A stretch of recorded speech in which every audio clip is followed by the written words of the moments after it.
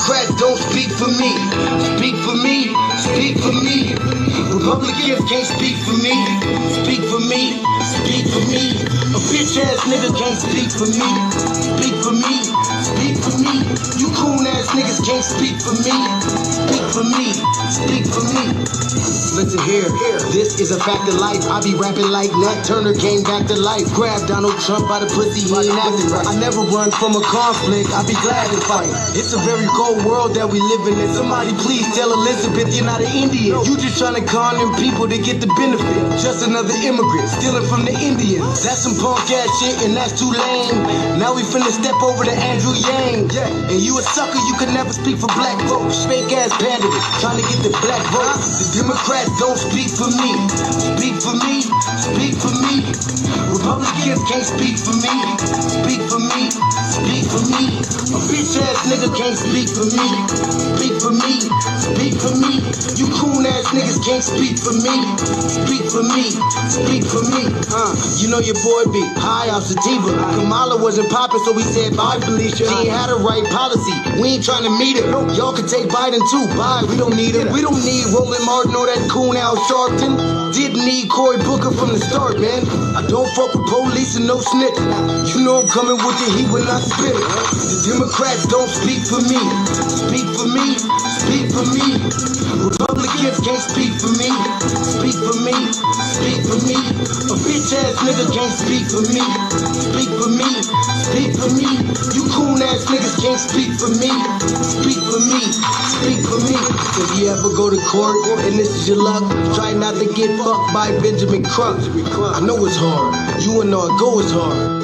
But who the fuck is Amy Cloak? Put her picture up on the bullseye and start throwing darts. People cut our organs out our bodies, that's a stolen heart. They can't save us from the flood like Noah's Ark. Black lives always matter, we finna go for ours. So then we savages, we don't need to pot the piss. Mike Bloomberg can suck dick with that stop and frisk. Bitch, you ain't speaking for us, we don't know you.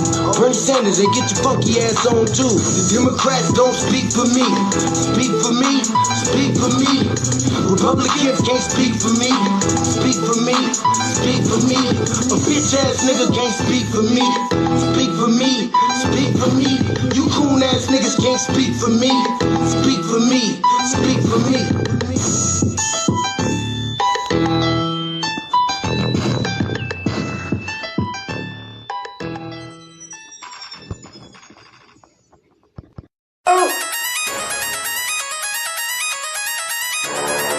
I'm talking about Shouty going crazy. People going crazy in them motherfuckers. Run that shit back, man. But it's nothing. Nothing about a woman on a day.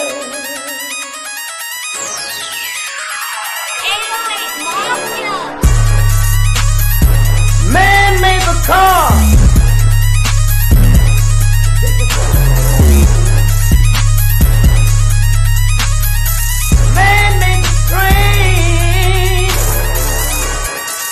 Carry the heavy load.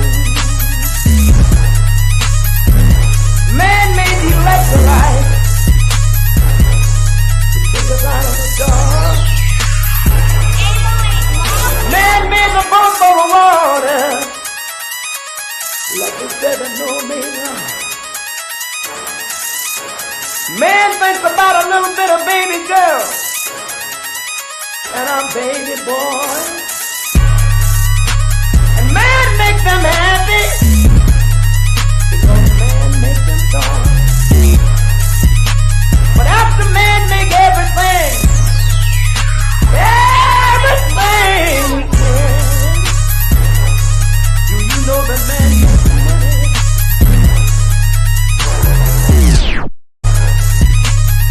To buy from other men. This is a man's world.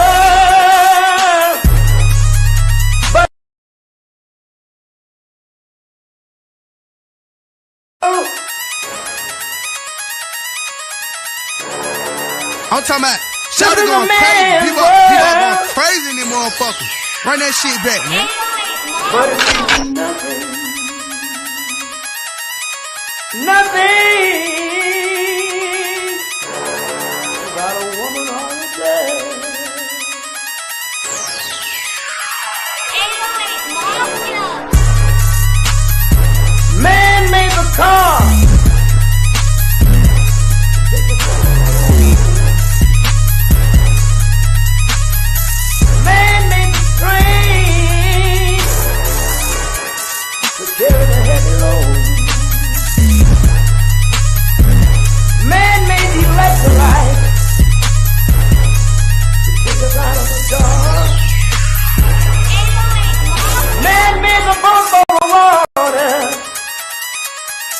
Lucky seven know me now.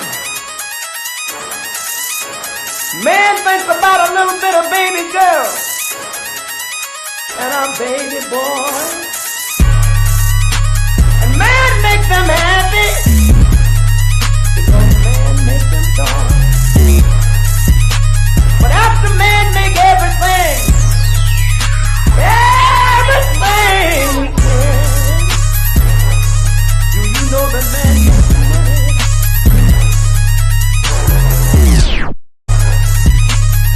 To buy from other men. This is a man's world. But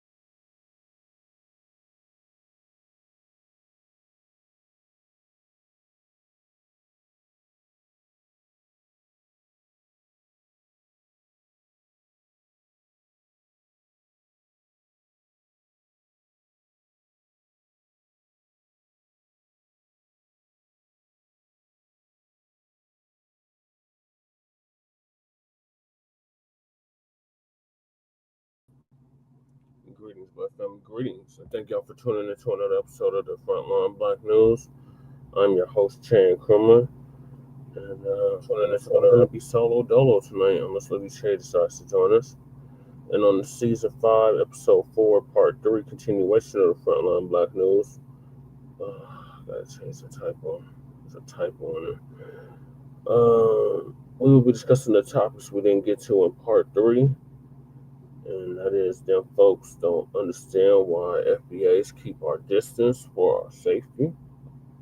Sistagirl Jasmine Crockett shit wants us to support legal immigration because FBAs won't pick cotton. Does the Vatican owe reparations? Yes.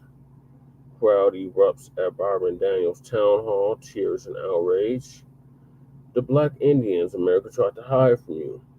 The secret slaves America's been hiding from you.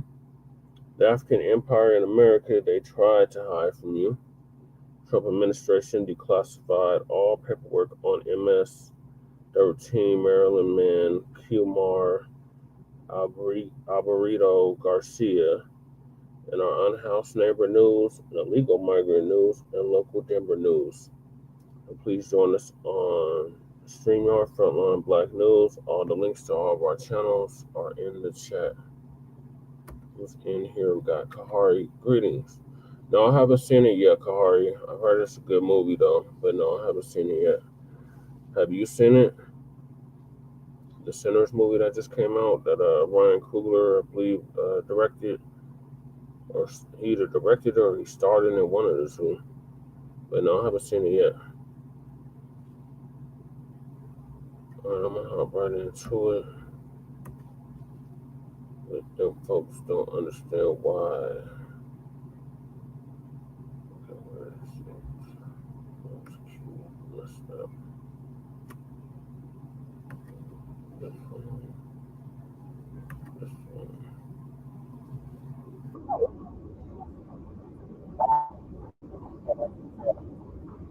one. In Ethiopia when this video came out, and I didn't have a chance to address it because I wanted to address this particular video. Now, Jasmine Crockett is inside of a church talking to them.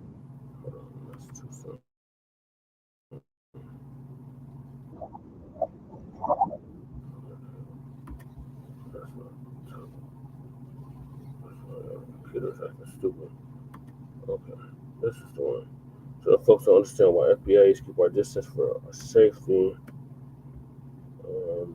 Phil Scott unpacks why foundational Black Americans, FBAs, often choose to keep our distance from certain groups and environments, not out of hostility, but out of survival.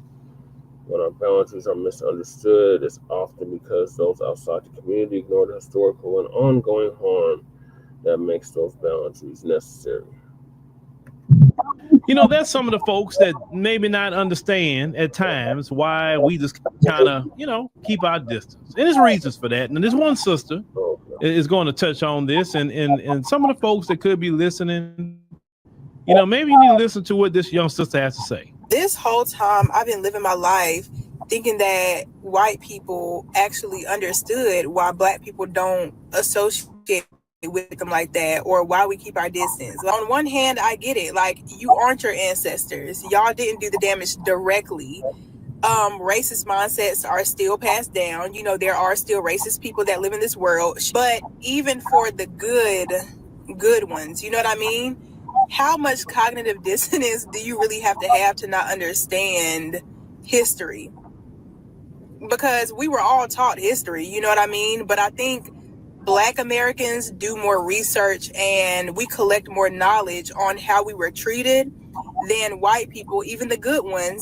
Then they do research and look up what happened in the slave trade or what happened with Jim Crow laws and stuff like that. Like, a lot of them are also very uneducated. Like, you don't even hear your own microaggressions. You don't understand how playing hip hop music only when you're around me, or trying to use AAVE, Ebonics, only when you're around me, you genuinely don't understand how that can make somebody uncomfortable. Here's the issue why a lot of Black folks, you know, just kind of avoid. We just understand from history, and even all the way up to now in 2025, that we just can't, as a group, trust y'all. We just can't. Because how many of us as FBAs have trusted y'all and we've got burned so many times? I have. I've been burned a lot of times. And you learn your lesson from that, right? Then when you get burned, then the older people are like, well, we told you can't trust them. We told you that. They're going to turn on you. They always going to, you know what I'm saying? They'll talk nice in your face and stab you in the back. You know, so your best bet is to, I'm not saying be mean to nobody, be nice to anybody, but you can't trust them too much like that. That's just really how a lot of us are taught. And some of them may say, hey, well, I never did nothing to a Black person. You may never did a thing bad at all. You may have been the best person in the world. But the simple fact is we have a 400-year history of this. And you can't just because you're not that way doesn't erase the 400-year history of what has happened to us as FBAs. And let's not even go back that far. Look at what happened to George Floyd. You think we forgot that sort of thing? Look what happened to Tamir Rice. Look at what happened to Breonna Taylor. This is what you call recent history. We're not talking about no 1800s. We're not talking about the early 1900s. We're not talking about the 1950s and 60s. We're talking about in the 21st century. You understand? Right. There's so many Black people. Eric Garner, so many Black people have lost their lives at the hands of the of y'all community. And the worst part about it, y'all supported those who took the lives of Black people. Why would Black people be like, yeah, I just really want to hang around people that think that way about us? This is why you saw all the videos trending about, hey, if Trump want to bring back segregation, let's go. I'm with it. I want the blacks only signs now. That Black folks are saying that they want the black only signs. They weren't even focusing on whites only. They didn't even care about that. They say, hey, I want to put up them blacks only signs. That's what I'm ready to do. That and I'm gonna tell y'all that freaked them out. They was like, do you notice when all those videos are being made, it was them that had a problem with it. It wasn't Black people. It was them. Black people say, yeah, bring it back, please. Let me go over there so I can put my blacks only sign on my club, a blacks only sign on our restaurant, a blacks only sign in our establishments. They didn't like that response. They thought that y'all was gonna be like, oh my God, no, why? No, they didn't think y'all as a community, us as a community, would embrace that. They let you know how tired Black people are. And black people just want some peace. Black people don't have no hatred toward nobody. FBAs are the most loving people on the planet Earth. That I can tell you. And because we're the most loving people on planet Earth, everybody hates us for it. Everybody hates us. We are the most welcoming. Everybody hates us. It's always FBA versus everybody. Always. No matter where they come from. Somebody always got some secret contempt for FBA. And that's fine. We'll take it. We'll take it. You know why we'll take it? Because we understand the whole world and we understand the circle it makes. See, you have an offense toward us. We act like Felicia from Friday, like, all right, I remember that. And then when something happened to you, then you come back, FBAs, we are brothers, we are sisters, we are allies. And like, nah, we cool. We don't care what happened to you now. You know, it's always funny that happens, right? People so nasty to us, treat us any kind of way, talk crap to us, but then when they get in the bind, here they come. Even the white folk. Hey, FBAs, you're not going to protest? Look what Trump is doing. No. Ain't okay. What is he doing? He ain't bothering me. He's taking away your rights. No. You didn't care when our rights are being taken, so who cares? Right. Everybody coming to FBAs, no matter what community they come from, they can't stand FBA. Mm-hmm. But here they come. Yeah. Later. Even in the diaspora, they do that too. The ones that immigrate here. We ain't talking about the brothers and sisters on the continent. And I'm gonna keep saying that. The brothers and sisters on the continent, from my experience, are nothing like some, and I ain't gonna say all, some who immigrate here. But we got to focus on keeping our peace, okay? And I want black people to focus on peace. Peace. The peace that surpasses all understanding. Focus on your peace. Don't let nobody take your peace away from you. Nobody. Do you know you being at peace will even keep you more healthy? Yep. Do you know that? Be at peace. That's what you need to be. Be at peace.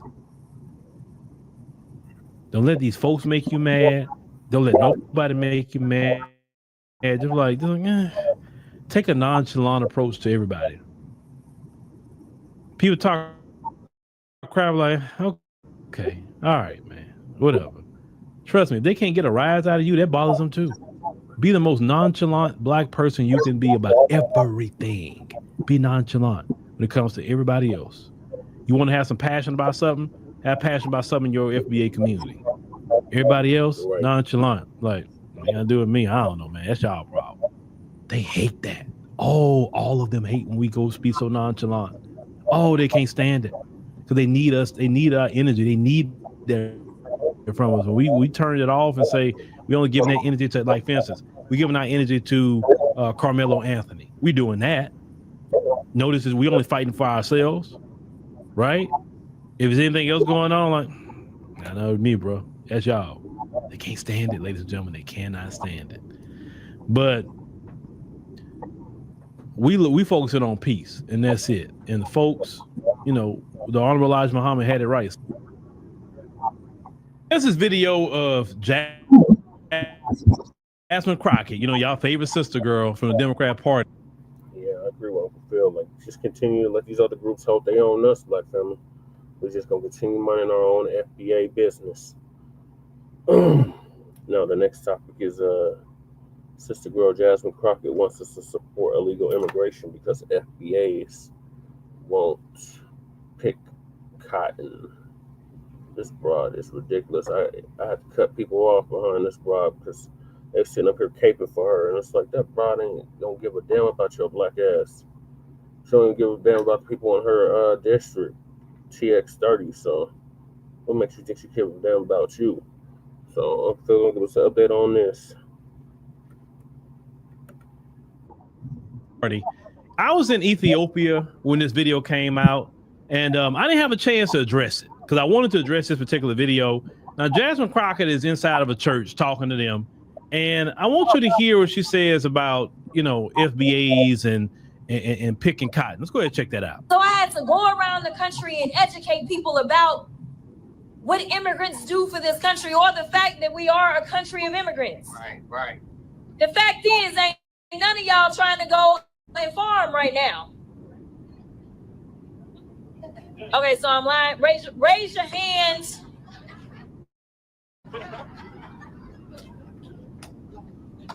You're not. We done picking cotton. We are. You can't pay us enough to find a plantation. Okay, all right. So, Jasmine Crockett, before I get into really fully what she was saying, people stopped picking cotton a long time ago with the invention of the cotton gin, okay? People don't pick cotton anymore, period. No matter, even if they are immigrants, they're not out there picking cotton. So let's just go on and start there, okay? Now, she started this, we are a nation of immigrants. Ma'am, Black people, FBA, aren't immigrants. We didn't immigrate here. There was no nation for us to immigrate to. We built this nation from scratch. People who are immigrants have a home country they can go to. They have a flag and everything else. Why do you think you see foreign flags in their bio? Why do you think when they go protest, they're swinging a foreign flag? Because they are immigrants from a foreign nation. FBAs aren't immigrants from a foreign nation. The only flag that FBAs will wave is the American flag. We have our cultural flags like the Juneteenth flag, the Black American Heritage flag. Those are flags that's specific to us and our culture and our heritage. But nationwide, nationhood, we wave the red, white, and blue and those stars. That's what we do because we aren't immigrants. So let's go ahead on and establish that as number one. Number two, these immigrants was never allowed into the United States if it wasn't for FBAs fighting for civil rights in this country, fighting for human rights in this country. All these immigrants that come into this country that are very hostile, a lot of them, toward FBAs would not have fought against no Klan, no white supremacy. They wouldn't have did it. They would have joined with them. Yep. Because those people in their homelands, okay, those people felt that I should assimilate into white supremacy. That's how they feel. They should assimilate. They don't say I'm gonna stand up to it. This is why the first thing they do when they get over here, Jasmine, is be against FBAs because hey, the white supremacists against FBAs, so let me join with them. Because see, and what even the white folks are starting to realize about all these immigrants is they're actually way more dangerous than even the FBAs. Because if they wasn't faithful in their own homeland to the place their ancestors fought and died in, right? Why in the hell would they be faithful to the United States? They have shown then when the going get tough, they flee. Yep. That is a dangerous group of people to be around.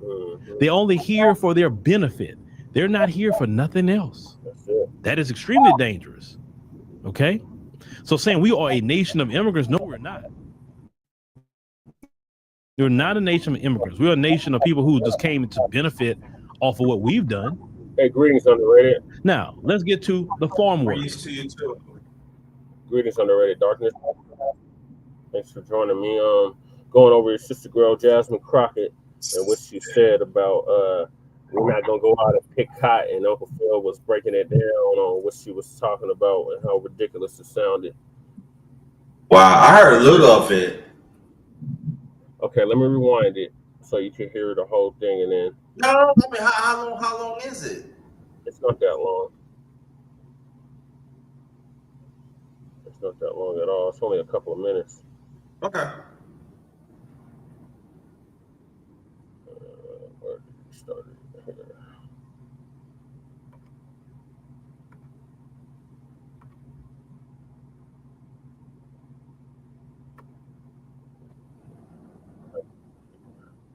Check that out. So I had to go around the country and educate people about what immigrants do for this country, or the fact that we are a country of immigrants.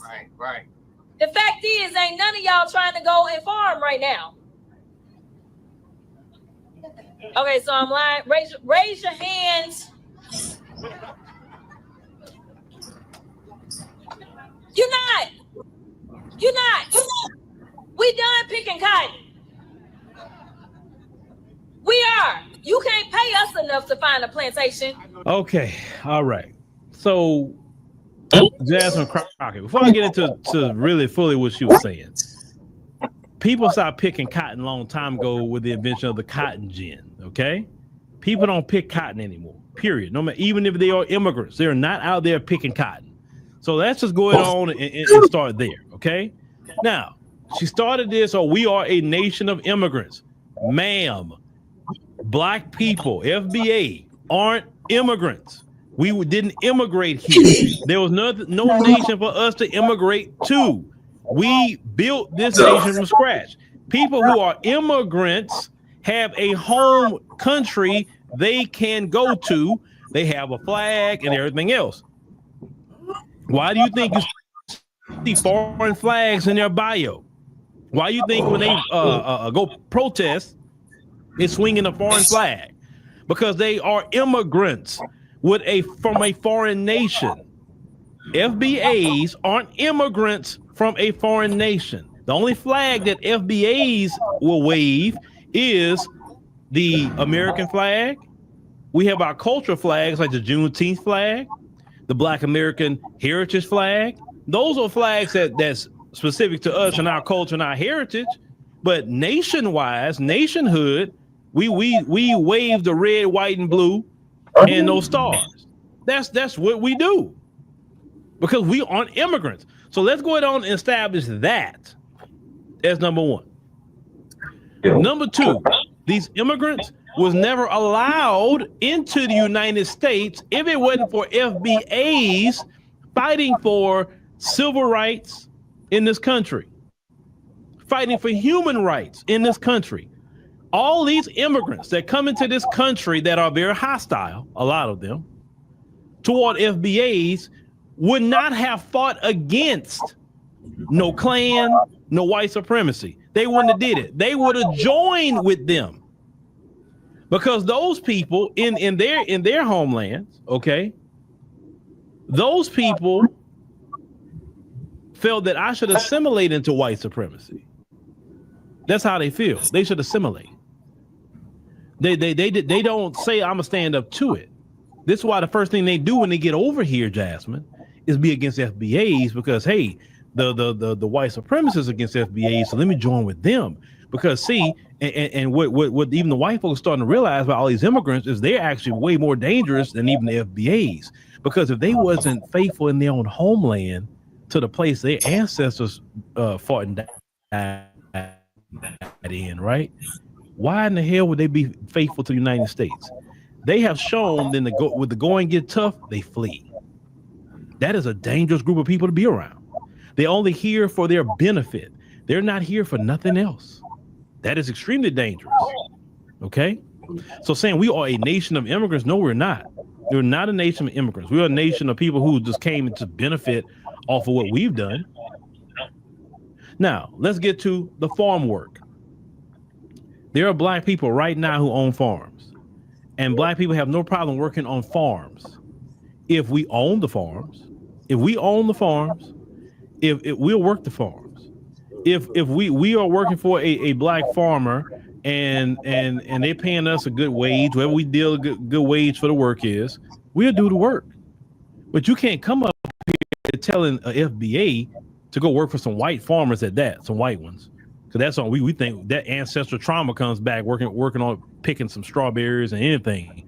See, those immigrants from Latin America and anywhere else they come from, they don't have ancestral trauma in this land. Right. So it doesn't bother them to go pick no fruit, no strawberry, no whatever, right? Don't bother them because they don't have that kind of trauma. We do. Right. Now, she's right about that. We're not going out there and be picking remember the cotton gin came out a long time ago.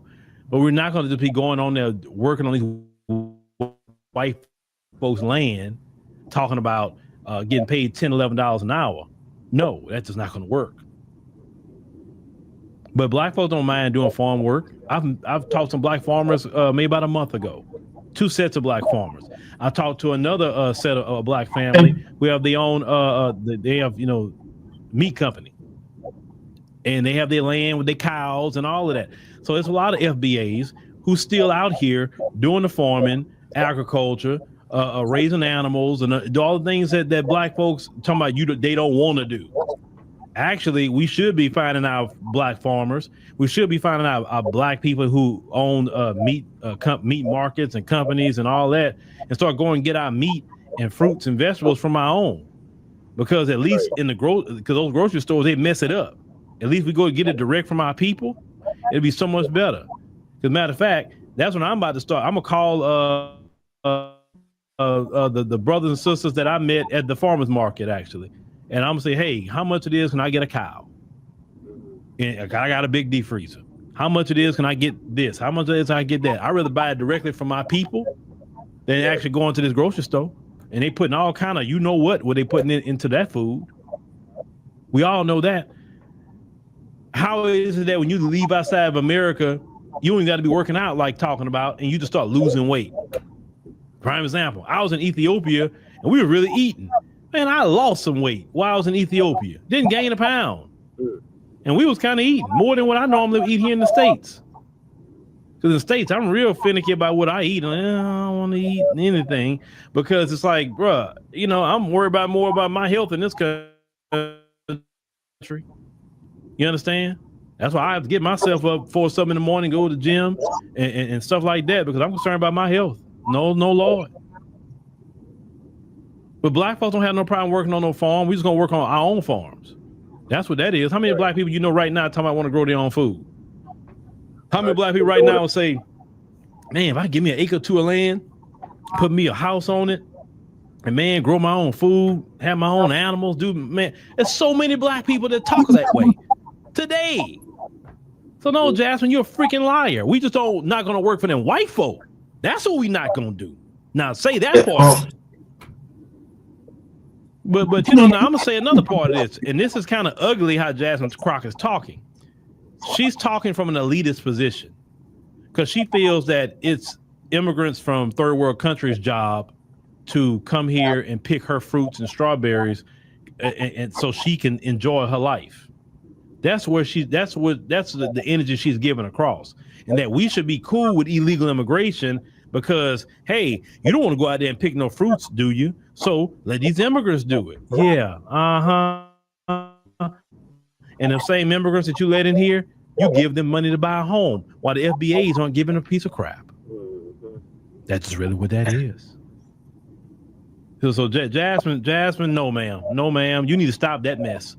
Any black person that sit there, see, that's why you went to church, because you couldn't have said that in front of me. I'm gonna say, ma'am, no, we do not need no immigrants here for anything.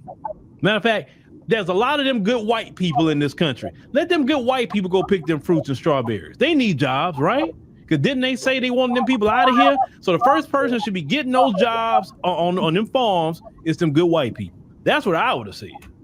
Leave us alone, but let them go get it. Since they said that those immigrants taking their jobs, well, there they go. Go get your job. That's what I would have said. But that's neither here nor there. But Jasmine, she gonna run off at her mouth. That's what she do. All right, underrated. So you heard what she said. What are your thoughts on what Jasmine Crockett said in regards to FBA's picking cotton? What's new? I'm glad that you bring it up, bro, because this is a reminder. She actually let us know that we not citizens. She failed to understand the history of us as a people. She failed to understand that the last state in the United States was still picking cotton was Alabama towards the end of the 60s and early 70s. Yep. She failed to understand that we did all land decades ago, that the federal government find a way to throw our applications away so other nationalities was gaining out land. So So what is he talking about? I mean, like, really? I mean, it's. I mean, the way I feel. It's my feelings not conflicted, but it's insulting. Yeah, it is insulting. I agree. It's assaulting. It really is assaulting that still our people in these prominent government positions. We gotta stop saying that they lost. They know exactly what we do. That's why it's so important that we should know our history. We should know our own history, because I want to talk to the black women out there. I want you to go hear this. Trying to take the emotional side and hear what she said. Because there are actually black women, even decades ago, own farms too, own land too, and they took it from them, took it from us. Yep. And so, and then when you do that, you hurt in families, you hurt our community, you hurt the manufacturers of the farm, you hurt in the nature of it. Mm-hmm. It seems like whatever we have been taken away. Then you bring immigrants up here. Then they talk about, and I'm gonna stop saying that they misinformed. Because they misinformed, but they always said negativity about us as African descent in this country. That we built this country, we built this whole world. No doubt about that, but I'm concentrating on this USA. This USA has never had respect of people of African descent. Us as people of African descent, and it's showing right now. This is 2025. Right, and like he said, they wasn't letting them in large numbers until we was like, "Hey, look, y'all need to let our African brothers and sisters in here." And then they had the 1965 Civil Rights Act, Immigration Act, rather. And that's when they started allowing all these immigrants into the country. Because prior to that, they wasn't allowing black immigrants in this country in large numbers. It wasn't. It was other nationalities leaving large numbers. Yeah, African, Asian, South American, Australian. I mean, they was letting in the Europeans, but outside of the Europeans, no. And so we gotta understand that we at the crossroads, us as African descent, we in the crossroads of our country. We gotta sit down with our young ones and teach them the real history. We gotta stop relying on mainstream media and this government, because they're gonna tell lies. And the sad thing about it, still some of our people, we vote these people in, think they have best of our interests, but they never do. And the sad thing about this, the ones who's really lost is these highly educated black people. Mm-hmm. These are the ones that's really, really low. These are the ones that the elite that put them as puppets. Yep. These are the ones that they don't think for themselves. Mm-mm. These are the ones that sell out their souls. These are the ones sell out to our ancestry. These are the ones we're talking about. Yep. So it's not a gender thing. It's not at all. But us as a people, we have to understand that do you want our people to prosper, or you still want to listen to Sister Crockett talking like that we immigrants? How do we immigrants, right? And this is the thing, that how do we immigrants that we came here against our will? How do we immigrants that people get, that other nationalities get reparations off our backs? How? I mean, explain it. How do we immigrants that we fought in wars, that when we come back we still second-class citizens? Right. How are we immigrants that we help push? We don't want to push the civil rights bill in 64, 65. Yep. Well, let's go back to Tuskegee Airmen. People watch that. You know, we ain't lost not one enemy bomb. So I want to know, how do we immigrants that we forced to be patriot of a country that that hate us at all. So I just want to know how we immigrants. Because I mean, somebody got to explain that to us. Yeah, we're not immigrants. We're the only non-immigrants in this country. So, yeah, it's just ridiculous. But that's what the Democrats are up to.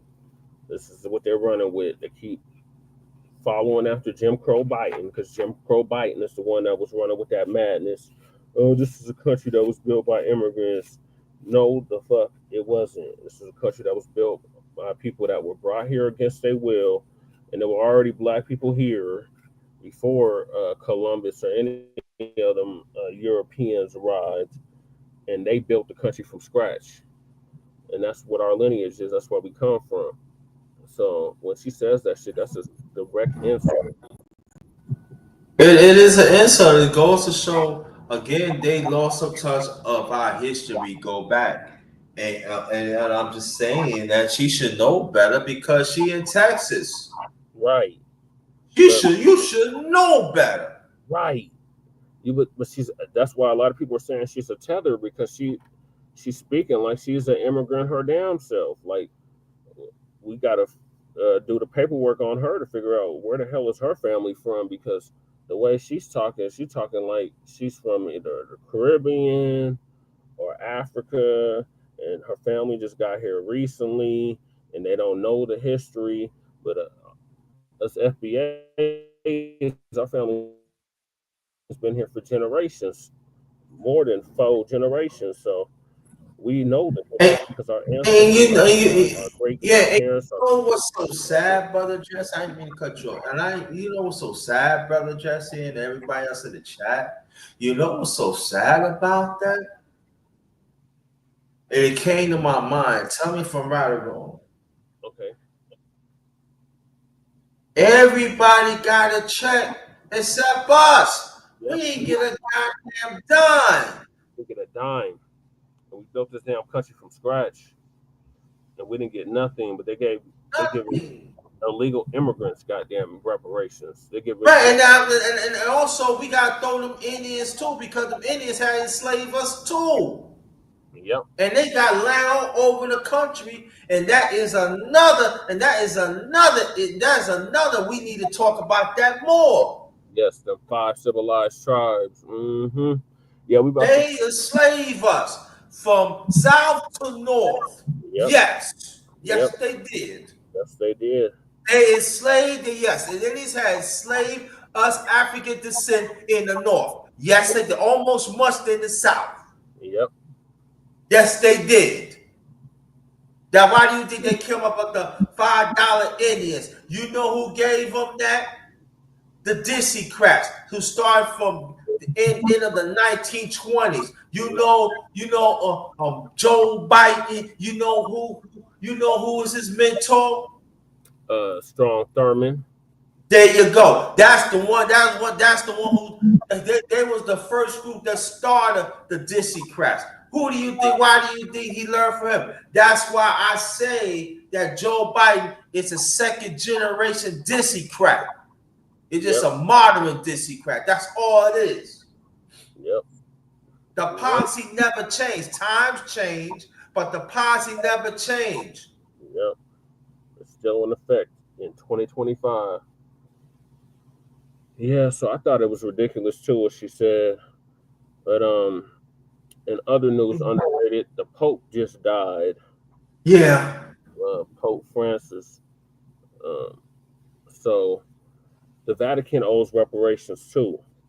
They're the ones that sank the slavery in this country in the first place. So, and that's we need to talk about that too. Them Catholics and stuff taking our kids, making our kids part of paying money to slaughter us and everything, and read the Bible and wave the cross and all that. Mm-hmm. Yep. We got the Jab Jamboree in the building. Salute, Jab. What's up, Jack? That's that's Harlem fan right there. So yeah, man, I'm just saying that. Come on, man. Come on. That's what I'm saying. Come on, man, come on, man. Y'all doing too much. And then let me put this out there too. Now, after when the Pope is died, they say it's impossible we might have a black Pope. Like things gonna change. Right. Well, Come on, cut it out with that. correct me if I'm wrong, but weren't the original popes black? Weren't they Moors? Yeah.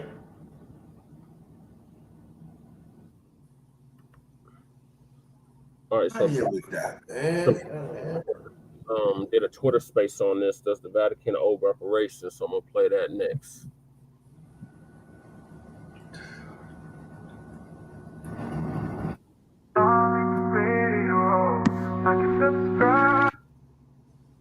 E-Rose. Hey Tyreek, how you doing tonight? I'm good, dear. How are you? I'm great. Glad to hear your voice. I'm gonna keep it quick, but I don't know if you already said this already, but did you notice in the movie, not giving too many spoilers, but how the lead vampire, the Irish, he kept trying to trick them, and how he was talking about how they were oppressed too, and yeah, they did it to us too, and yeah, join us. Come on, we're gonna kill everybody together. You know, it was just weird to me, and that's kind of what's going on now. So I'm gonna land there, but I just want to see if you had spoke on that. Oh yeah, I saw that part there. He was like, yeah, I was. They're talking about that new movie that just came out, underrated, called Sinners. Press too. He sound like the people he would sound like too, dude. Hey, yeah, oh yeah. Speaking of slavery, Pope Francis died today. Pope Francis of the Vatican, 88 years old. Pope Francis died today. Speaking of, we done summoned a white supremacist up. We got Max. Hold on. Before I get into Pope Francis, we done summoned a white supremacist. We got Max. Hey, Millie's in the building. Let's get Max in here. Hello? Max, what's going on? Mayo Max. I just want to say it's a good day when a guy who convinced millions of people to get vaccinated and sent them to early death dies. The Pope can go to hell. That's exactly what he belongs. There you go. I'm not even disagreeing with you. Okay, yeah, because I'm not a big fan of any of those popes. So there you go. Are you a fan of any religion? I am. Which one is that, sir? The religion of Majara, a natural religion that comes with foundational Black Americans. I'm a fan of that. That's an ethnic religion. And all the religions have good parts and bad parts. All of them are cool. They do what they need to do, depending on who's practicing it. Because there's some people who, you got some brothers who practice Islam, and you got some people who use Islam to blow up shit. So it all depends on who's practicing the religion. No religion is bad. Well, right? the Pope was telling people that it's okay to be a homosexual. So I'm not too sure about that. I mean, he was had the rainbow smoke coming out of the Vatican when he said there are brothers and sisters. So I wanted to say this to Black Americans. At least don't let that homosexually disease the white man start and spread to you. There you go. All right. Well, thank you so much, Max. I appreciate it. Take care, my friend. All right. But yeah, Pope Francis passed of the Vatican. I saw a couple of folks, a lot of tethers, who were a little teary-eyed. Come on now, were some of y'all in here teary-eyed because Pope Francis of the Vatican died? Were you teary-eyed? Come on now. Let's be real. Because we saw how some of the tethers were acting when the Queen of England died. They were throwing the goosey soup all on the floor. Like, shit, what is this? She's not my queen. So I hope y'all weren't shedding tears for no damn Pope Francis or any of those popes. Oh, Lord, no. We don't do that. No. Because if we're going to talk about the Pope and the Vatican, let's talk about all of it. Right. family, the Vatican, if we're going to start, because they were talking about Pope Francis all day today. Yeah, the dirty dresses. We need to talk about what the Vatican owes. The Vatican owes some reparations too. Right. Yep. Hey, family, the Vatican was the reason the whole shit got started. The slave trade was sanctioned by the Vatican first. Yep. Yeah, they sanctioned that. They made it into a spiritual thing. You talk about spirituality.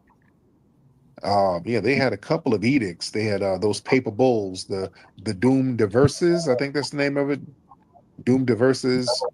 Another one, Romanus Pontifex. These paper bulls that explicitly authorized the enslavement of Black people and other non-Christians. That gave the white supremacists in Europe the moral and spiritual justification for the Atlantic slave trade.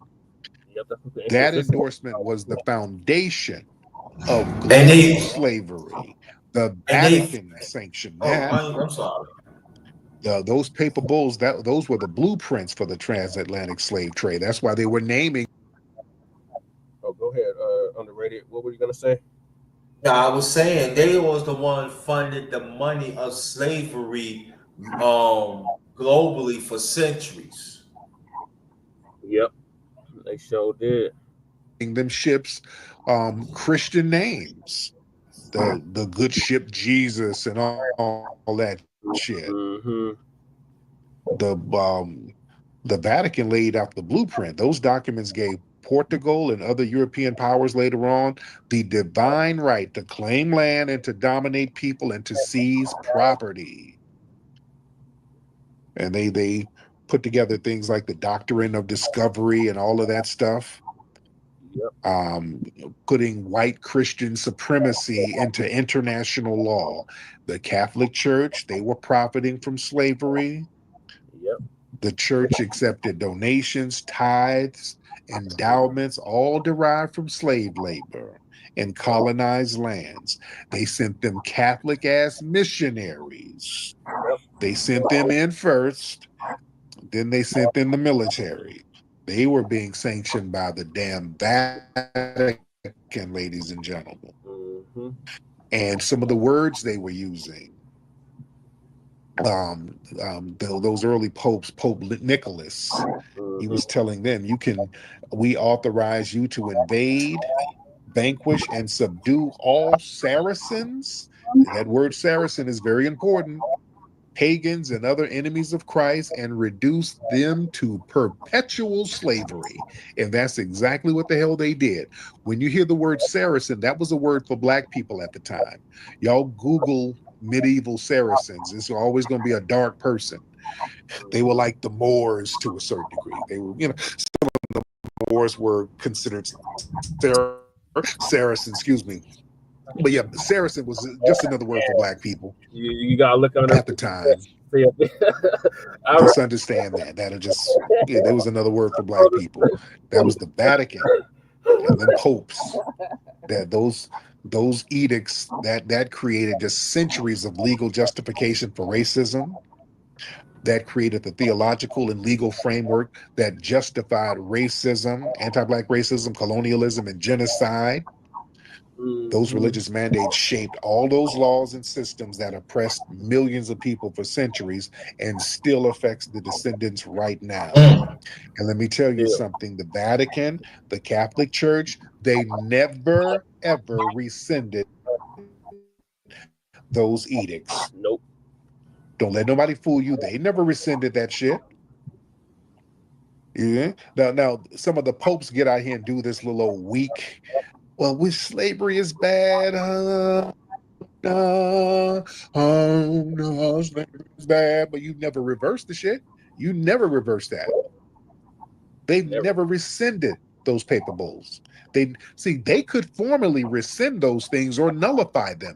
They've never done that.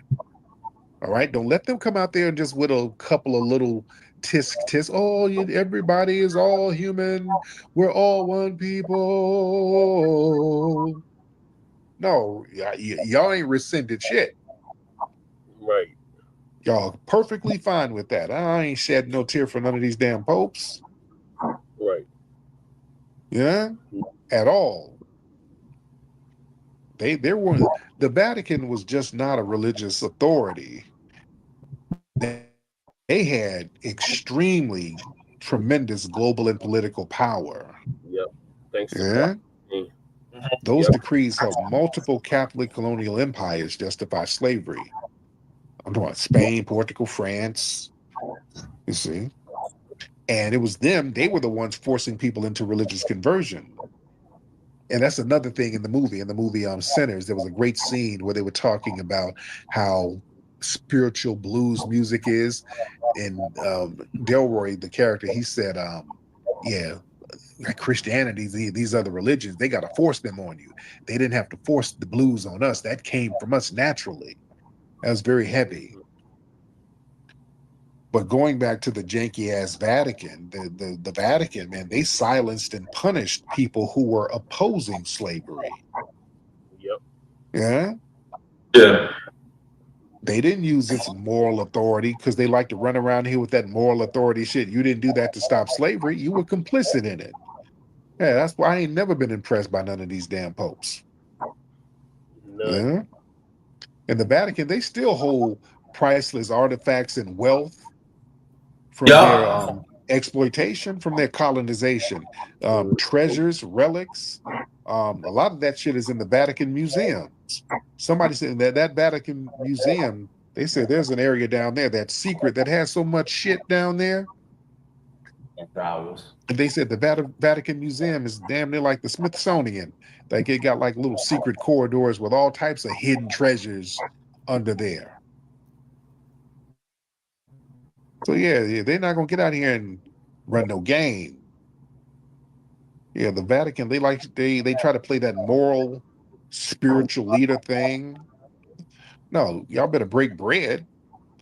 Right. No, y'all not gonna get away with that. No. Don't ever let them, when y'all see them running around with the Pope and doing don't forget, they sanction all this bullshit.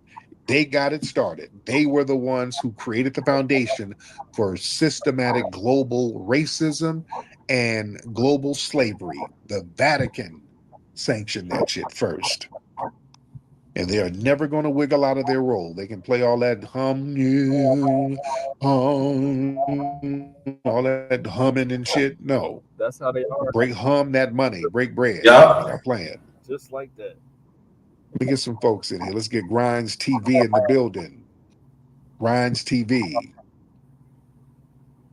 What's up, brother Grinds? What's up, brother Tariq? How you doing? I'm good. How are you? I'm all right. I have yet to see the movie. I was gonna see it tonight, but I'm gonna see it tomorrow at noon. But I wanted to add real quick to what you were saying about this particular denomination of the church. This is the same one a few years ago that based pipe biting. Shout out to Jason Blacc for that. They're the same entity that was passing out those crack pipes. Yeah. So, they have, it's a lot of blood on their hands, but I just wanted to add that to the point that you were making about that. I'm a land. Well, thank you so much, brother. I appreciate you, brother Grinds. Let me see. I'll get your hands up in here. Everybody get their hands up. Let's get Hakeem Taylor. Let's get brother Hakeem Taylor in the building. Hakeem Taylor in the building. Hey, what's up, Flex? What's up, man? How are you, family? We good, man. How are you? I'm doing good, man. I two things real quick. The one thing that really stood out to me in that movie was that conversation with the little girl. I ain't gonna give no spoilers, but that conversation, I picked game on that. And another thing, Carol Denise Mitchell, I put in the purple pill. She has a book about Angie Stone, man. With Angie Stone's word. It's a book. She's a renowned author from the Bay. She's actually my niece's grandmother. Wow. Check out her book. I put it in there, man. She did a tribute to Angie Stone. Oh, I got to peep that out. Where can we get that? There should be like a link or something on the back, but it's a tribute. I'll put it back in the purple pill again. Okay, I'm gonna look into that, man. Thank you so much, brother. Thank you. No problem, man. Peace. Yes. Yeah. Let's get Housings. Let's get housings in the building. Housings.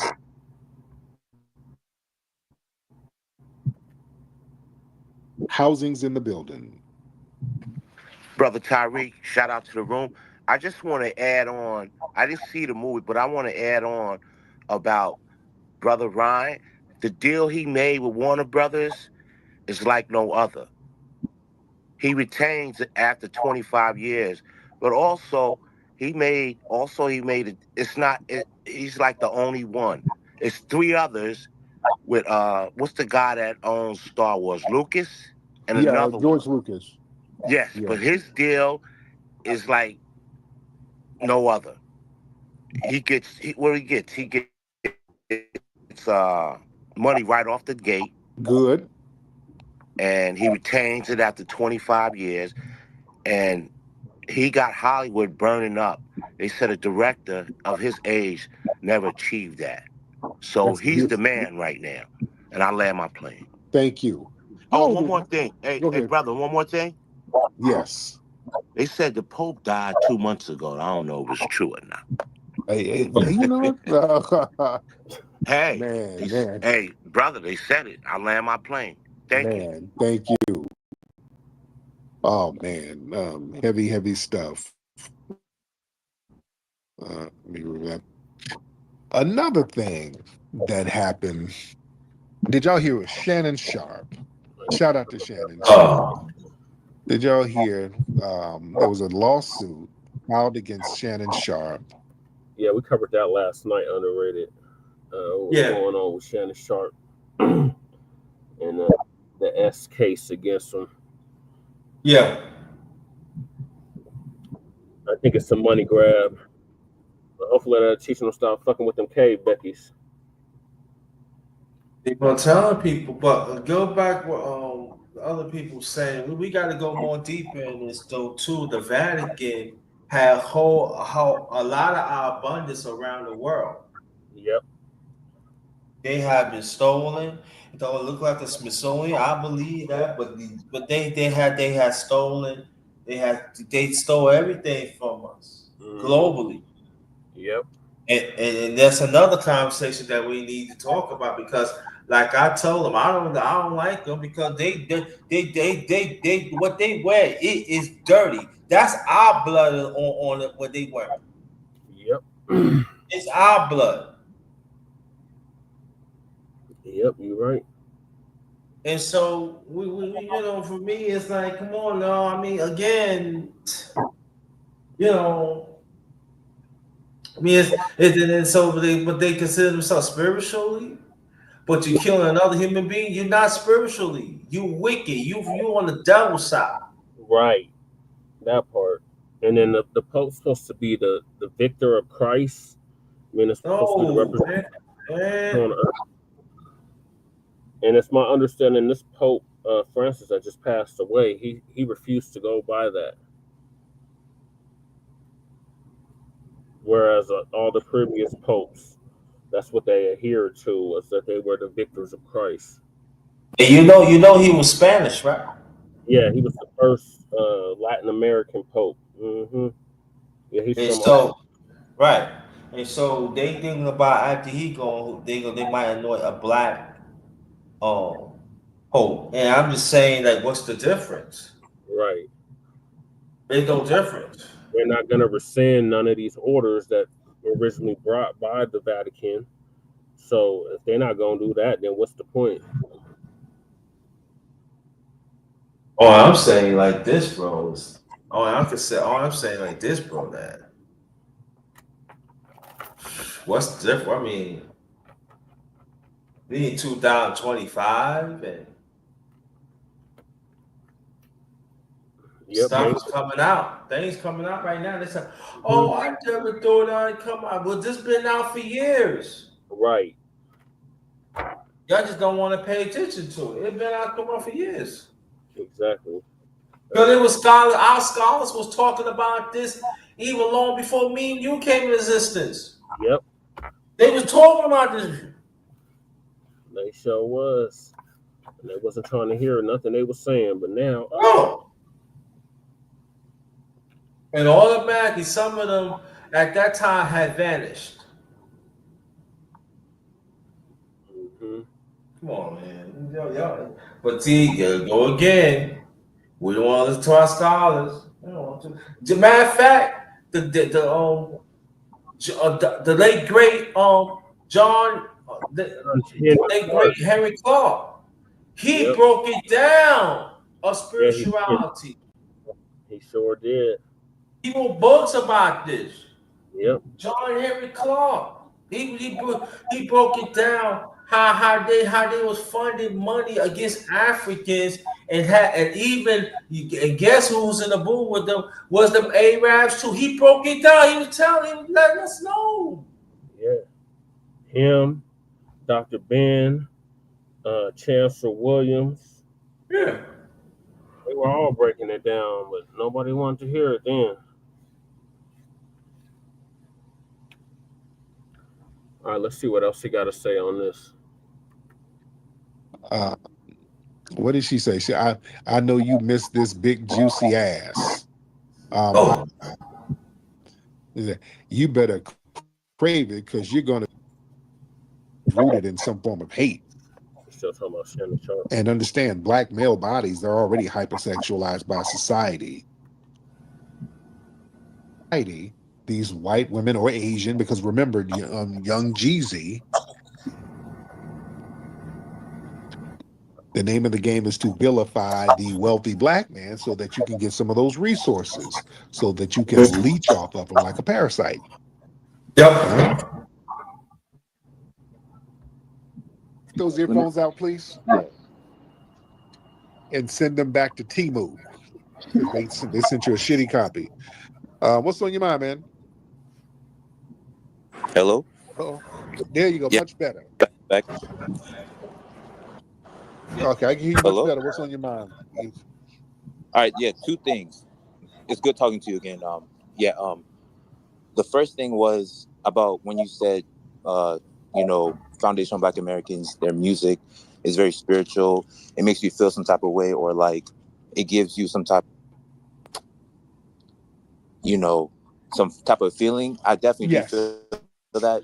One artist I can definitely say, if he's like FBA, but NBA young boy, he's from Louisiana, or he has the the culture of that. And then like with his music, there's so many songs where like he has like the the piano organ in the back going off, and then he's just saying what he's just saying. You really feel it in it. Like, well, for me, I really feel it whenever I listen to him.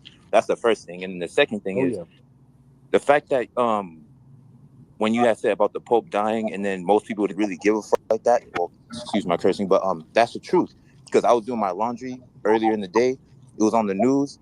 I'm looking at it. I'm like, who is this guy? You feel me? Like, I don't really care. And then on top of that, too, another couple had came in. The one lady, while the thing was playing, she was like, I don't care about this guy. This guy, the Vatican and all this other stuff, I don't really care. I'm like, so we had this, just like, I'm thinking that. And then this lady comes in, says the same shit out loud, though. And I'm like, oh, shit. So we're basically all on the same page. So I wanted to say those two things, though. But thank you for taking my call. My man, I appreciate you. Thank you so much. All right. Y'all raise those hands. Raise those hands, ladies and gentlemen, if you're ready. Raise those hands. We got 504 Hot Boy in the building. He's got to be from New Orleans. 501 Boy.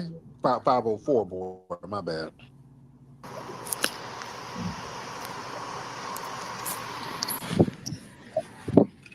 $504. What's down? What's up? You good over there, brother? Yeah, I'm good. What's down, Tyreek? I'm good, man. What's on your mind? Shit, a lot. Shit, how you like New Orleans? I loved it.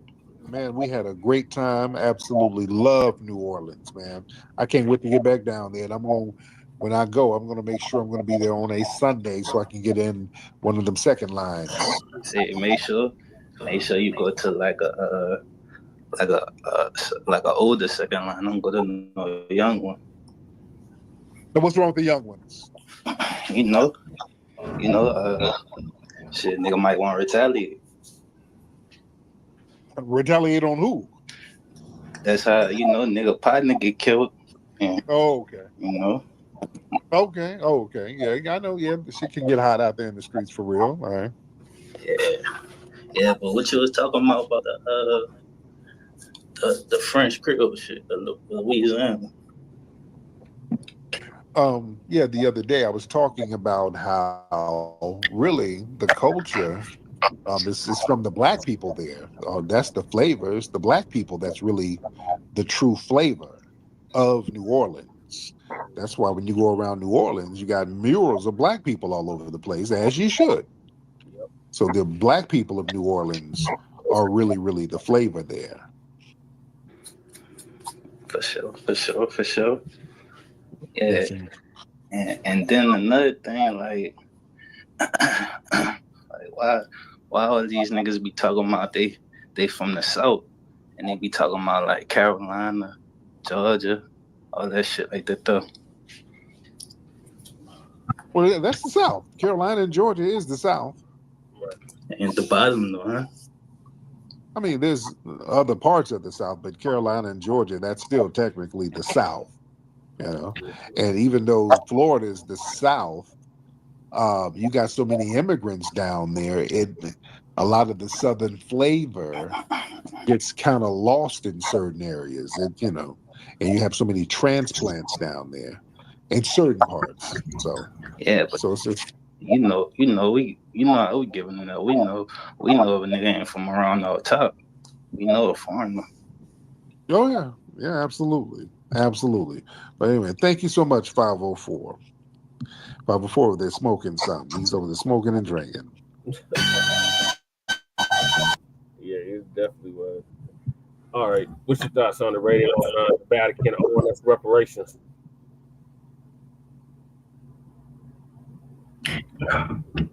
Yeah, they do. That's a no-brainer. I mean, we don't have to go into history to understand. I mean, these people want to listen. These no good black people that we don't need reparations. We got reparations right now of school and stuff. We don't hear that. No, they owe us. Exactly. I agree, and we we're about to get into the 5 civilized tribes too. So the next topic I think is that exact thing. It's the 5 civilized tribes owing us reparations. Oh, I got to get on Brian Donalds' punk ass first. So Brian Donalds, for those that don't know, I'm still trying to run for president, or he tried to run for office of governor against the antis. He didn't win, so then he started on Trump's bandwagon, and he thought that Trump was going to make him his VP. So now he's hosting these town halls, and they're getting booed and shit. So Lisa Harris going to give us an update on that.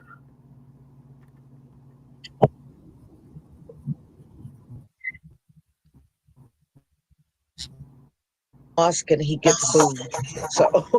So McDonald's down in Florida, the raccoon down there. Yeah, he actually had a town hall.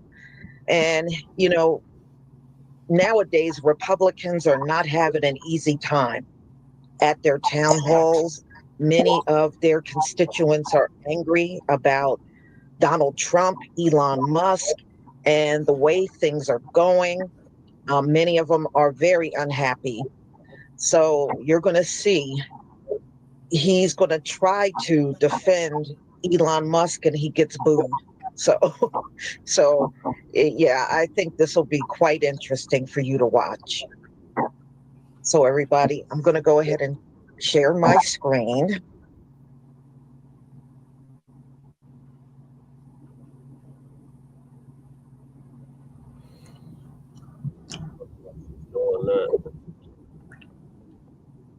Okay, please give me a 1 if you can see my screen. Oh, hell. Oh, get that one. Okay. Thank you. Yep, that's the raccoon.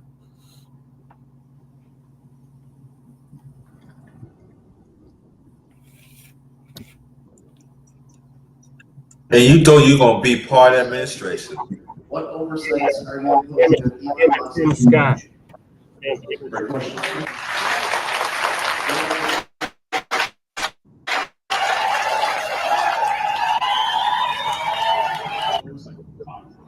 That's much more of an appropriations aspect. What DOGE is doing right now is they're going through every agency and they're examining any contracts or any lack of efficiencies in spending federal dollars. This is something that I'm going to answer you. Now, I'm going to answer you, but if you want to yell, that's okay, but I'm just going to answer you. Are you going to allow me to answer the question? Okay, so, like I said, what they are doing is under the directions of the President of the United States. If you're going to talk about what oversight is doing, we actually have to let the DOGE committee, the DOGE department, actually finish its work. What they are examining right now is inefficiency in the federal system. This is something that President Obama wanted to do when President Obama was president.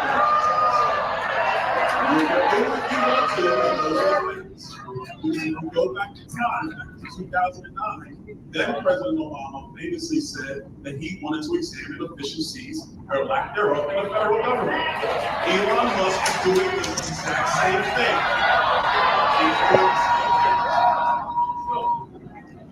Most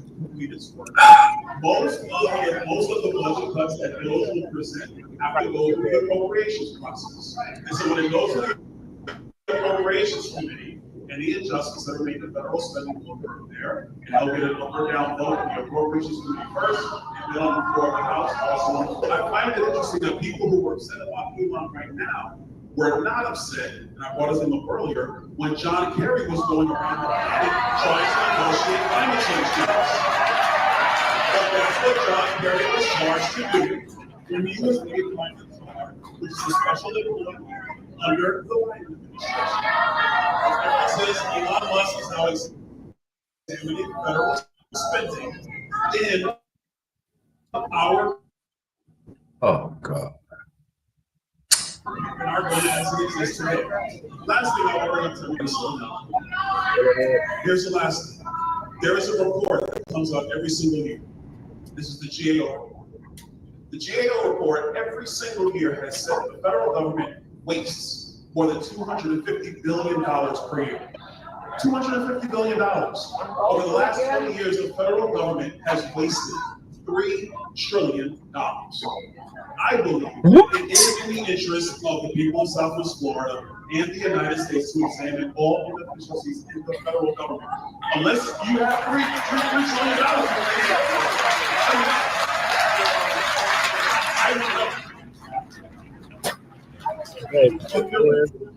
Making our social security files.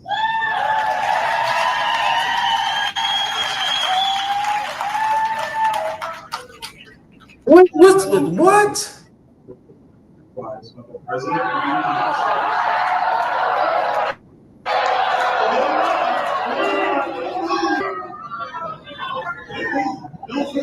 are you ready? You ready to go out of it? The previous president, President Byron. So you don't want to hear the story. You don't want to hear the story. Allow me to put this in. When you're ready, I don't want you to yell and not hear the full story. If you're going to have a conversation about policy, then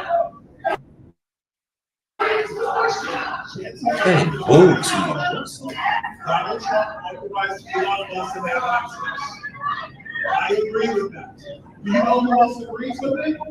Joe Biden. Because Joe Biden has access to 53 students during his administration. This is my question to the audience. Do you want to yell or do you want to hear? Because if you want to hear, I'm trying to give you information. I told you, I'm going to be passionate. But you can yell or you can hear. Or the people who are upset with Elon Musk, was it okay when 53 students had the same access to the Social Security database? Was it okay then? Also, let's be intellectually honest.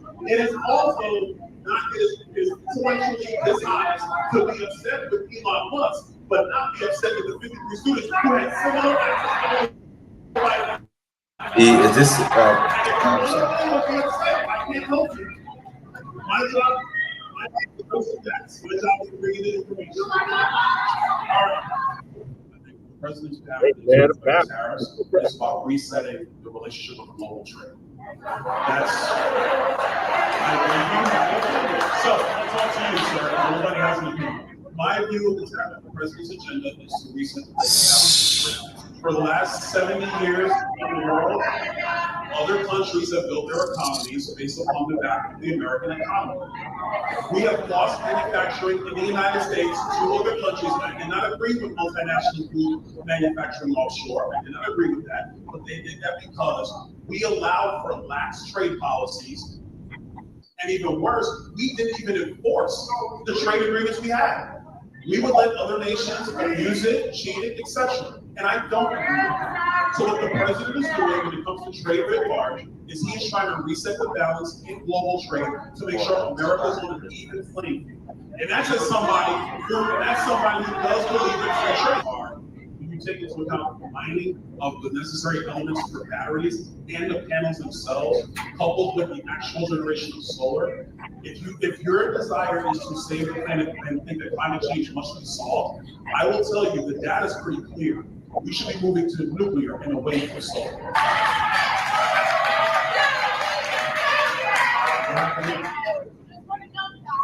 What happened? Consistent with U.S.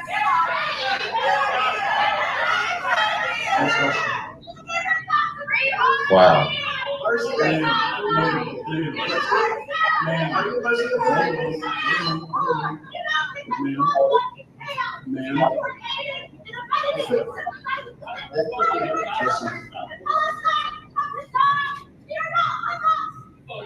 Oh. If you want to continue to have a shouting match with me, I just come with that. Next question.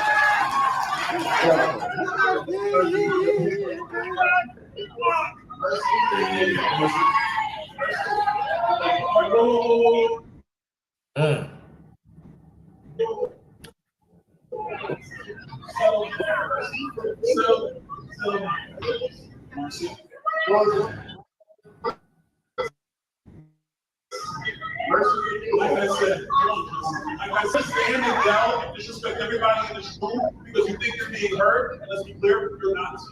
Let's be very clear. You're not. What you're doing is yelling. You're being disrespectful. You, ma'am, you are being disrespectful. And I will respect you, and I will honor the fact that you are here trying to get answers. So, come on, man. Being disrespectful, then that's time for you to be removed. Because you're disrespecting everybody else. Who's trying to ask you to know. You're lying.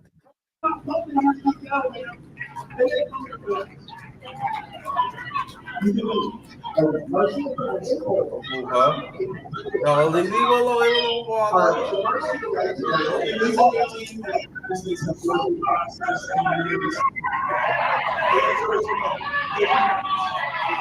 An illegal alien in the United States does not have more. Sorry, you're looking to hear, but you can't say everybody around you is aliens. An illegal alien in the United States does not have more due process rights than an American citizen. They do not. No, they don't have to say, sir. Oh, look at that. They leaving.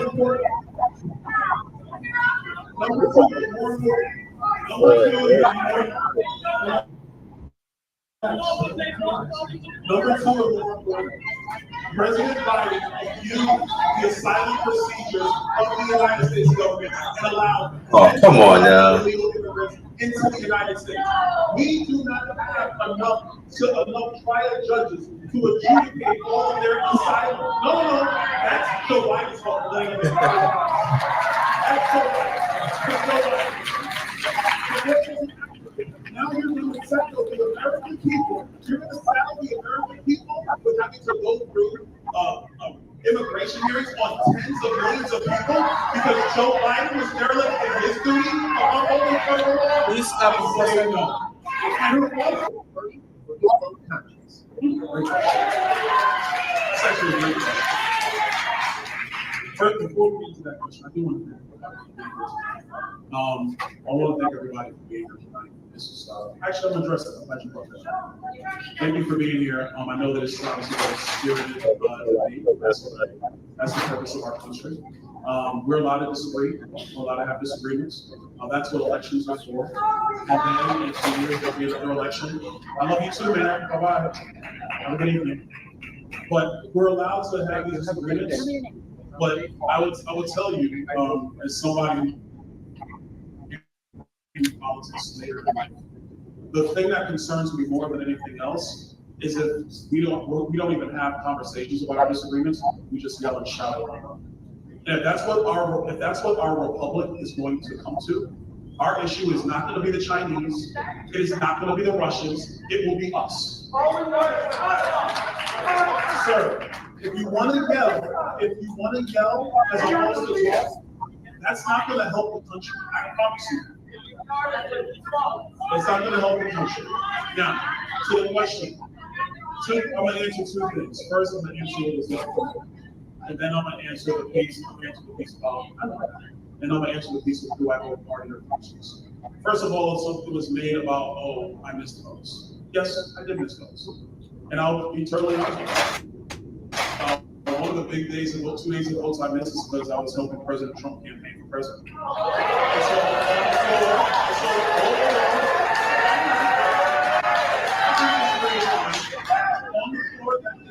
The president, I think I was in Georgia at the time. I think I was in Georgia at the time. There was a series of amendment votes on the floor of the Reparations bill. It was about 50. So obviously I missed those votes. Now, do I vote party or conscience? I vote Constitution. I do not vote party. I vote Constitution. Okay. Who's giving them that word? Yeah. No Crackers was not mad. I was not happy about that shit. Okay, y'all. That was probably the main clips of his town hall, and as you can see, it was pretty crazy in there. But you see how white his constituency is. I mean, ooh, I'm like, where's the? What? You don't see hardly no melanated people in the audience at all. And thank you again, dark skinned brother. And you can see that, he don't really have a lot of people in his district that looks like him. But remember, this man got a white wife and biracial children. So, so that's the district he represents down there in Florida. Now, I think he's trying to run for governor. And Ron DeSantis is trying to get his wife to run. And to me, that would just be like having Ron DeSantis back in office again. I don't see where that would be different. He would be advising her behind the scenes. Yep. So I would think he would still be running things. Yes, Florida. Byron Donald is a congressman from Florida.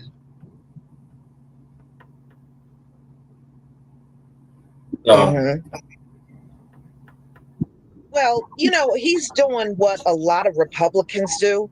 They deflect whenever it looks like, actually the things they get blamed for, they deserve to be blamed for. But they'll turn around and bring up Biden, Obama. He even brought up John Kerry. It's anybody but them. Yeah. But can you stop that for a second? And nobody wants to take responsibility. Go ahead, underrated. Sorry. That's a good point, because see, we got to understand one thing too. Republicans, you want all branches of government. Y'all got it now. So I mean, listen, I don't care about the Democrats. I really don't care about Democrats. But y'all in office now, so y'all need to get bombed. Right. You got a full mandate. You can do whatever. So don't cry wolf now. We don't want to hear about Joe Biden. We don't want to hear none of that. You're in office now. Your people vote you in, and your turn against them. Yep. And it goes to show again how fickle-minded this USA is. Now y'all crying now. Mm-hmm. Y'all voted them in. Yep. Y'all did. So y'all gotta deal with but the rest of us gotta deal with the consequences. And then what this fool is really talking about? Him and other Congress senator of North, I think it's South Carolina. Yeah, Tim Scott. Tim Scott. Y'all thought he gonna be part of the administration? They not. Yep. He was doing all that shucking and jiving, thinking he was gonna be part of the administration, and Sidup said nope. Nah, exactly. And so, what's going on, brother Twin? Long time. And but this is what I'm saying. That again, it be some of these black men, some of them black women. Y'all, come on, what you doing? I mean, like, Jasmine Crockett. You got Jasmine Crockett. You got him and Tim Scott. They ain't no different. The only different, they a different affiliation. Yep. Different party. That's the only thing is, but it's the same mindset, same everything. So I'm just saying that that's all. I can say a lot. But they got that yes about syndrome, and the jury's still out on damn Byron Donalds. We think he a damn immigrant. I think it's people from Haiti. That's what I'm saying. So I'm saying, like, if he's an immigrant, right? Yeah. That you an immigrant then. That means you should have no parts of you should never have no parts of us as African descent. Right. Or have no part of us as foundational Black Americans. Yeah. Yeah, Jasmine Crockett shit, Mac 285. Yeah, he been going in on her though too. But I think that's because it's the partisan shit. Oh well, she's a Democrat, so I'm gonna go in on her, and vice versa. But why are you gonna go on?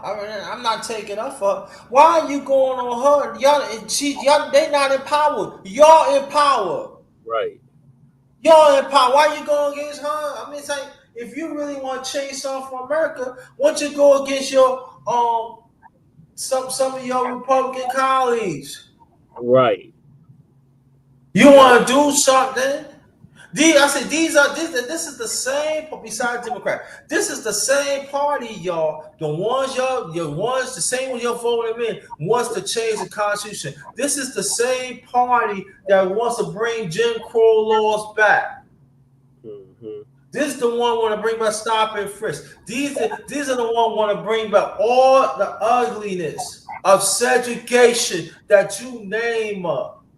Yep. These are the ones who want to bring back martial law. Can I go on, brother? Yeah, that's why they mad. We're not out in the streets protesting with them, because they want to use all that artillery on us. They want to use. They have already in certain cities in the United States, bro, in this country, in our community. Yeah, we seen that in 2020 with the George Floyd protest.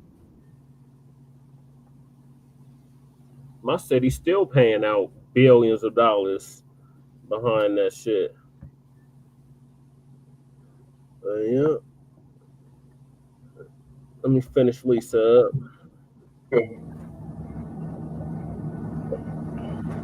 For what they do. That's why I don't like politicians. And they both do it on both sides. Every time things go wrong, everybody start pointing fingers at each other. But another thing I noticed very consistently, they all support Elon. None of these Republicans that have done town halls have opposed him one time. They always are in lockstep with Elon Musk. Always. Yep.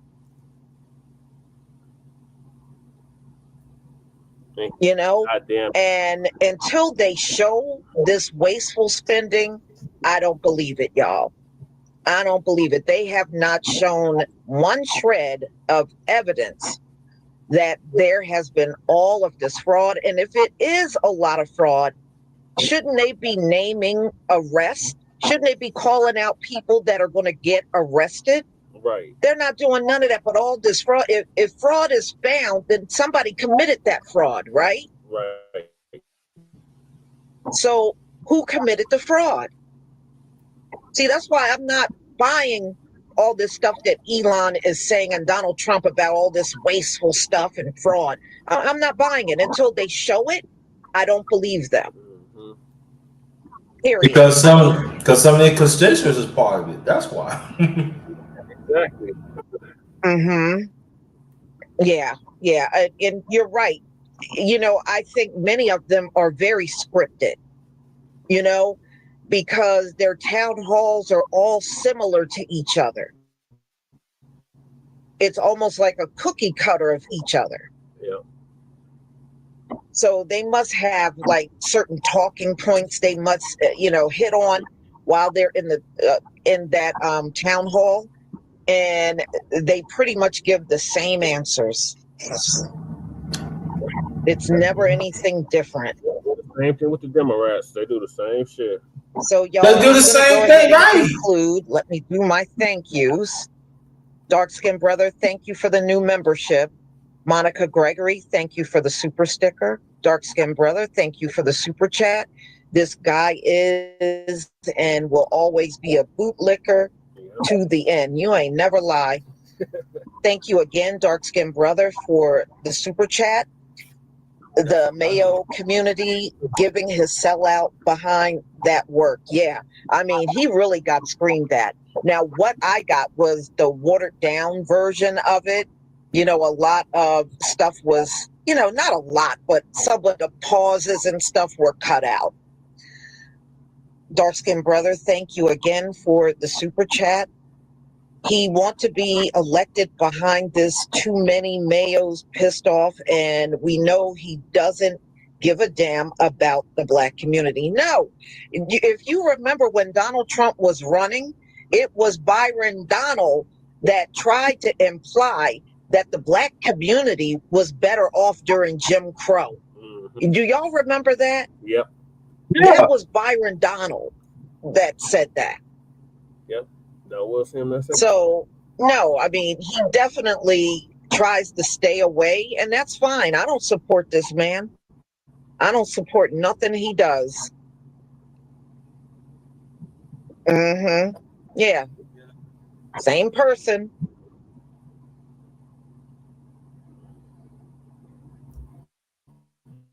So, y'all, I'm going to go ahead and conclude. Thank you. Okay, thank you, Lisa. All right, Underrated, what's your thoughts on the crowd erupts at Byron Donald's town hall? Tears and outrage. It goes to show, I said one part. They didn't like what they don't like what he said, right? Yep. They didn't like what he said. Okay. But these are the same people that vote them in. Right. Yep. That's what I'm talking about. Fickle-minded.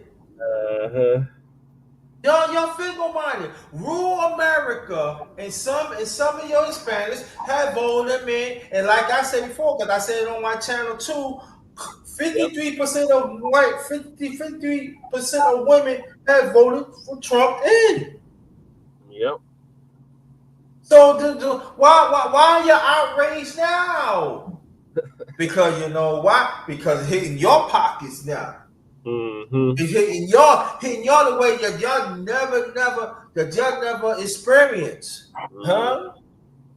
Y'all don't like that. So now it's an outrage. So this is what I'm at right now. The ones that voted for Trump put them on Front Street. Yep. Man or woman, put them on Front Street. And Aaron Donalds and Scott and the rest of y'all, even Democrat Party, y'all all the same. Y'all all the same boat. Eating that chicken dinners that master had gave y'all. Yes, sir. Yes, yes, sir. We want you to get this bill. I put in my method. I give you an extra $1.5 million in your pocket and shut your mouth and you do what the hell we say. Yep. That's what they did. Yeah, so they two sides of the same wicked ass bird. Democrats and Republicans, they mean us no good, black family. Neither one of them parties. And you know what? Let me say this though too. And I'm not against no women. I'm not against that. But y'all women who like I ain't saying Lisa Kabar, but I'm talking about there's the rest of y'all. Y'all gotta name some of these women too, because these women is turning their back on our people too. Yep. It's not just men. Right. They turn their back on us too. One young black little boy. They want black babies that come out as boys to be dead. Okay? Y'all, these are the same ones pushing homosexuality. These are the ones that we don't need no father home. We could raise kids by ourselves, especially our sons. Yep. These are the ones. See, these are the ones that need to get called out. And the sad thing about it, again, these are the ones that are quote unquote supposed to be well educated. Yeah, like Angela Davis, for instance. Oh, you do talking about that Benedict Arnold? Yeah. I don't know how she's still circling around right now. She turned her back on. She turned her back on the movement. She sure did. She sure did, underrated. She turned her back on you. She turned her back. You know I talked about that on my channel, brother. All you have to do, go back in the late 80s. Yep. She side of a white woman that against us as a people. Yep. She had relationship with a white woman that's a feminist that against our people. Yep, she joined that women's lib movement. And that glorious. She turned her back on us. Mm-hmm. So she's an agent. Yep. Back in the late 80s. Y'all don't believe me? Go back. Y'all see, this one I'm keeping telling. If y'all don't believe me, go back and search it for yourself. No, I know what you're saying is right. No, I'm not saying you, bro. I'm just talking about other people. Yeah. Well, y'all go figure out yourself. She turned her back on us, but by mainstream media, they say, "Good, you turn against our people." She's still circling around and trying to talk for us as a people. And number one, the Black Panther Party always stand for right for our people. The black man has a role. The black man has a role. Black woman has a role, and the kids had a role. We work as a family. No unnatural or nothing like that. You know that, brother. Yep. You know that well. Yes, I do. Okay, wait. I ain't gonna get it. I'm not gonna get into the history because I already know the history already of your family. And we ain't gonna get into the history. Right. And you went against that, Angela Davis. Mm-hmm. You called the continuous slaughter us as African descent in this country, Angela Davis. And then they circle around. Oh, you don't need to be. Come on now. You turn your back of the late great. Yep. You turn your back of the whole party. You turn your back of Freedom Shakur and the women that stuck up for our people back in New York in the early 70s. Yep. You turn your back. So people, I don't even want to hear. I ain't talking about you, but people that I don't even want to hear. Oh, you were just black woman. You were just. That's exactly what she did. Yep. You turn your back on the late great Huey P. Newton and rail seals in order to understand. Listen, you have a part in our community. Yep, she did. You was in the front of black nationalists want us as a people to stand. You even helped even helped build chapters around the world. Yep. Yeah, a lot of people don't know. Actually, they have a strong position in the Black Panther Party back then. Yep, they did. She one of the first women that and you did then. Yep, her. Then 20 years later, you turn your back. Yeah. I'm sorry, bro. I just gotta let it out. I feel you. So we're gonna get to these 5 civilized tribes next. So yeah, don't support Byron Donalds. Jarvin Donalds is full of shit too. Just like Jasmine Crockett shit. They one and the same. So moving along, the Black Indians, America tried to hide from you.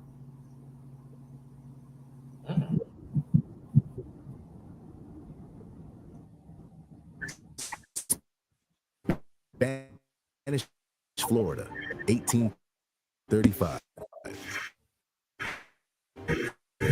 The sugar plantations of Florida were among the most valuable. Were wrong. In April of that same year, something unprecedented happened. 385 slaves would escape their chains and take up arms against their colonial oppressors. But these weren't just any rebellious slaves. They were joining communities in American history. A group that had already been living free from the chains of white oppression in the Florida wilderness for decades. The Spanish called them Seminoles, the wild ones. History would know them as the Black Seminoles. What happened next was so extraordinary that a U.S. general would write to the War Department. This, you may be assured, is a Negro, not an Indian war. The state government to negotiate with former slaves. This is the story about a people who built their own free society right under the nose of the plantation system. A story about former slaves who became generals. A story so threatening to the power structure that it's been systematically left out of your history books. You probably know Florida as America's sunny vacation paradise, but in the 1700s, it wasn't even part of the United States. See, while Britain controlled what we now call the American colonies, places like Georgia and South Carolina, Florida belonged to Spain, and this created a situation that would change the lives of thousands of enslaved people. In the British colonies, particularly South Carolina and Georgia, slavery was the backbone of the economy. Vast rice plantations ran on the brutal labor of enslaved people, particularly the Gullah people, who had special knowledge of rice cultivation from their African heritage. But just across the border, interesting, they had a unique strategy with Florida. They claimed it, but they didn't want to settle it. Instead, they used it as a buffer zone between the British colonies and their own valuable settlements further south. The plan is simple, but keep Florida here about it. Step territories than to have an untamed wilderness filled with people who have every reason to resist British expansion. And they came up with waves through the British colonies. Not only that, they would go. Now, Florida wasn't exactly paradise. It was a harsh wilderness. I'm sure if you visited before, you know exactly what I mean. Yep. Most Europeans considered it completely uninhabitable. But for people living under the brutality of slavery, these dangers seemed like a small price to pay for freedom. And so they ran, through swamps and wilderness, risking everything for a chance at freedom. The Gullah people, with their knowledge of rice cultivation and tropical agriculture, were particularly well suited to survive in this harsh environment. By the late 1700s, something remarkable was happening in the Florida wilderness. These escaped slaves weren't just surviving, they were thriving, building entire villages, communities with thatched roof houses surrounded by fields of corn and swamp rice. They were creating the first legally sanctioned free Black towns in North America. But they weren't alone in this wilderness. Oh no, far from it. Various Native American groups, people who would later become known as the Seminoles, had also made Florida their home. Like the escaped slaves, they too were seeking freedom from colonial expansion. What happened next was unprecedented. These two communities, escaped slaves and Native Americans, formed an alliance that would reshape American history. The story of the Black Seminoles is one of this video, and drop a comment. What part of the Black Seminoles story shocked you the most? The Black Seminole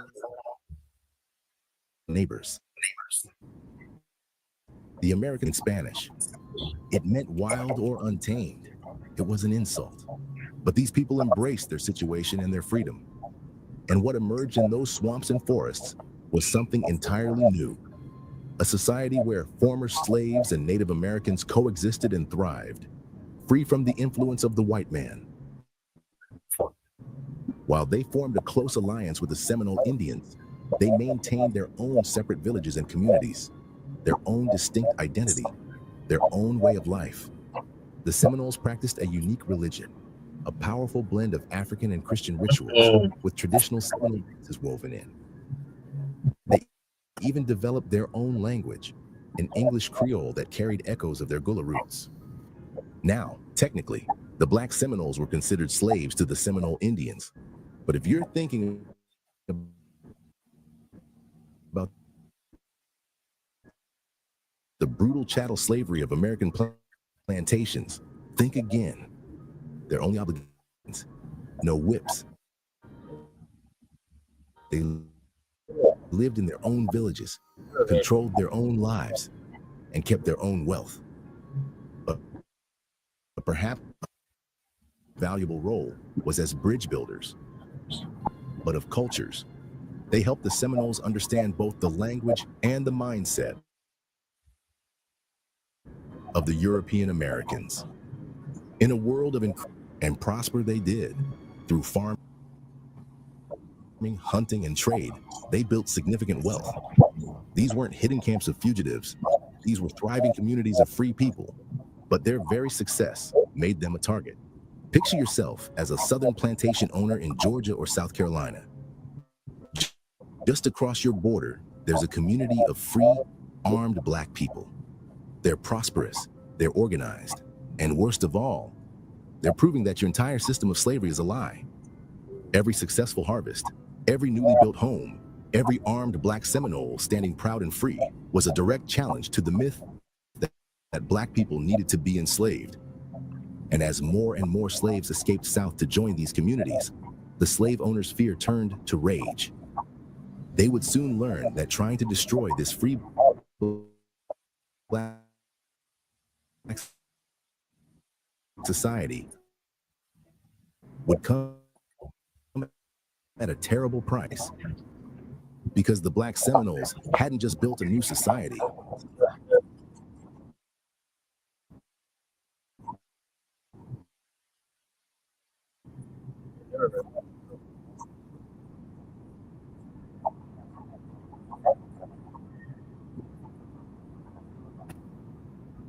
The first clashes came in 1812 and 1816, and in 1817,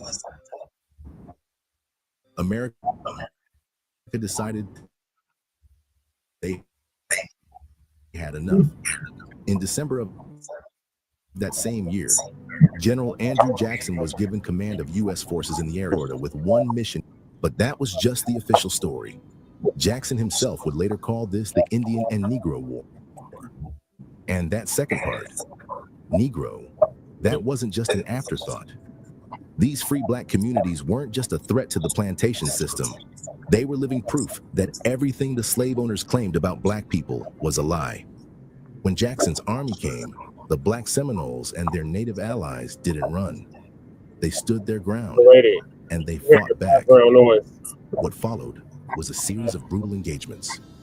In November 1817, U.S. soldiers attacked the Seminole village of Foultown. The Seminoles retaliated, laying siege to a boat carrying reinforcements to Fort Scott. 43 men, women, and children lost their lives. When Jackson's forces swept through Florida in the spring of 1818, they left a path of destruction. Village after village was razed to the ground, but Jackson didn't stop there.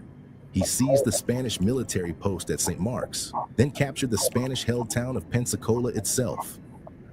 Jackson's unauthorized military campaign had far-reaching consequences.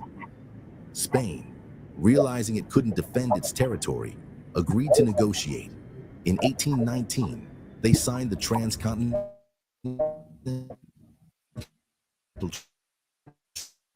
Treaty, ceding Florida to the United States.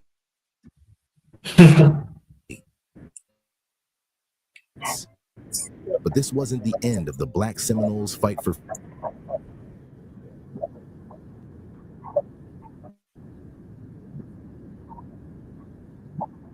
just about leaving their homes. The government had a special plan for them. They would be returned to slavery. Their response? In April 1835, they launched what 385 plantation slaves broke their chains and joined the Black Seminoles. Together, they laid waste to America. Among their leaders was a warrior named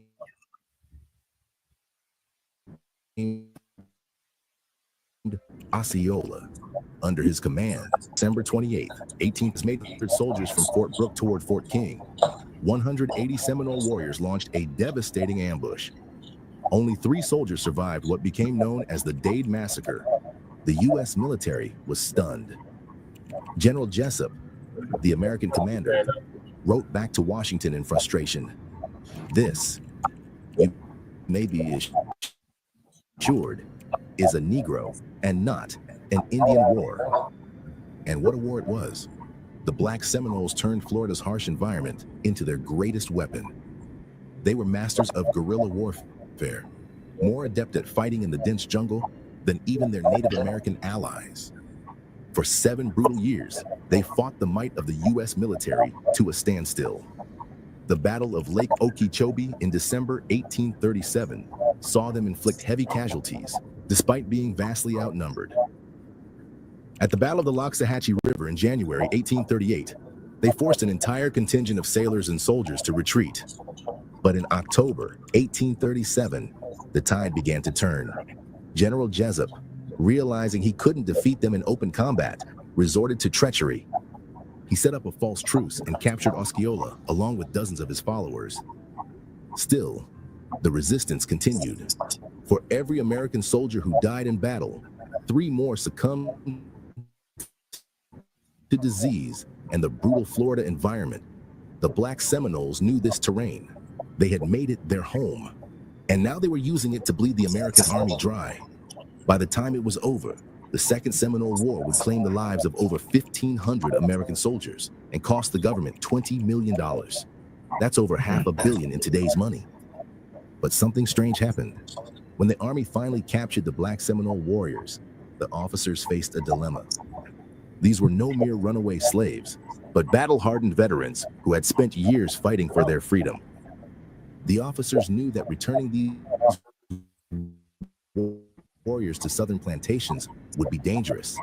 These people had grown accustomed to freedom and had proven their willingness to fight. They feared these seasoned fighters would incite revolts across the South. In 1842, after 7 years of brutal warfare, the U.S. government forced the Black Seminoles, along with their native allies, to leave Florida. Their destination? Indian Territory, what we now call Oklahoma. This was the beginning of an exodus that would take these freedom fighters on an epic journey across the continent. In Oklahoma, they found themselves under the authority of the Creek Indians, slave owners who tried to strip away the freedoms they had fought so hard to win. And they faced an even deadlier threat: slave traders who would creep into their settlements at night, kidnapping women and children to sell them into slavery. For the Black Seminoles, Oklahoma was an going to be their promised land. They needed to move again. But this time, they had a leader who would become legendary. His name was John Horse. The Seminoles called him Suanafe Tustanuka. He had risen from slavery to become one of the most feared warriors of the Second Seminole War.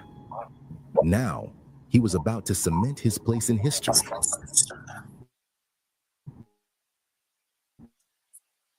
Horse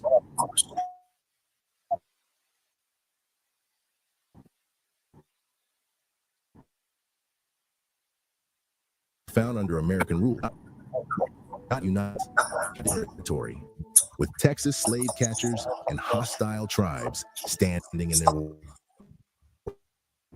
way.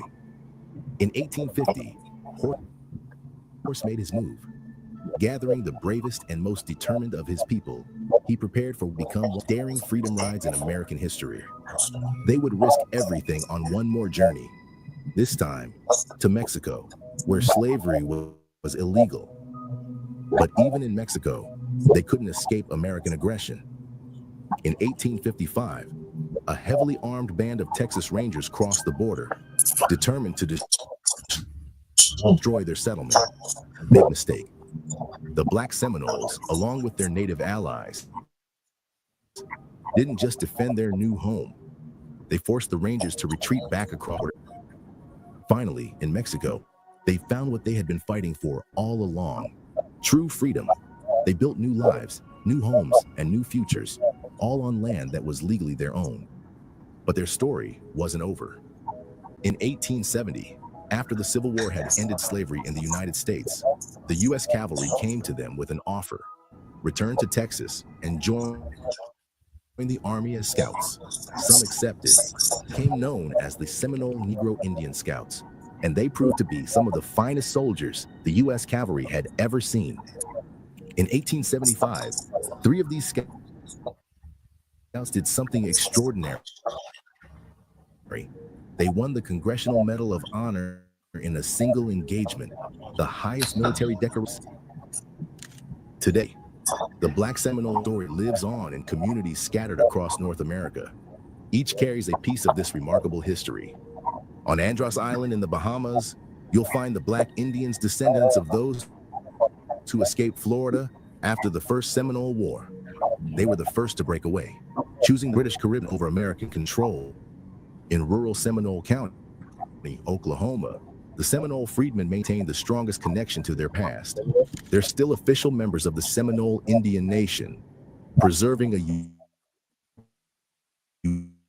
unique identity forged in the Florida wilderness generations ago. In the dusty desert town of Nacimiento, Mexico, the Mascogos continue to live on very land their ancestors defended against Texas Rangers. Their presence there is a testament to John Horse's daring vision of freedom beyond America's borders. And in Brackettville, Texas, the Scouts live just outside the walls of the old fort where their grandfathers served in the U.S. cavalry, a reminder of how their people eventually turned from fighting the U.S. military to serving within its ranks.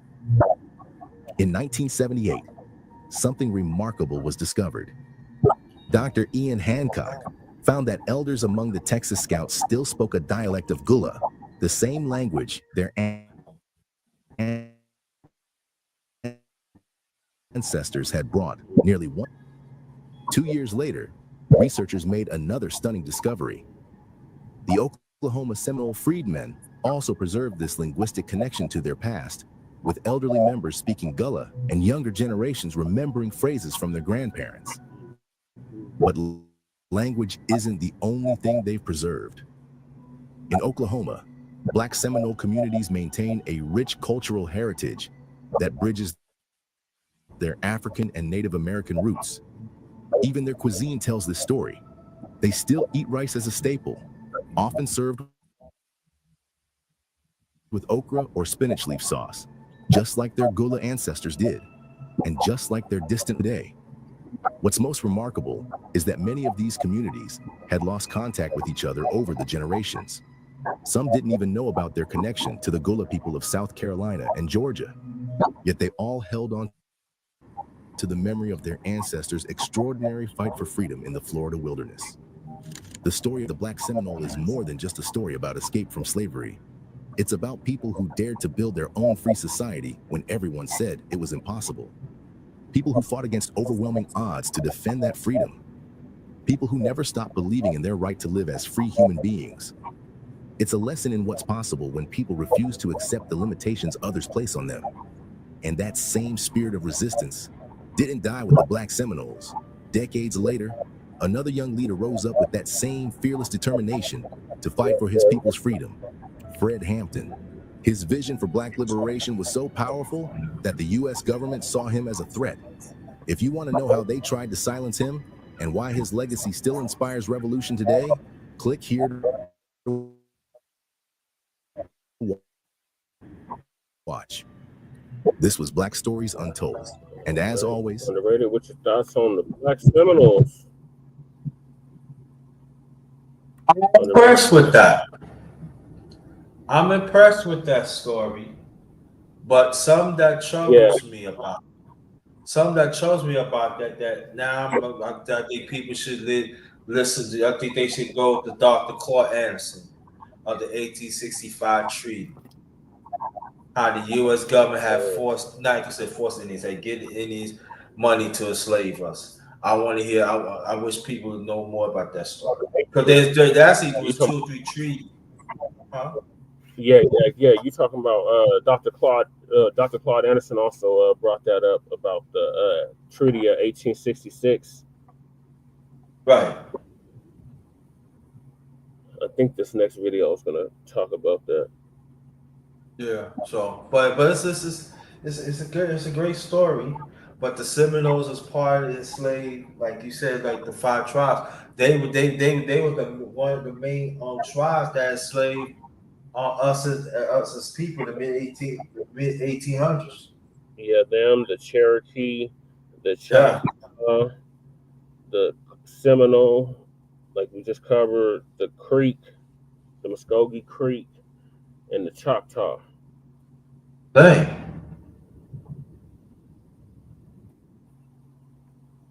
So they owe reparations too. Yes, they do. Right. That's what I'm saying. They all in this USA, everybody owes reparations. Mm-hmm. All reparations. That's what like when people talking about the Indians, they enslaved us. Yeah, but they abolished our culture in Africa, but at the same time they enslaved us. That's a slap in the face. They miss you. All the land that they give, they owe us millions. They owe us a lot of money too. Yep, Africa owes us money too. Mm-hmm. Yeah. Yep, so we coming to collect, but we start with the United States government, and then we're gonna make our way to all these other nations and governments, because they owe too. And I've seen a pattern in the past, I'll say about 4 years, all these former British European colonies, now they fighting for reparations. So we have a saying over here at Frontline Campaign: sue your goddamn colonizer. Our claim is with the United States government, so that's who we going after first. But let's get to this next video. It's called "The Secret Slaves America's Been Hiding From You."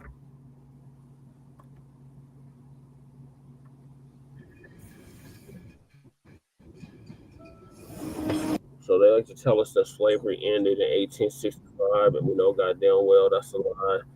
And this next video is about exactly how much a lie that is.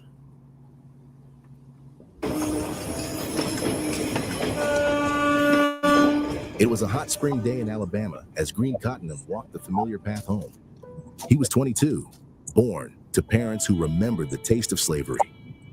Now he was making his way back from visiting family, following the tracks like countless other travelers in the South. A sheriff's deputy appeared on the horizon. In seconds, Green's life changed forever. The charge? Vagrancy, a crime invented after the Civil War with a simple definition: being black and unemployed. Within days, he was sentenced to hard labor in the coal mines of Alabama. Green Cottonham disappeared into slope number 12 of the Pratt mines, working for U.S. Steel Corporation. He never saw his family again. And this was in 1908, over 40 years after slavery was supposedly abolished in America. But this was just another casualty in a system that was supposed to have ended already. So, you're sitting in history class, learning about how Abraham Lincoln freed the slaves and how America moved past its darkest chapter. But what if I told you that's not where the story ends? What if I told you that for decades after the Civil War, hundreds of thousands of Black Americans were forced back into chains through a system that was arguably worse than slavery itself? This isn't some conspiracy theory. This is the story of how America's most powerful industries and government officials worked together to create a new form of slavery, one that would persist well into the 20th century, a system so profitable that it helped build some of the largest companies we know today, but also insanely brutal that even former slave owners admitted it was worse than slavery. This is the story of how slavery never really ended in America. April 9th, 1865. After 4 bloody years of civil war that pit North against South, the Confederate States surrender at Appomattox Courthouse. The Union, the northern states fighting to preserve the country, had defeated the Confederate states that broke away to protect slavery. With the Union's victory, 4 million Black Americans were finally freed from their chains. Or at least, that's how the story goes in your history books. This wasn't just a military victory either. It was meant to be a complete transformation of American society. With the approval of the 13th Amendment in December 1865, followed by the 14th Amendment in 1868, Black Americans were finally considered as citizens with constitutional rights. The 15th Amendment in 1870 guaranteed their vote. They called it Radical Reconstruction. The federal government stationed 38,000 troops across the South. This military presence enabled an unprecedented transformation. By 1870, over 1,000 Black politicians were serving in state and federal offices. Think about this. Just 5 years earlier, these men were considered property. Now, Hiram Revels, born to free Black parents in North Carolina, was taking the Senate seat once held by Jefferson Davis, the former president of the Confederacy. And he wasn't alone in this. Blanche K. Bruce, a man born into slavery in Virginia, would join Revels as the second Black U.S. Senator. For the first time in American history, Black citizens were helping write the nation's laws from its highest chambers of power.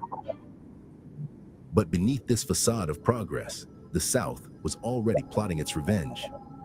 See, the plantation owners had a problem. Their entire economy was built on slave labor. And now that slavery was technically illegal, they needed to find creative solutions. Their first move? Take advantage of the fact that most freed slaves couldn't read. Former slave owners would present these elaborate labor contracts to freedmen, claiming they were fair employment agreements. In reality, these contracts often included conditions that were basically slavery with extra steps. Workers could be locked in cells at night, chained up, forbidden from leaving the property, forced to speak in a servile manner, and accept whatever punishment their employer deemed necessary. Perhaps no one described interviewed in 1937. Here's what she said. Slavery was a bad thing, and freedom, of the kind we got with nothing to live on, was bad. 2 snakes full of poison, one lying with his head pointing north, the other with his head pointing south. Their names were slavery and freedom. Both bit the Negro, and they were both bad. But this was just the beginning. Across the South, state legislatures were passing what they called Black codes, laws that looked neutral on paper, but were designed specifically to trap Black Americans in a new kind of bondage. Then came 1876, with Republican Rutherford B. Hayes and Democrat Samuel Tilden both claiming victory. Southern Democrats saw their opportunity. They struck a deal. They would accept Hayes as president on one condition. All federal troops had to leave the South. And just like that, the Black Americans that tasted freedom that was rightfully theirs were now facing the threat of slavery again, only under a different banner. And let me be real for a second. This video only scratches the surfaces of the horrors of this system. If you're interested in learning the whole story, check out Douglas Blackmon's book, Slavery by Another Name, a detailed telling of the horrors of convict leasing and debt peonage. Click the link down below in the description to find it. In 1877, Hayes ordered the last federal troops to withdraw, and that was the end of the radical Reconstruction era. And for Black Americans, this was again the beginning of a nightmare. With federal troops gone, Southern states were free to enforce their Black codes with impunity. These weren't just some Jim Crow segregation laws. No, these were carefully crafted legal traps designed to criminalize Black existence itself. Take something as simple as getting to work. The South's road system was primitive, so the easiest way to travel was along railroad tracks. But for Black citizens, that was now trespassing. Try to hop on a freight train without a ticket? That's another crime. Even carrying a razor in your pocket, something any barber or working man might need, could land you in chains. And once you were arrested, the system was designed to ensure conviction. Black citizens had no right to legal representation. They faced all white juries. By 1890, the results were staggering. In Alabama's coal mining region, a survey of convicts showed the most common crimes were things like carrying a concealed weapon, gambling, using offensive language, and the biggest catch-all, vagrancy, the crime of being unemployed. And this was all created for profit. Remember all of those Confederate business owners who lost their slave labor? They'd found a new source, convict leasing. Let's look at the Chattahoochee Brick Company in Atlanta. Under the scorching Georgia sun, convict laborers were forced to produce 300,000 bricks every single day. The work was so brutal that children were specifically chosen for certain tasks. Their small bodies could fit inside the smoking hot kilns. The company's owner, James W. English, was a former Confederate officer who became one of the wealthiest men in Alabama's coal mines. It was even worse. The Tennessee Coal, Iron, and Railroad Company worked their convict laborers to death. Literally. The Coalburg mine had an annual death rate of 30%, meaning if you sentenced 100 men to work there, 30 would be dead within a year. That's one death every 12 days. And unlike slave owners who had financial incentive to keep their human property alive, these companies could simply request more convicts to replace the dead. But perhaps the most insidious part of this system is that it worked exactly as designed. By the 1890s, the myth of Black criminality had spread far beyond the South. Remember how Northerners before the Civil War described Black Americans? Words like loyal, dutiful, reliable. But by century's end, the narrative had completely changed. Instead, they now used words like brute, thug, and savages to describe Black people. Proof that the horrible lost cause narrative had managed to craft an image of Black people that was villainous and barbaric. By 1900, the system had achieved its goal. The same Southern industrialists who once bought slaves were now leasing convicts for pennies a day. The same racial hierarchy that slavery once maintained was now preserved through a new system of legal slavery.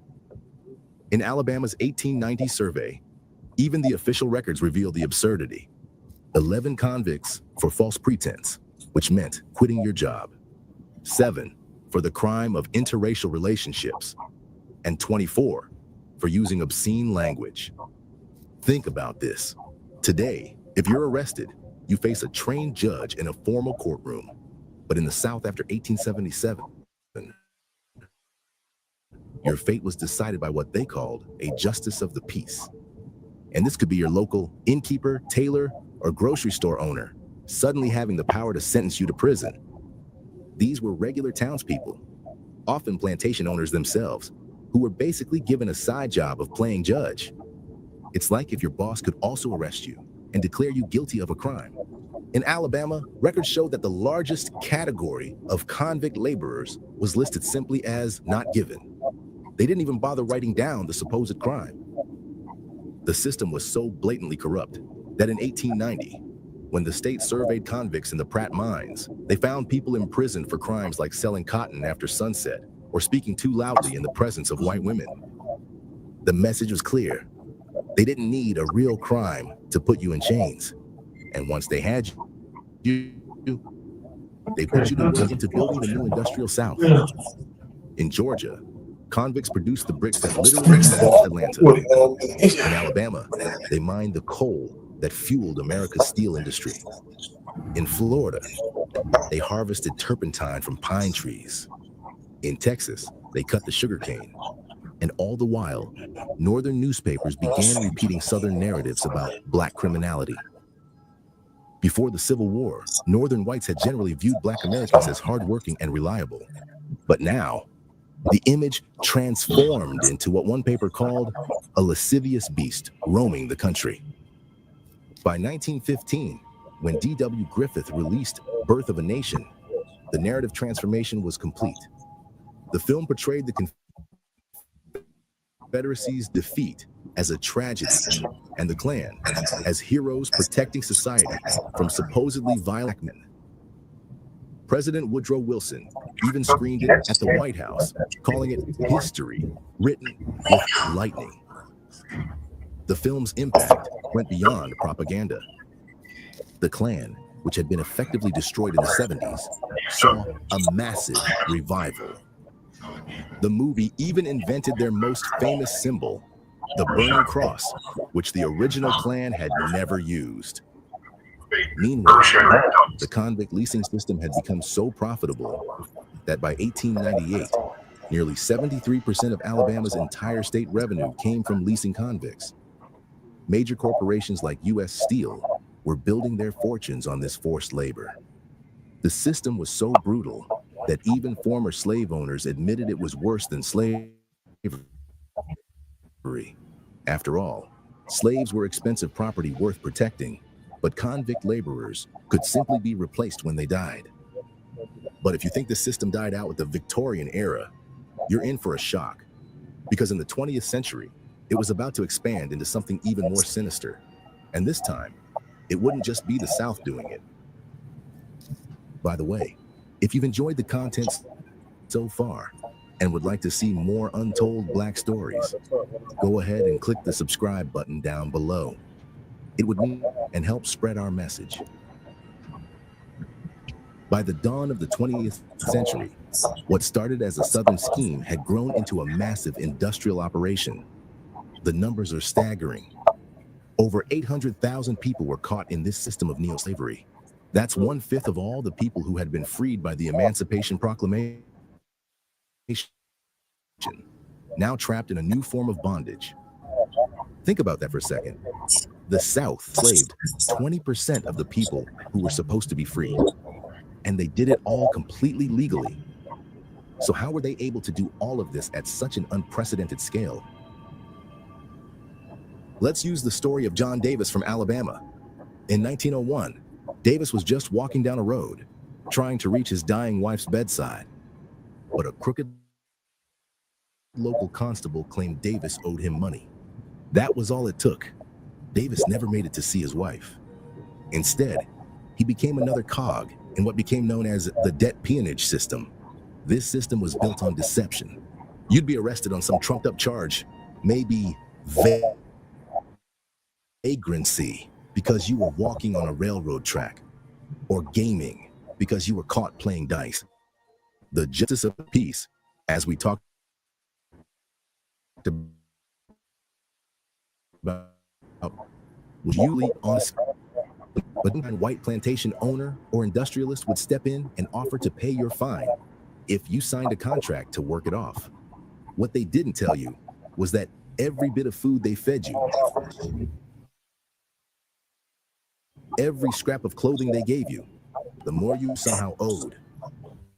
People would end up working for years trying to pay off what started as a $10 fine. Warren Reese, a federal prosecutor who investigated these operations, described it perfectly in 1903.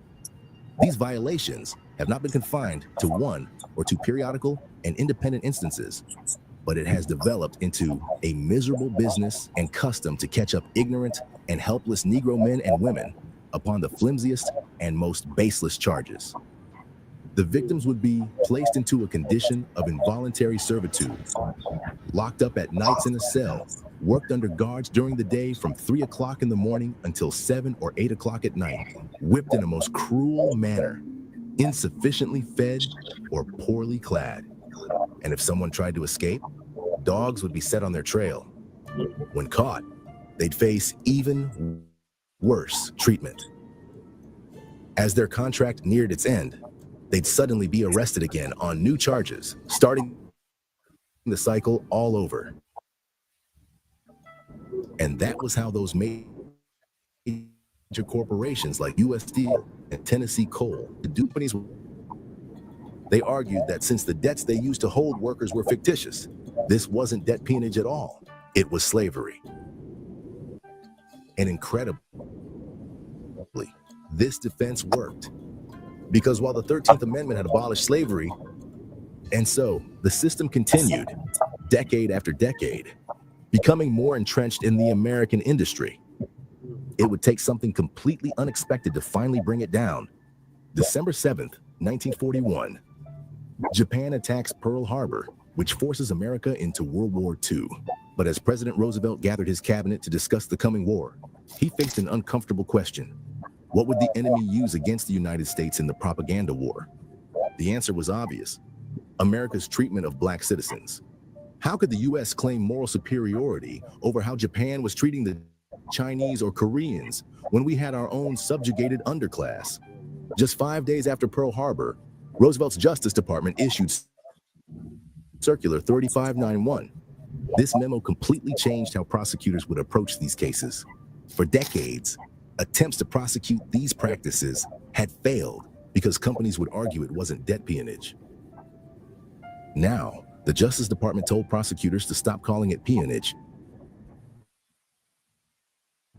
and start calling it what it was. Executions across the country.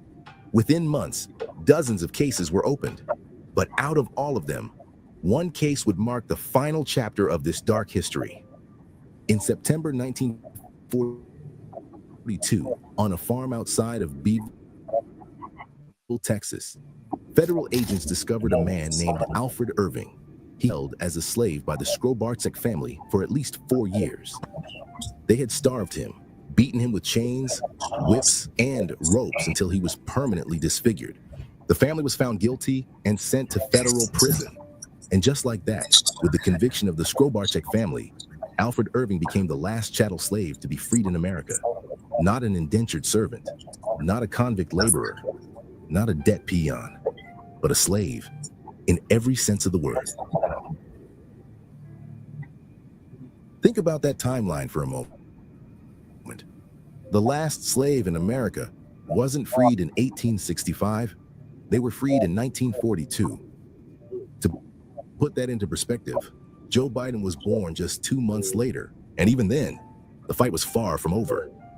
Decades later, and Black Americans still had to drink from separate water fountains. Segregation wouldn't end until the Civil Rights Act of 1964. The Voting Rights Act of 1965 finally allowed Black citizens to vote again. But just a few years after that, President Nixon launched his war on drugs, which would disproportionately and imprison Black Americans on purpose. By an ironic twist of history, it took the threat of German propaganda to end one system of forced labor in America. But another system was already waiting to take its place: the modern prison industrial complex. But that's for another video. So, when did slavery really end in America? The history books will tell you it's 1865, but the truth is, the last slave wasn't freed until 1942. It's not ancient history, that's within living memory. And before Black Americans could even process this trauma, the system was already evolving. Here's what Nixon's domestic policy chief, John Ehrlichman, later admitted about the war on drugs. The Nixon campaign in 1968 and the Nixon White House after that had two enemies: the anti-war left and Black people. You understand what I'm saying?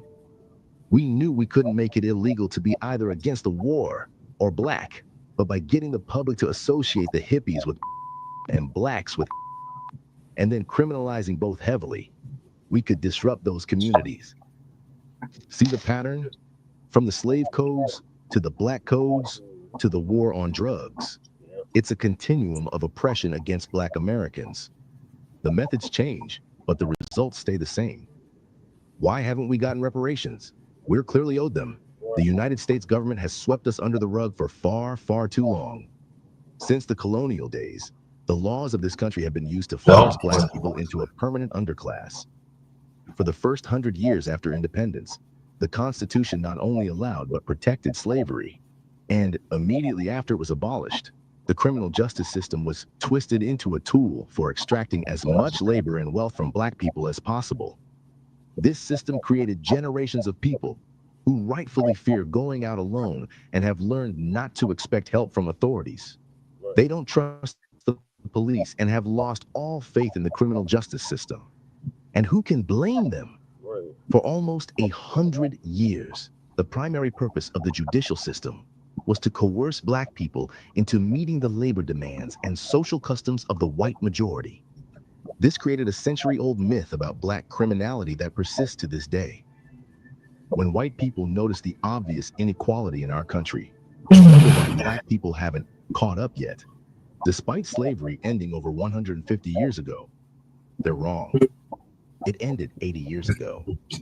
This version of history, the true version, explains much more about current racial inequality than the sanitized story we learn in school. We go from the Pilgrims to the Revolution to the Civil War, and then jump straight to Martin Luther King ending racism. But I can assure you, no child today is learning about what really happened. There are history teachers watching this right now who have never heard about debt peonage. The full story makes so much more sense, which is exactly why it isn't taught. Because if we understood this history, we might actually demand some changes. If you're interested about more Black history, America. Like, subscribe to Frontline Black News. All right, Underrated, what's your thoughts on what we just watched in regards to slavery not truly ending until 80 years ago? Is that? Yeah, they right, but I'm saying Alabama, it finally ended in the late 60s, early 70s. Yep. So they forgot to say that part, but they right by 1942. But it's in the continuation today because there are actually companies still making money off us. We still stock today. Yeah, we sold on Wall Street. We're the reason why there is a stock exchange.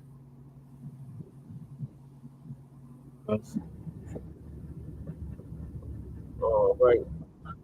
So I'm gonna move us to the next one if you're up for it. And that is the African Empire in America. They tried to hide from us. So this brother, he got his inspiration from Tariq. Tariq is the Hidden Color series. And he had a one called The American Maroon, which went over the similar what we just watched. And the whole Hidden Color series touched on all of this. And then some. So definitely, if you haven't checked those out, Underrated, or those that's listening and watching, definitely do. It's like a whole series 5, and then you got 1804, the hidden history of Haiti. Then you got the latest one, which is the American Maroon, and the latest one is the Microphone Check, which sets the record straight on where hip hop originated and who created it.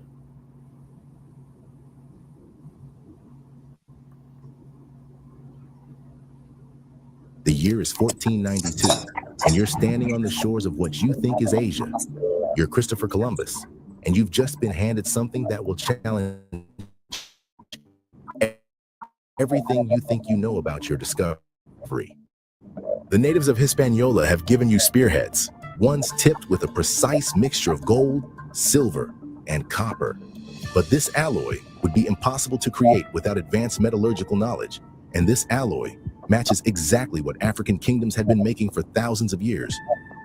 But this evidence, it's about to disappear into the depths of history.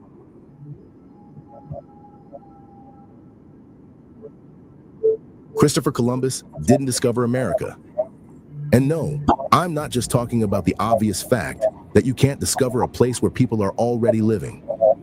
I'm talking about something far more significant. Evidence that Black Africans had not only reached the Americas, but had been trading with its people for centuries before Columbus ever set sail.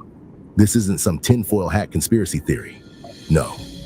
This is documented history that's been painstakingly buried by white historians, and we're about to uncover why. But before we continue, if you like the content we share here on the channel, please subscribe. It helps us spread the truth and bring awareness to the real history that needs to be taught. In the 1920s, a Harvard professor published research that should have demolished the entire white myth of Columbus's discovery of the Americas. His findings were so explosive, so contrary to everything we'd been taught about American history, that the academic world didn't know what to do with them. That professor was Leo Wiener, and he was about to uncover evidence that African explorers hadn't just reached America before Columbus. They'd been trading with the natives centuries before Europe even dreamed of crossing the Atlantic. Born in Russia, Wiener's path to this earth-shattering discovery began with a failed dream. He had immigrated to the United States in the late 19th century, heading to British Honduras to open a vegetarian commune. But while that venture collapsed, what he found in Mesoamerica would prove far more significant. After returning to the United States and becoming a professor at Harvard University, Wiener began piecing together something extraordinary. During his time in Mesoamerica, he had noticed countless linguistic and botanical connections that defied conventional history. Words in local languages that matched perfectly with African Bantu and Arabic. Plants that shouldn't have been there. Plants that originated in Africa, flourishing in American soil long before any European ship had crossed the ocean. These discoveries were so numerous, so undeniable, that between 1920 and 1922, Wiener compiled them into an extensive 3-volume work titled Africa and the Discovery of America. When Columbus brought those Guanan spearheads back to Spain, he did something that would set the pattern for centuries of historical suppression.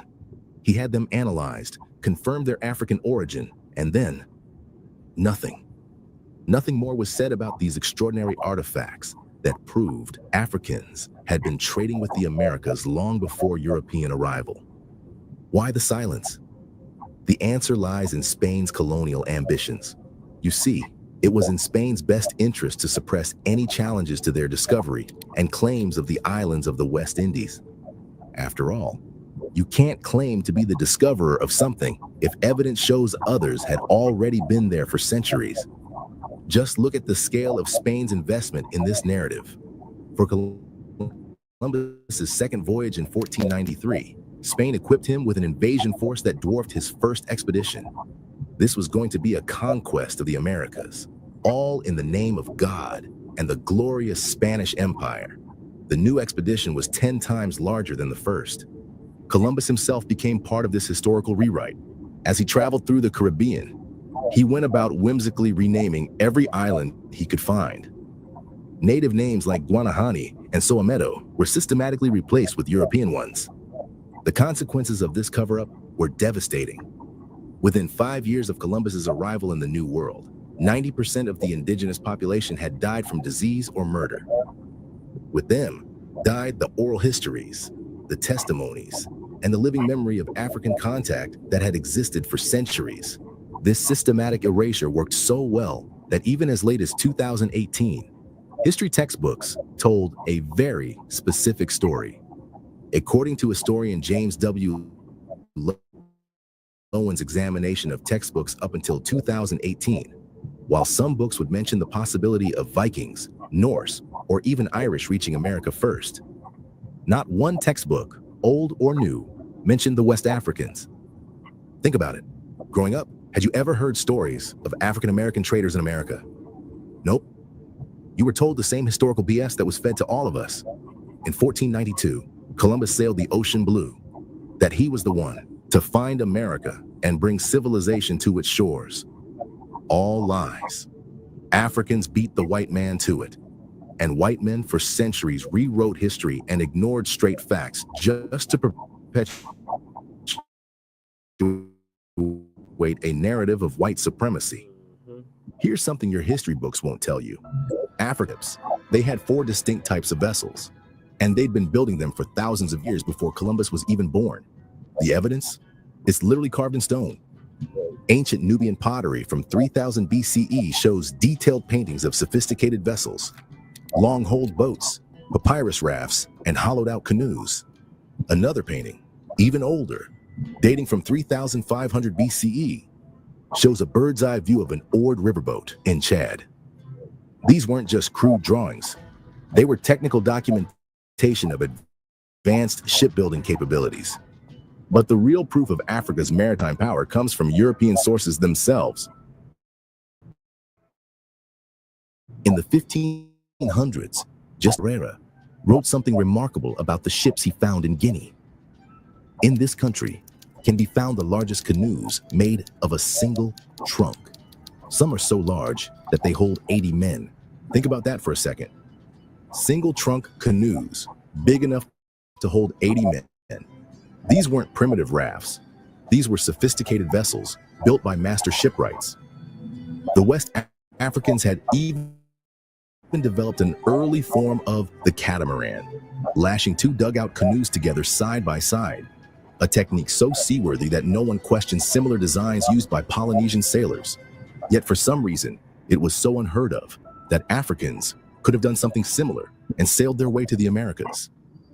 But if you think 80-man canoes are impressive, wait until you hear about what happened in 1311. Islamic historian Amir Hajib reported something that should be in every history textbook, but isn't. Mali, happening in 1311, a full 150 years before Columbus set sail. When he asked the Mali emperor about these Atlantic voyages, what he learned was astonishing. The emperor, shown in historical records holding a globe made of solid gold, revealed that his predecessor had launched an expedition that would dwarf Columbus's journey.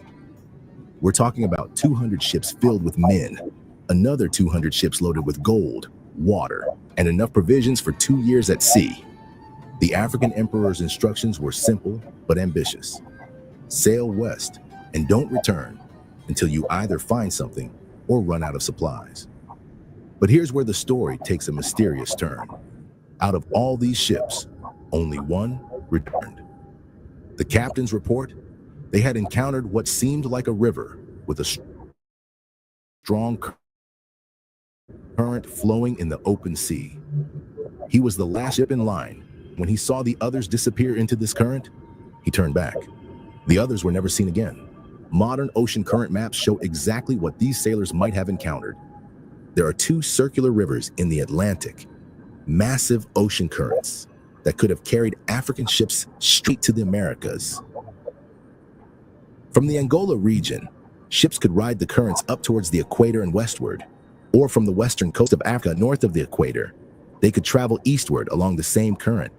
Portuguese sources confirmed that they had heard stories of African traders visiting Brazil in the mid-1400s.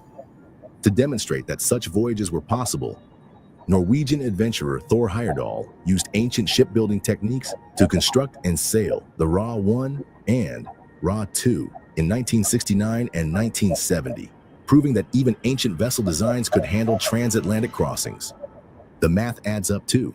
A sailing vessel typically averaged about 100 miles per day, even without sails. Even a simple raft or reed boat could manage about 60 miles per day in ocean currents. The distance between Africa and South America, it's actually shorter than Columbus's route across the Atlantic. When Vasco Núñez de Balboa ventured into Panama in 1513, he encountered something that shattered the European narrative. His official log documents meeting members of an Ethiopian tribe, an entire village of Black inhabitants located 2 days' journey inland. According to his detailed records, these weren't recent arrivals.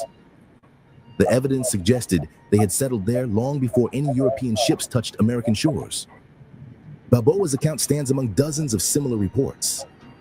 At least 12 different European explorers documented encountering Black populations upon reaching the New World. But the most monumental evidence, quite literally, towers above the rest.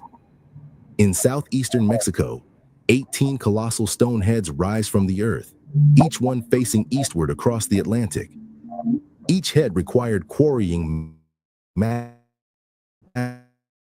stone blocks and hauling them 75 miles across difficult terrain, a challenge even modern engineering. Archaeologist A. Melgar Serrano, upon first uncovering these Olmec heads, immediately recognized their significance. The facial features were, in his words, amazingly like African blacks. Every head bears distinctive headgear or protective helmets with unmistakably African characteristics. Broad noses, full lips, and pronounced facial features that mirror West African populations. Some academics attempted to dismiss these monuments as depictions of overweight babies. The presence of military headgear and mature facial features renders such explanations absurd. The scale of effort, quarrying, transporting, carving, and erecting these massive monuments speaks to their profound importance in Olmec society. In the Temple of the Warriors at Chichen Itza, murals tell an even more complex story. The artwork clearly depicts three distinct races. It shows Black and Indian allies battling against white invaders. The latter, identified by their long blonde hair and distinctive weaponry, appear to be Celtic warriors. The crucial detail?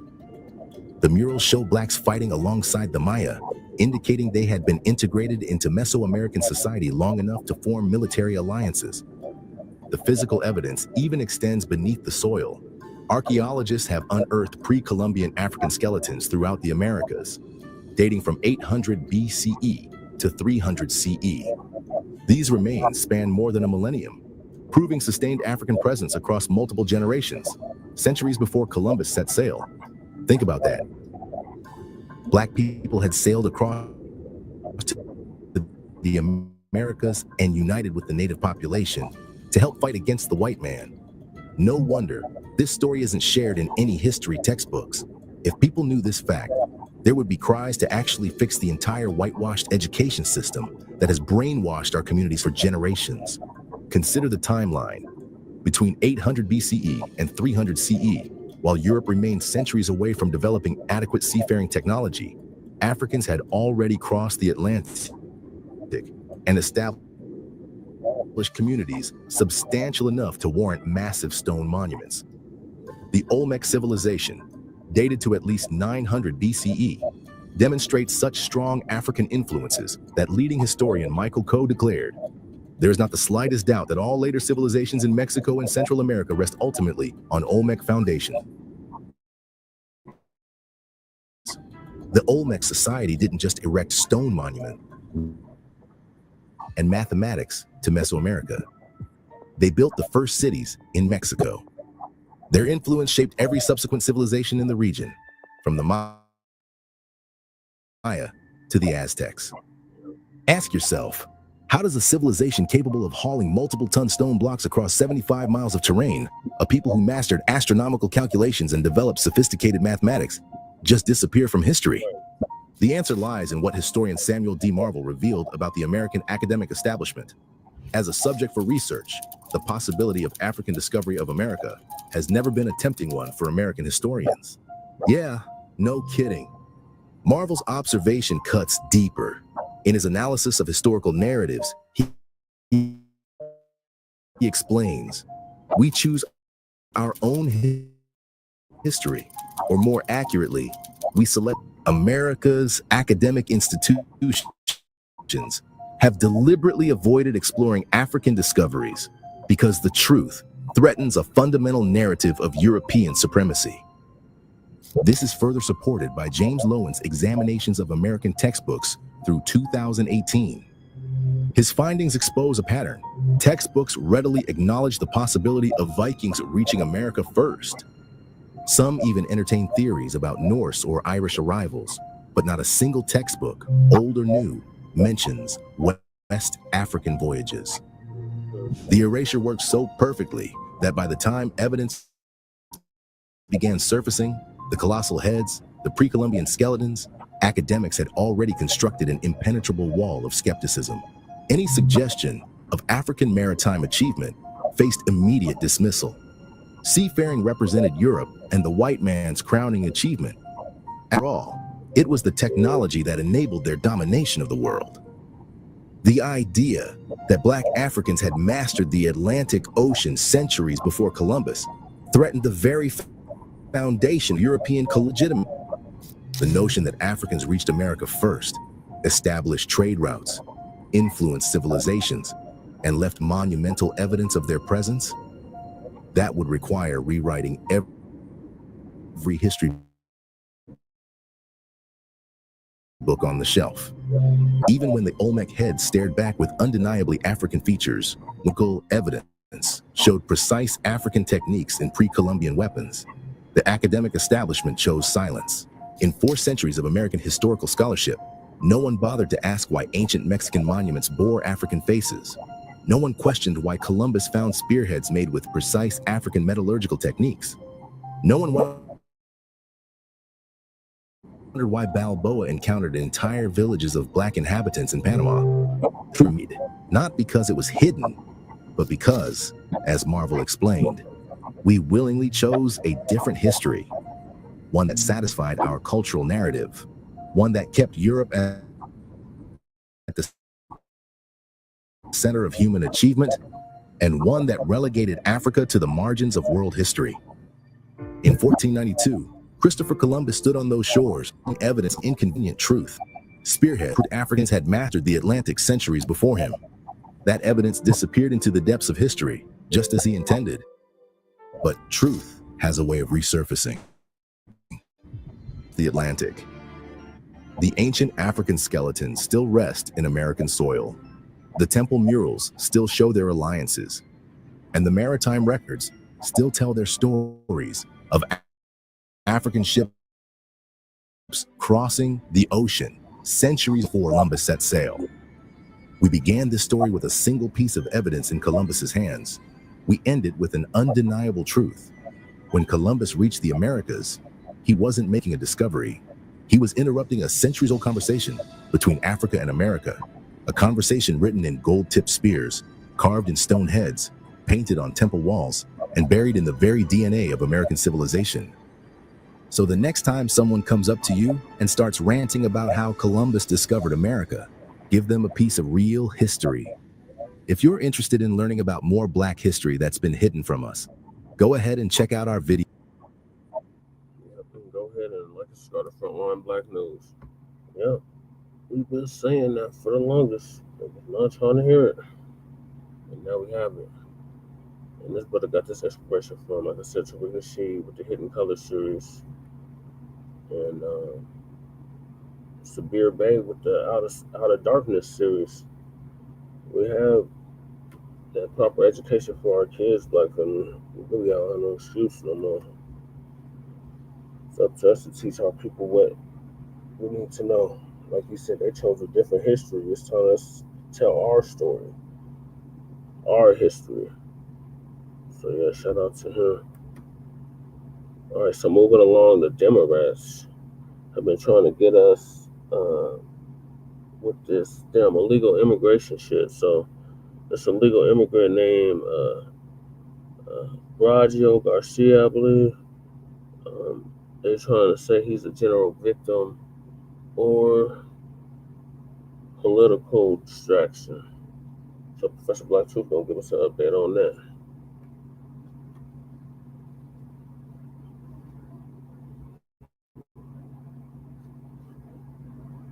Family and fellow soldiers, I'm the Professor, and this is the moment of truth.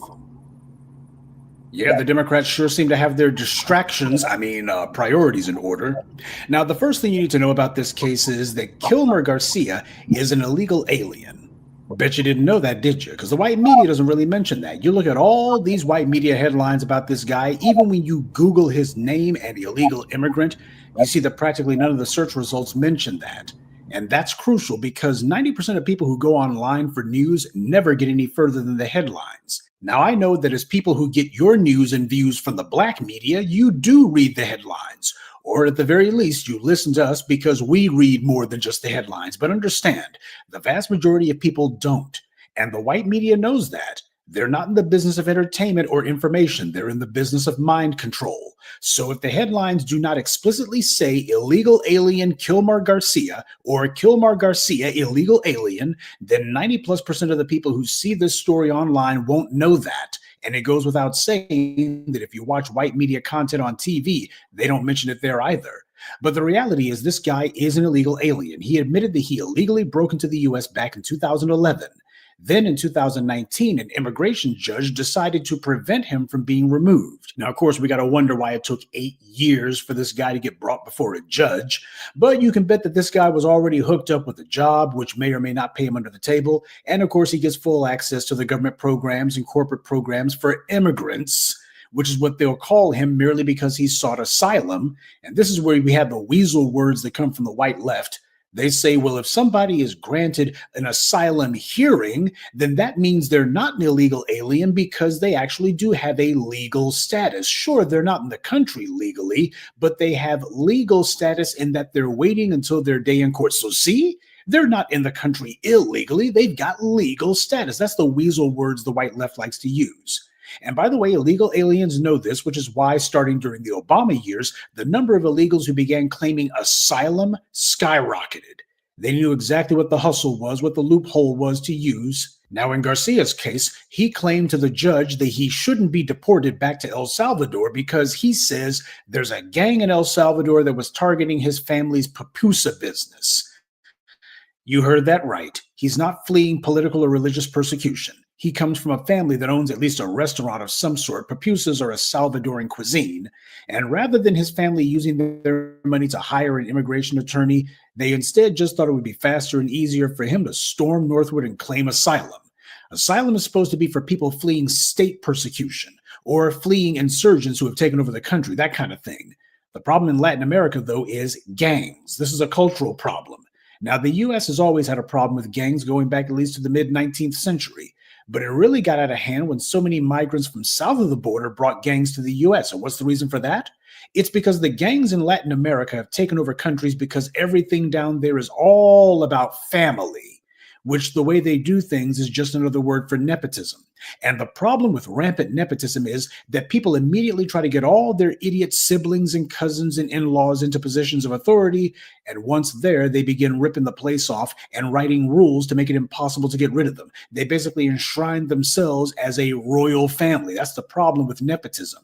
Anyone who's ever had to deal with an HOA knows how that works. This is what happened in Latin America. You can't punish the gangs because everybody has gang members in their families, or they themselves are in or affiliated with a gang. This is why in El Salvador, that Bukele character decided to stop playing around. He created a maximum security facility and armed it like a fortress. He made sure that those reprobates had no access to phones because that's how these gang leaders run their criminal organizations from behind bars. And you know what? It worked. Now, you got the white left as well as a number of other assorted bleeding hearts who apparently are just so shocked and appalled at what Bukele is doing.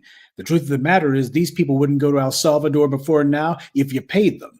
El Salvador is literally the only place in Latin America where the murder rate is in the low single digits. By far, by a country mile, El Salvador is now much safer than any other place on that continent. El Salvador went from being the place that was literally called the murder capital of the world to being the only place in Latin America where the cost of living is going up and the chances of being killed are going down. You have El Salvadorans who are talking about how they fled the country because of the violence, but now they're coming back because it's never been so safe. Bukele is a businessman, by the way, and he wants his country to become an economic power, no doubt for his own personal enrichment. But he knows that nobody wants to do business in a place where you have a 90% chance of getting killed. Shop owners being murdered if they don't pay protection money. And in many cases, they kill the business owners if they pay protection to a rival gang. That's what was going on in El Salvador. But now murders have dropped by 97%. Keep in mind, El Salvador is the home of MS-13. That's where that gang started. And yet El Salvador got those animals under control, to the point now that the people who fled are now beginning to come back to El Salvador. This is the El Salvador that this Garcia character says is so dangerous and he's terrified for his life and all the rest of it, and that the gangs are going to get him. The same El Salvador that's declared war on the gangs finally and is locking them up en masse. MS-13 has far less influence and control in El Salvador than they do in the United States. The chances of MS-13 getting to Garcia are much greater in America because nobody's actually targeting these gangs to be mass rounded up. But there's also something else that needs to be mentioned here. The assertion by the government is that Garcia himself is a member of MS-13, according to a source. The government's main accusation against Garcia is that he's an MS-13 member engaged in human trafficking. Apparently, there was a traffic stop that took place in Tennessee, and there were up to 8 other people in the car. When the people in the car were asked what their addresses were, they gave the same address as Garcia's. On top of that, when he was questioned by police, he was evasive with them, pretended to speak less English than he actually knew. And as far as law enforcement was concerned, they felt that this was a case of human trafficking. That's what put them on his trail in the first place. Never mind the fact that this man's still an illegal alien subject to deportation at any time, and yet apparently he was able to get his hands on not just a driver's license, but a car too. He has a ton of tattoos, very much like the kind that MS-13 members wear, which is very strange for someone who claimed to have been so terrified of them. The majority of immigrants to the United States are not fleeing persecution. The vast majority of them, 99%, are economic migrants. They're coming to take advantage of the massive wealth that foundational Black Americans made possible. That's what actually happened. The people who are actually coming because they're being persecuted in some form or another, you could count them all on one hand. It's not that serious. But that's what people have been saying because they know that once you say, I'm seeking asylum, then, they'll go ahead and let you in and say, we'll let you stay, and some judge will get back to you, and then that's the end of it. The point is, this guy was in the U.S. illegally. He never had a right to be in the United States. He had a judge who withheld his removal, which simply meant that he couldn't be deported to El Salvador, but he could be deported to another country. Now, that's something else that the white media has been telling you, isn't it? Something else that these white leftists haven't mentioned. The judge in his case basically said that he couldn't be deported to El Salvador, but at no point did anyone say that he couldn't be deported anywhere else. So the people who are ready to commit hara-kiri over phony claims that the law is being trampled, the only thing that's happening is that a judge's order wasn't followed to the letter. Had Trump sent Garcia to Nicaragua or Colombia or Chile or Panama, those are countries other than El Salvador, and the judge's order would have given him full permission to do that. But then the critics would be saying, but he doesn't know anyone in those countries, and they'd be demanding that he remain in the U.S. regardless. This is not about his safety. And keep in mind, this guy came to the U.S. when he was a teenager. It's not like he was brought here as some sort of anchor baby. This guy already was a teenager, dang near a grown man. Again, I'm sure that's another fine point that hasn't gotten much mention, has it? And by the way, I don't like this Bukele guy, not simply because he's mobbed up with the Republican Party, but because you can just smell that he's the kind of Blanco Latin American ruler who messed up those places in the first place. But this morning's briefing isn't about what I think of Bukele. The question is, did he solve his country's gang problem? The answer is, he did. People can complain that his solution was draconian, but then again, he was facing an apocalyptic scenario. It doesn't really get much worse than what they had down there. And he didn't solve the problem by trying to be nice with the gangs or put them in counseling or try not to offend any of the gang members' family members. He treated those degenerates like a virus. He contained them and quarantined them. Now, this Garcia fellow, he's had U.S. senators go down there to see him and a group of members of Congress, and they make sure to have the intersectional one in all the photos leading the charge. Now, not one of these same people is saying boo about reparations or an anti-Black hate crime bill, but they're ready to jump out a window for someone who's not even a U.S. citizen. You don't have to get on a plane and fly 9 hours to El Salvador to find injustice or people being ruthlessly deprived of their rights. You got that happening all the time right here. You have people, Black people, being arrested, thrown in jail, tortured, beaten to death, locked in solitary confinement for months, if not longer in many cases, and it happens without a lot of them ever having been put on trial, or in some cases, without them ever having been formally charged. These are citizens that this happens to, citizens of the United States right here. And it's not fine points of some made-up asylum claim. It's the most basic parts of the U.S. Constitution that are being violated every single day. But Democrats aren't making noise for us, and there's no political profit to be had by pointing to actual injustice. What they're doing is political theater. The goal is to give the false impression that this guy is a U.S. citizen. That's the reason why they don't mention it. They're trying to make it seem as if this is a U.S. citizen who was unjustly deported. So now senators and congressmen have to rush to his aid and pretend like this is some sort of hostage situation. You didn't see these politicians showing this much concern for Brittany Griner. And not only is she an American citizen, she's famous. Democrats are going above and beyond, not only for a constituency that voted for Trump, but also for people who aren't even citizens and can't vote for them to begin with. All you shills and plans for the DNC, please explain to us why Democrats are making a cause celeb out of this. You haven't heard Democrats say a solitary word about Black people since the election. And it wasn't because Black voter turnout was down. It's because the Democrats are doubling down on their strategy of trying to manufacture a new voter base, one comprised of as many non-Black constituencies as possible. That way, the Democrats won't be susceptible or vulnerable to the political pressure that Black people have been putting on them. The Democrats' goal is to gain office and hold it, but to do so without having to do anything for Black people. They don't care if they lose elections. What they care about is winning them the right way, which for them means do it in a way where Black people get nothing and nobody begins to get the idea that people better start listening to Black voters and doing things for Black voters. And just one more point. It matters that the Democrats are ignoring Black people. I know it doesn't matter to the shills, they're in business for themselves, but it matters to us. Now, when a political party is ready to move heaven and earth for non-citizens, while going out of their way to ignore people who are citizens, then can anyone honestly claim that that political party is working for the American people? Good day, and be one. I'd like to take a moment to mention some of our contributors.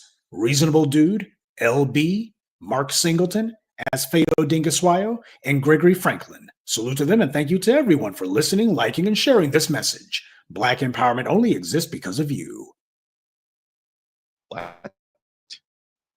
Oh, sorry. The subject freely admitted for live. Thank you all for joining me today. If you haven't already, please make sure you smash the like button, subscribe to the channel if you're new to the channel, and most importantly, please make sure you're following me on Telegram at TD Media Group to help circumvent social media censorship and shadow banning. The link to my Telegram is in the description box below and will be pinned in the comment section once the stream ends, and it is currently pinned in the live chat if you're watching me live right now. And with the introductions out of the way, let's get the show started, man. Let's get this rolling because the Trump administration recently, as of last night, dropped and released all of the paperwork and police reports on the so-called Maryland man who is the MS-13 gang member, Kilmar Abrego Garcia.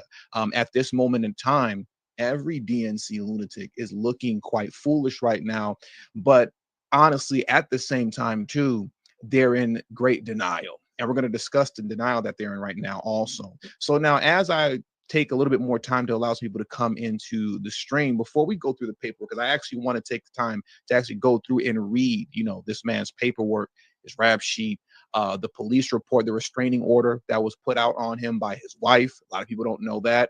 And now she's trying to backtrack the restraining order and the statement that she wrote about him on her, saying, hey, I was just playing.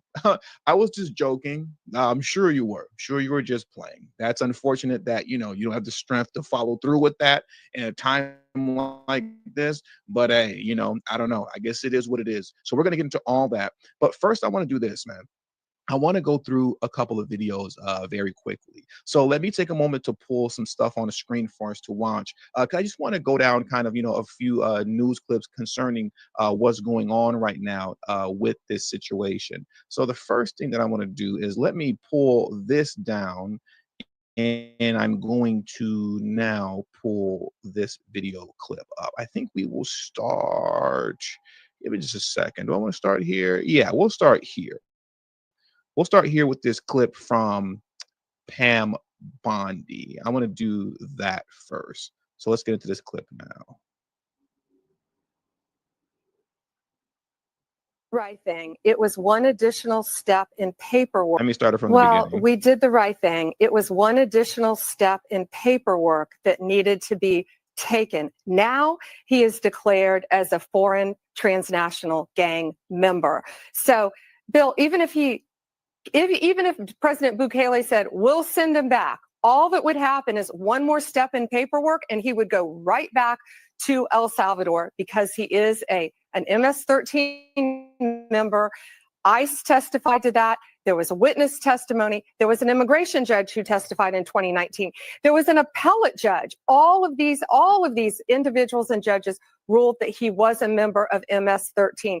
They are one of the most violent gangs. He is an illegal alien, and I'm sick of the liberal media saying that he's a Maryland man. He's not a Maryland man. He's a guy from El Salvador who's part of one of the most violent gangs in our country.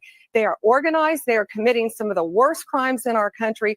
You know, just right here, half an hour away from where I'm standing, we arrested a MS-13 member who was one of the top in the entire country of MS-13. And he didn't have any charges until we went in there. He had 4 guns. We charged him with the gun charges. We dropped the gun charges because we're going to send him back to where he came from, El Salvador. He is now fighting us in court not to drop the gun charges so he can stay in this state. Pretty absurd. Right. So now I want to get into this next clip, and this is from Cory Booker. Let's see a little bit of what Cory Booker has to say about this whole situation concerning Kilmar Abrego Garcia. I believe he's going to talk here about how that other senator, I forgot what his name is, Van Hollen, how he wanted to travel to El Salvador, essentially to demand this MS-13 gang members release. I believe that's what Booker's going to talk about right here. Let's see. Do you think the Trump administration is defying a court order? It certainly appears that they are, and they're trying to play too cute with parsing words. The court has ordered the return of this person, and that the Trump administration should do it. They're paying. They didn't order a return. That's not what they said. They said that they would like him to facilitate the return of Abrego Garcia, meaning that it's up to the president of El Salvador. It's up to the El Salvadorian government on whether or not they're going to return him. And if they do, we need you to help. We want you to help him facilitate the return. They didn't order Trump to return him because you can't. He's a citizen of El Salvador. He's in El Salvador. You can't order the returning of a citizen of another country. So he's lying. An authoritarian leader in El Salvador, paying an authoritarian leader in El Salvador to hold people in the worst imaginable types of prisons that he has sent there without any due process. And this isn't just about Mr. Garcia. This is about every American understanding that this president is making an assault on the due process rights that are afforded to people in our country. Everybody from Anton Scalia to other conservative think tanks have said very clearly, you cannot disappear people off American streets. We are a nation of rules, and due process is clearly one of them. And to erode the due process rights of anyone is a threat to the due process rights of everyone. This is a democratic slippage, and we all should be speaking out against it. Listen to the language and the fear-mongering language that they use. You cannot disappear people off of American streets. No one's getting disappeared off of American streets. Illegal immigrants, and in this particular case, an MS-13 terrorist, has been deported back to his country of origin, of which he is a citizen of, right? No one's getting disappeared off the streets. I want to get into this clip now next too.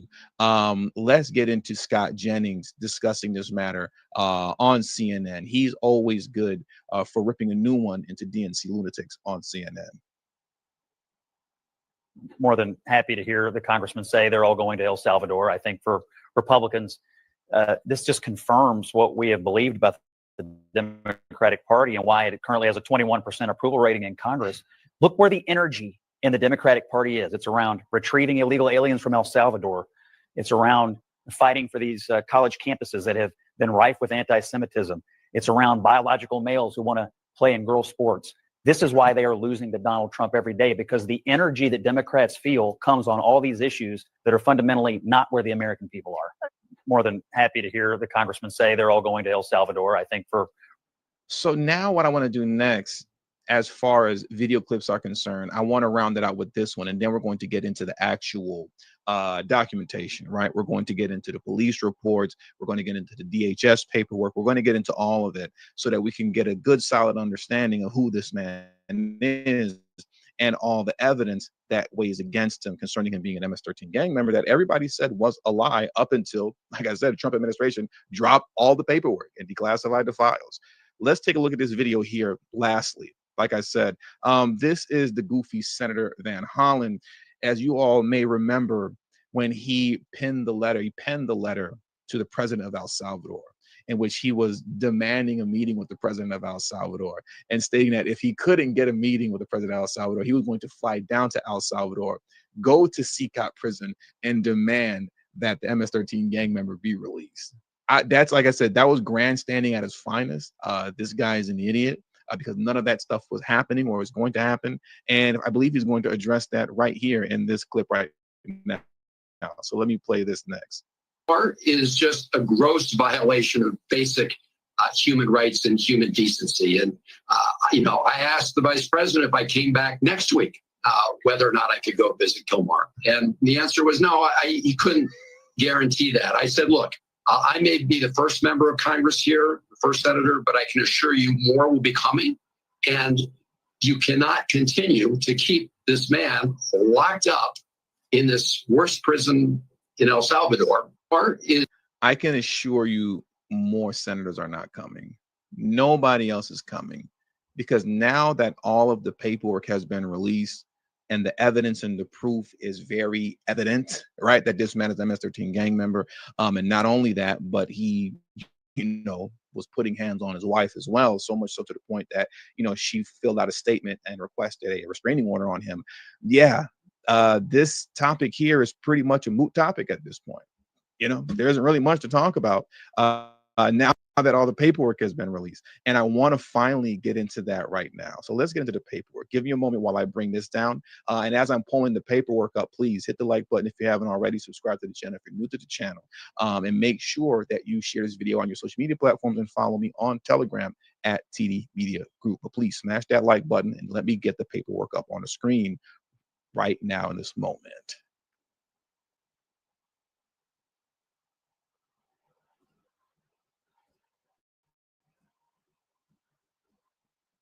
Okay, so here we are. So where I pulled the paperwork from is that it was published here in this New York Post article. As you can see, alleged MS-13 gang member Kilmar Abrego Garcia's rank, street name revealed as fight over deportation to El Salvador mega prison rages, right? So this is where I pulled it from. I just want to show you kind of like, you could say, like, just so you understand that this is official, right? I'm not pulling this stuff out of thin air. And this is very public knowledge, obviously. As you can see here, they have the multiple reports embedded here with the scribed application.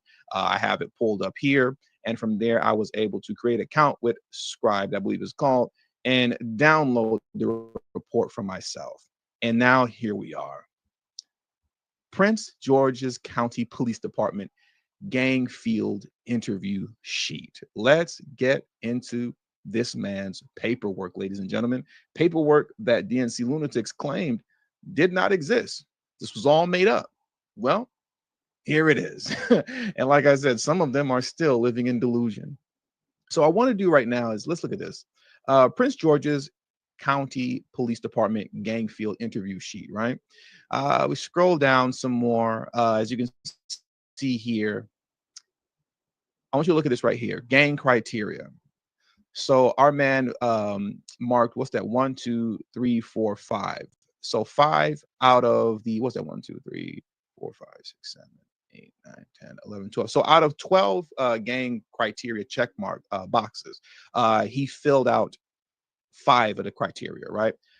Arrest, dress, reliable source, affiliate gang, frequent gang area.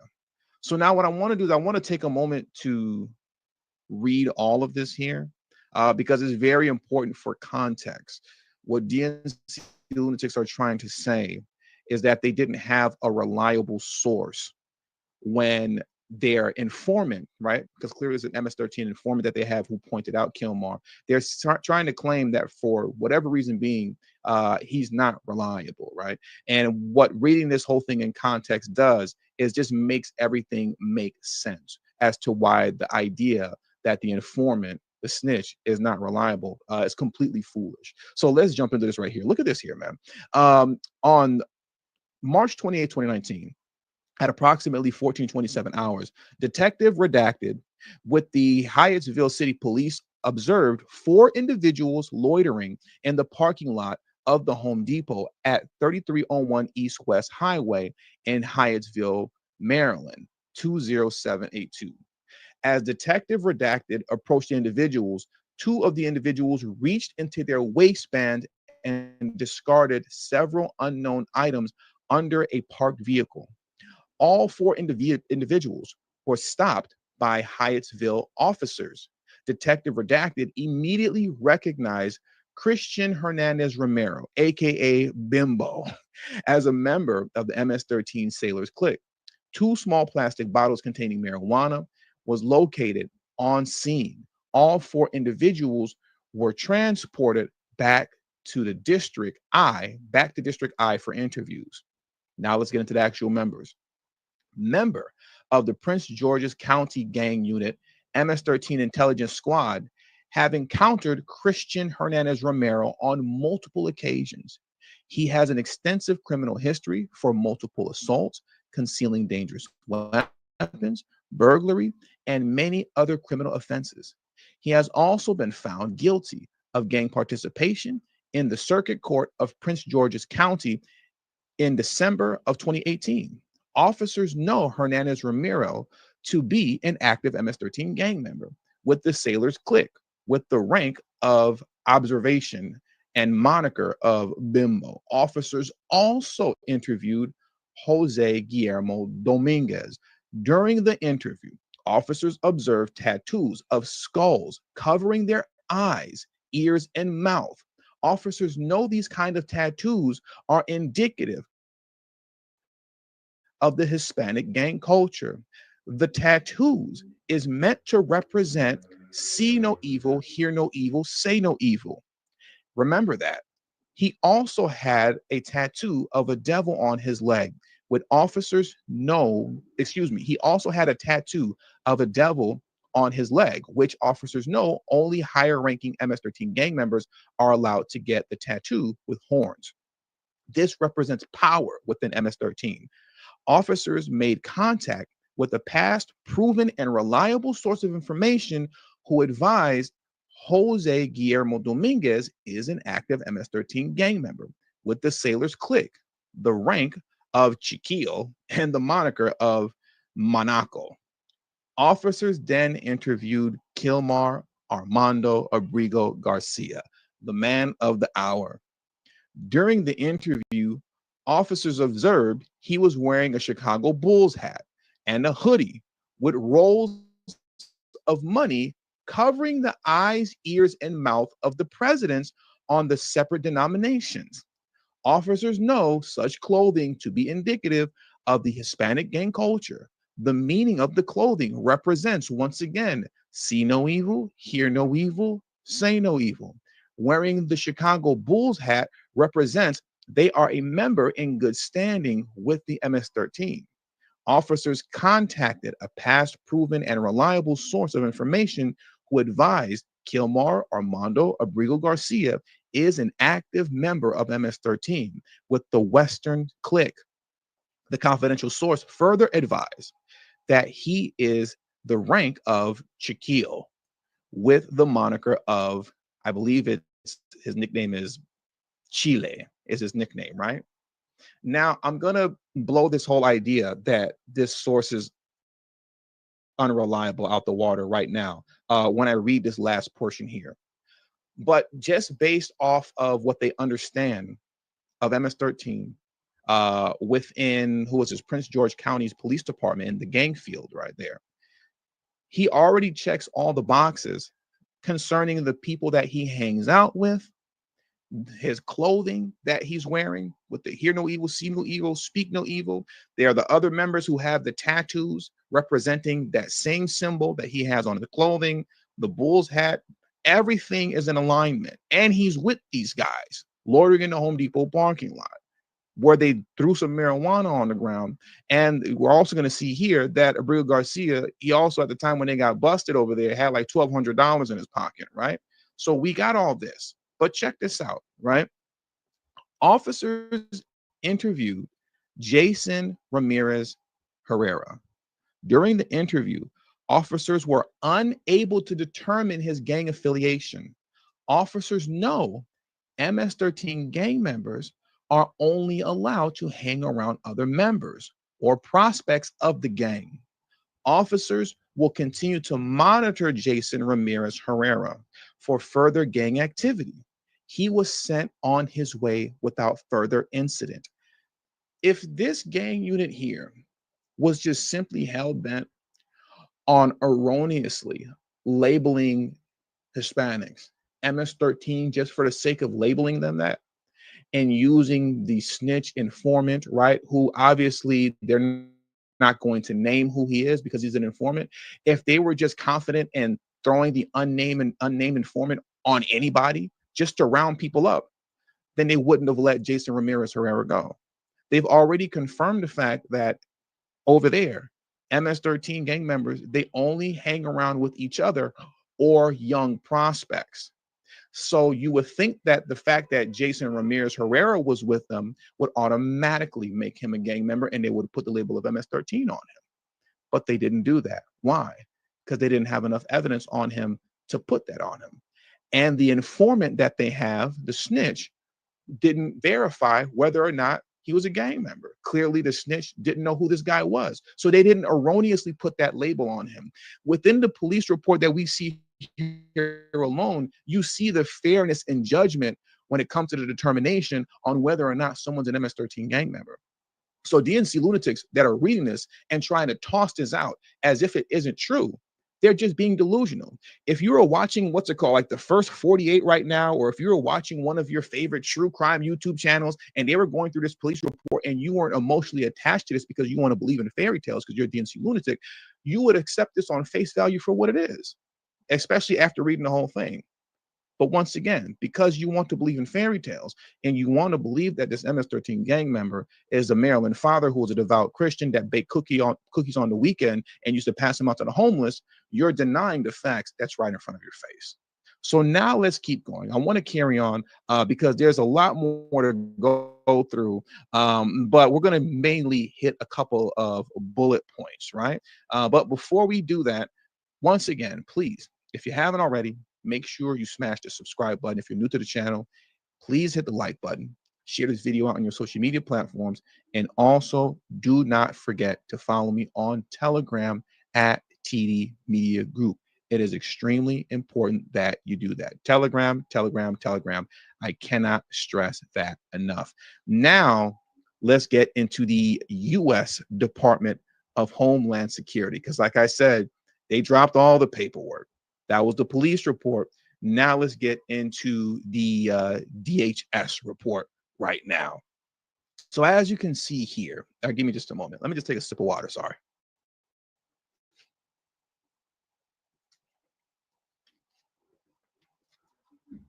I had to reset myself. Okay, so let's get into it. U.S. Department of Homeland Security. As we can see, the man of the hour, his name right here. I'll zoom in a little bit more. Abrego, Garcia, Kilmar, Armato. All right, let's scroll down. We got a picture of our man here, the man of the hour right here. Subject, health status. The subject claims good health. Well, I'm glad to hear that. You know, I'm glad that he is, you know, in good health, you know, at that moment in time. That's great to see and hear and understand. Here in the DHS paperwork, as we can clearly see here, subject has been identified as a member active of MS-13. All right. I mean, it's all right here. Now look at this right here. This is very interesting. Check this out, right? On March 28th, 2019, the Prince George County Police Gang Unit made contact with 2 suspected illegal aliens whom they had validated as active MS-13 gang members. ICE ERO officers, redacted and redacted, responded to the 5600 Rhode Island Avenue, Hyattsville, Maryland, 20783. Listen carefully. Upon arrival, redacted met with task force officer detective, and he stated that a subject later identified as Abrego Garcia, Kilmar Armando, our man, and Dominguez Jose Guillermo was detained in connection to a murder investigation.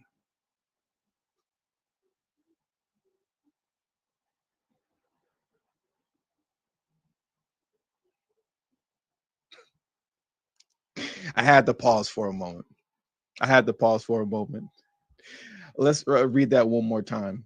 Our man, Abrego Garcia, Kilmar Armando, and his MS-13 gang member affiliate, Jose Guillermo Dominguez, they were detained in connection to a murder investigation. Now, to be fair, just because you're detained in connection to a murder investigation, 'cause I'm a fair guy, contrary to what some of you might believe, it doesn't mean that the guy is guilty of anything.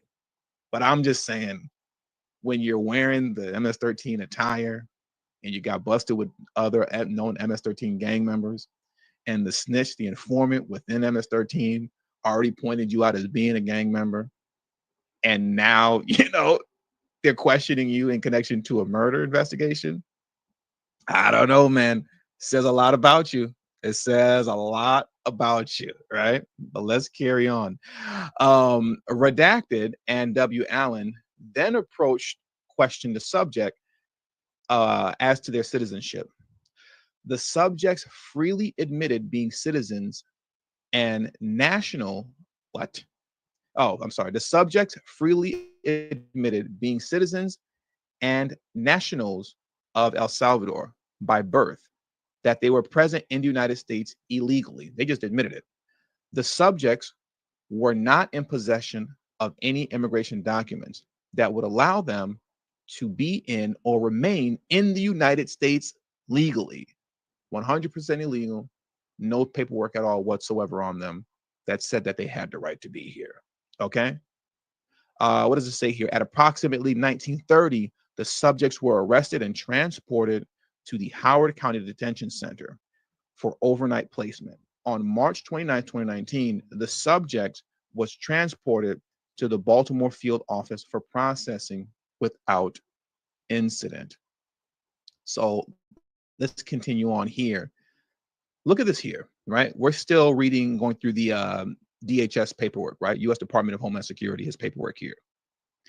Humanitarian issues. There's a lot of different subsections within the paperwork here, right? Where they're going through Abrego Garcia's information, immigration history, immigration charge. But look at this here, humanitarian issues. This is huge. Abrego Garcia is not claiming fear of returning to his country. Why is that significant?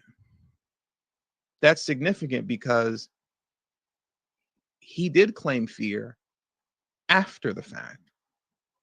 As you can see here documented, initially, he did not claim fear of being returned back to El Salvador. But what was the lie that he explained to the judge and that he argued when he claimed asylum after his bond was denied? He claimed that he couldn't go back to El Salvador because his mother's pupuseria was being extorted by the 18th Street gang. And if he returns to El Salvador, he would be liquidated, we'll say. Shout out to my man, Rob. He'll be liquidated if he returns back to El Salvador. And affidavits from his family members were signed stating that this is true, that he can't go back because he's in fear of his life. If he goes back, he'll be liquidated. But we have here documented that Kilmar stated he has no fear of returning back to his country. So this clearly highlights the fact that he lied in his asylum claim. He lied.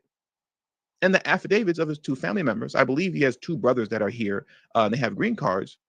It was a lie because we have you documented right here claiming no fear of returning to your country. That's crazy. That's wild. That is diabolical, man. But when, it started getting a little hot in the kitchen, all of a sudden you decided to change your mind. And we see that reflected here in the same paperwork. Look at this here, gang validation. Per Prince George County Police Gang Unit, Abrego Garcia was validated as a member of the MS-13 gang.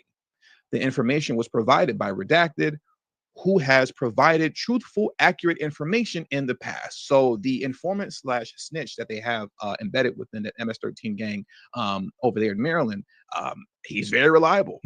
He's clearly very reliable. And look at it right here in the same paperwork, Abrego Garcia switches up because it's starting to get a little bit too hot.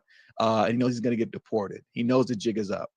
Look at this. Abrego Garcia is claiming fear of returning to his home country in El Salvador. You just claimed that you didn't have any fear of returning. You just said that you didn't. But things started getting hot. And then he switched his tune. The man is a liar.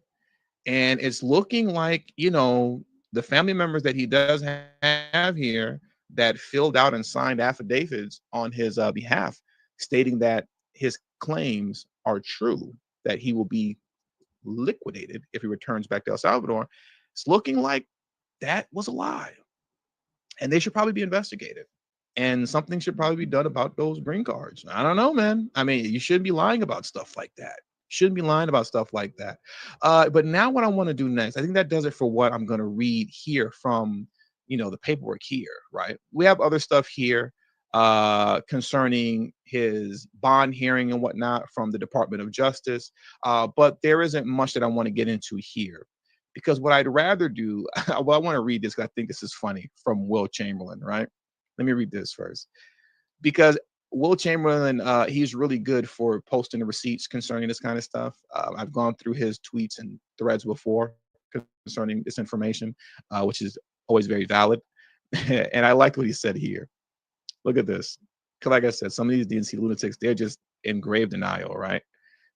William Chamberlain stated, another point that cuts against Abrego Garcia's claims, when they detained Abrego Garcia and others for loitering, they highlighted that the group dropped some plastic bottles on the ground, which they said had marijuana in them. Abrego Garcia also happened to have $1,200 cash on his person. Who among us hasn't hung out in a Home Depot parking lot at 2 p.m. on a Thursday with heavily tattooed gang members, plastic containers with weed, and $1,200 cash on hand? That's just a regular Thursday for all of us. That's me every Thursday at Home Depot, right? I'm sure that's you every Thursday at Home Depot also. That was funny to me. That was funny to me. And here's the part of the police report or the department of the paperwork in the Department of Homeland Security. I skipped over that part, but as you can see here, I just want to show this to you guys so you see that, you know, none of this stuff is made up. It's here. Funds in possession, United States dollars, $1,178. So, you know, he had, you know, close to $1,200 on him, you know, while they're dropping weed on the floor and trying to hide it in plastic bottles from the police officers within the gang unit when they showed up. But yeah, you know, I get that's a regular Thursday for all of us. You know, every Thursday, I'm sure we're all, you know, you, me, and so many of us, you know, every Thursday we're at Home Depot with gang members and $1,200 in our pocket with weed, right? But check this out here, because it gets even more interesting concerning his wife, right? Look at this. New Fox News has obtained the written domestic violence allegations from Kilmar Abrego Garcia's wife in 2021, in which she alleges he is a repeat domestic abuser, we'll say, right? And writes, at this point, I'm afraid to be close to him. I have multiple photos, videos of how violent he can be and all the bruises he has left me. Wow. Let's get into this paperwork here. I'm going to read this whole thing. I read maybe half of this. I didn't get through the whole thing when I was reading it on my own.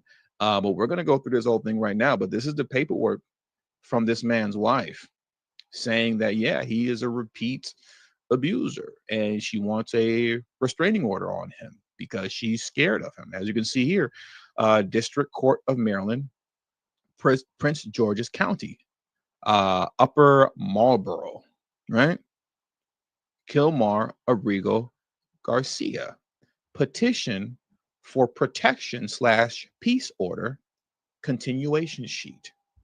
Let's get into what his wife had to say. Please smash that like button if you haven't already, and subscribe to the channel if you're new to the channel. I told him to give me his card to pay. He got angry, started insulting me. I only put a few dollars of gas. Once leaving there, he pulled out like crazy. I started recording because I was scared of the way he was driving, and because our 1-year-old was in the back seat.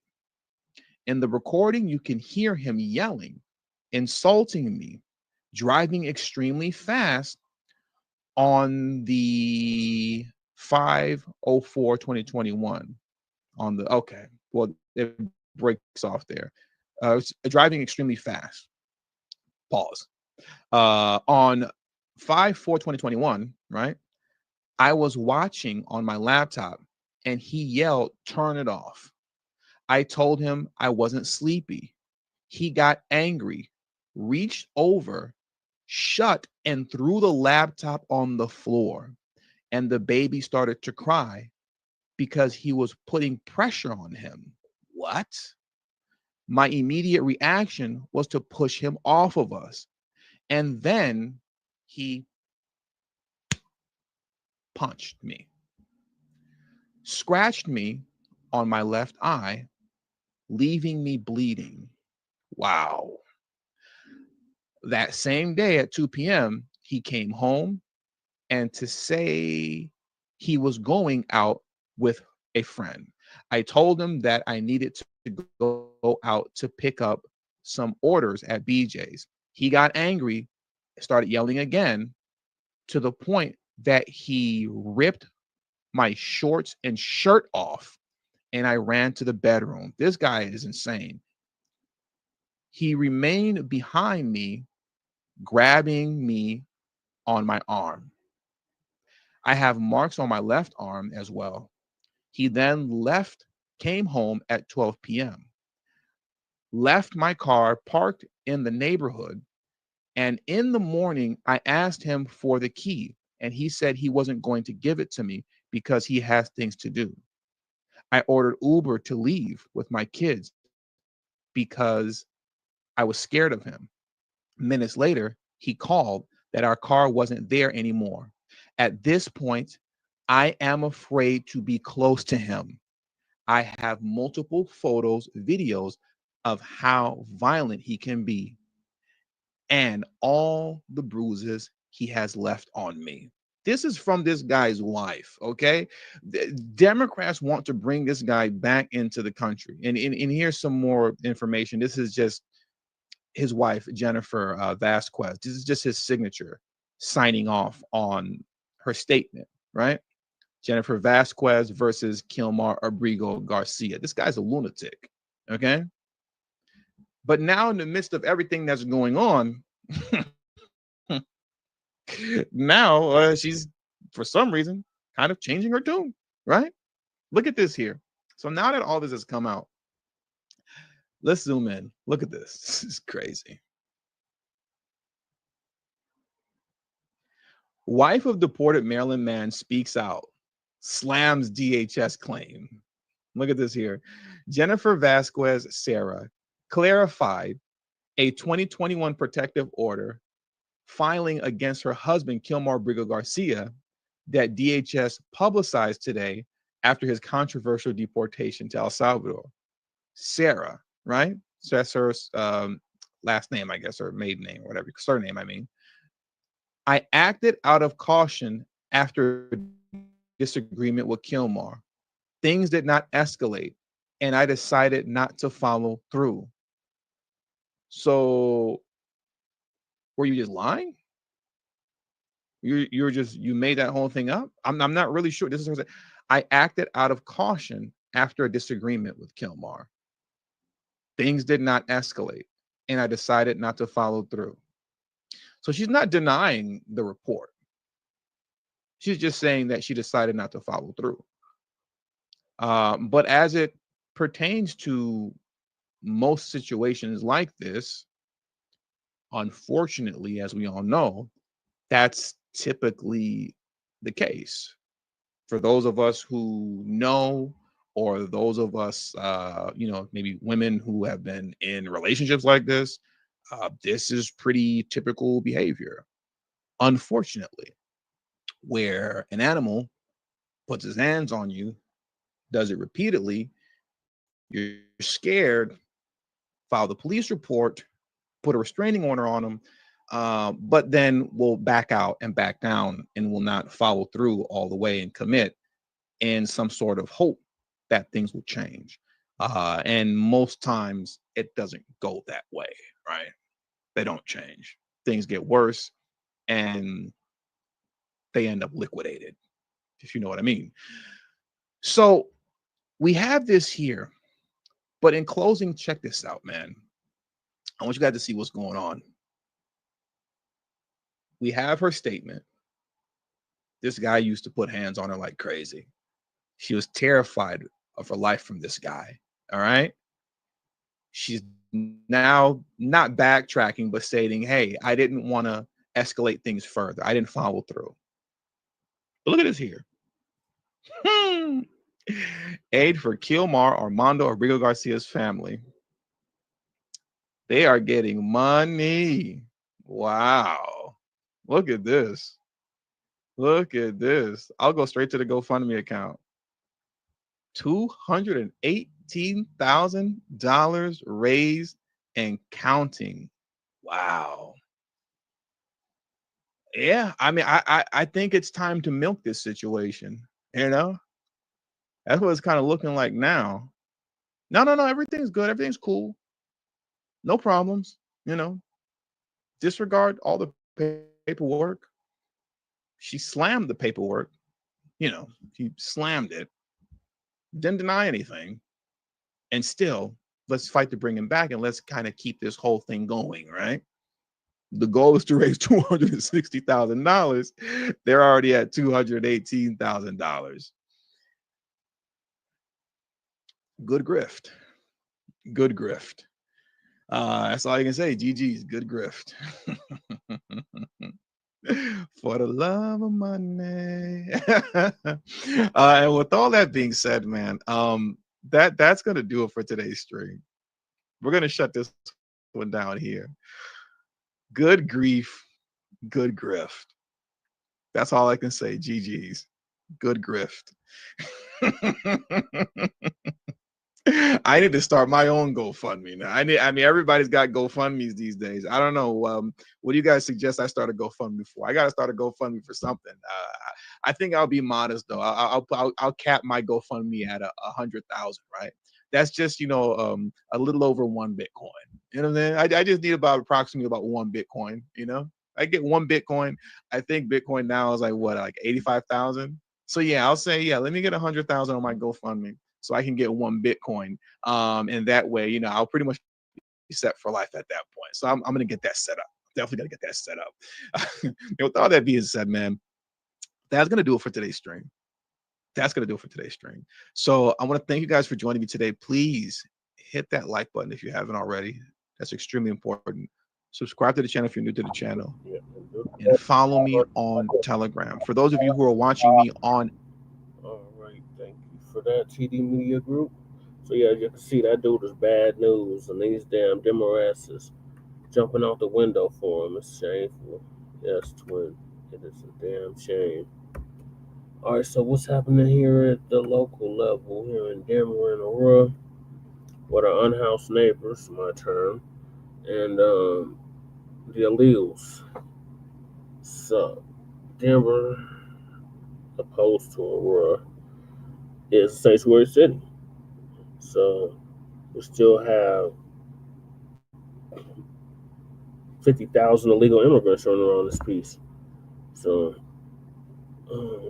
they are having clashes in Denver and Aurora over strategies on how to combat homelessness. So I'm gonna play that from the local Fox affiliate, Fox 31 Denver.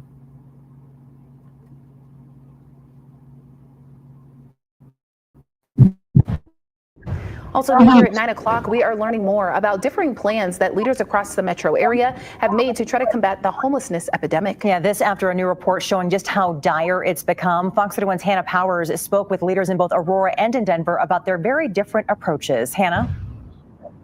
Hi, Christine and Talia. Yes, so the city of Aurora is advocating for a work-first approach, meaning getting the people affected to work first so they can qualify for stable housing to combat the issue. Meanwhile, the city of Denver says that housing has to come first. It's an issue that's become very political, and tonight we're breaking down the numbers. The All-In Mile High initiative in Colorado was spending about $69,000 per homeless individual. Some dramatic numbers released by the Common Sense Institute, a research organization that says it's been studying the economic impact of this issue for years. Our report is showing that Colorado's homelessness, it's not decreasing, it's increasing. These numbers presented on Thursday by Aurora leaders who say this is proof we need a work-first approach. We believe that certainly that the demand is here. It is a tough love approach to helping people. I think the evidence is that the housing first model just is not working. That's why they announced today they're building the Aurora Regional Navigation Campus, which will offer 200 plus rooms of temporary housing, but only to people who are working or taking the proper steps to gain employment. Just a few miles east in Denver, city leaders have different plans. How are you going to stabilize your life if you don't have a place to sleep that night? Denver leaders say they want to stick with the Mile High initiative, giving homes to the homeless. Additionally, those leaders questioning the validity of CSI's report. It's riddled with inaccuracies, fourth grade level math, and we'll be happy to share the actual data with you later. And while everyone in question has the same goal, get people off the streets, some misunderstanding in the best way to do so. The notion that we just put someone in a hotel and just say, have at it, that's completely ridiculous. If they're putting people into rooms without any requirements, unconditional. And Mayor Kaufman says that he brought this research to Washington, shared it with members from the Trump administration about this approach. Coming up at 10 o'clock, we'll tell you how the city of Denver responded to that news. For now, live in Denver, I'm Hannah Powers, Fox 31. All right, Hannah, thank you. Happening now in Denver, a high-stakes showdown over President Trump's use of... So, yeah, that's what they're doing for them illegal immigrants, definitely. Putting them in a hotel room and have at it. That's what Denver's doing, and Aurora wants to make you work for it. So that's what's going on in regards to the unhoused neighbor news between the two cities. Now, in regards to Denver, in regards to the illegals, for federal court judge in Denver hears arguments over Alien Enemies Act to deport Venezuelans. So, as you know, the dump as a human shit, and we want to make that perfectly clear. Just trying to get rid of these goddamn Venezuelans, along with the other nationals that Sleepy Jim Crow Biden allowed to flood the country over the past 4 or 5 years. So let's see what happens. Of the Alien Enemies Act to deport Venezuelan migrants accused of belonging to a gang. So your reporter Justin Adams is live now at the Denver Federal Courthouse in downtown Denver. And Justin, some people deported from Colorado under that act have already wound up in a prison in El Salvador. That's according to their lawyers. Yeah, that's actually 2 young men. And the issue here is what kind of rights do the people have to challenge the allegations made against them by the government before they are sent to a place like that prison you were just talking about in El Salvador. The Denver federal court last week barred the removal of any non-citizens in the District of Colorado who are or will be subject to the Alien Enemies Act. President Trump says the U.S. has faced an invasion by the Trained in Agua gang, and he has the authority to use the law originally passed in 1798 and last used during World War II here in Colorado to hold Japanese Americans at Camp Amanchi. If you think about internment camps during World War II in the United States, that's the kind of framework that we're looking at in terms of how this law has been used in the past. Late last week, lawyers for the Justice Department filed a response saying the petitioners in this Colorado case, who are two Venezuelan men, are not being detained under the Alien Enemies Act, so they're asking the judge to deny the motion altogether. This issue has been a subject of a number of emergency filings over the weekend, and we're going to have the latest on today's hearing, and the hearing has just began. So once we find out the ending of that, we'll let you know right here on CBS News Colorado. In Denver, your reporter Justin Adams, covering Colorado First. Fox 31 learning new information tonight about how the city of Aurora is handling homeless abatement projects. The new data shows they've removed twice as many camps so far this year as the same time last year. Fox 31's Ashley Michaels live in the newsroom to break it all down for us. Ashley. Well, Jeremy, the city tells us the increase is not tied specifically to one factor. This is a combination of more city staff helping with sweeps, nicer weather this year compared to last year, and likely underreporting of last year's data. Let's take a closer look at those numbers. According to Aurora Mayor Mike Kaufman, from January to March of 2025, the city removed 176 camps. Last year, that number was 87. He went on to blame the problem on a, quote, crisis of addiction and mental health. He also posted on social media saying when abatement does happen, people living there are offered shelter and services, but they rarely want that help. We spoke with Aurora's manager of homeless programs, who says the city is seeing a lot of success with people who do opt for help. Once our clients are connected to our outreach team, we have a really, really good success rate of getting them into housing. It's upwards over 80%, I think, that folks that are on our caseloads are getting into housing. Now, later this year, the city will be opening a new homeless navigation campus. We're told Aurora will be able to offer 3 times more resources to those experiencing homelessness than they do right now once that new center opens. Now, another thing to point out, back in February, City Council voted to get rid of a rule that required notice before camps are removed, but Aurora officials tell us that change has nothing to do with the increase in sweeps. Ashley Michaels, Fox 31. And with 2 people hit and killed in a crash. Right, so that's what Aurora's been up to. Now, this intersection that they're about to go over next has always been a problem for as long as I can remember. So, the intersection in question is Federal Boulevard and 14th Street on the west side of Denver, and anybody that's ever crossed that knows how dangerous that can be. So, it's pretty similar to the intersection right behind me on 36th in Quebec. Very dangerous to cross. It's a good tour. While walking near the intersection of 14th and Federal near Empower Field this morning. It comes less than a week after this horrific accident that sent 2 people to the hospital at that same intersection. And now pedestrians are calling this place one of the most dangerous in the city. Fox 31's Shaul Turner is live with more.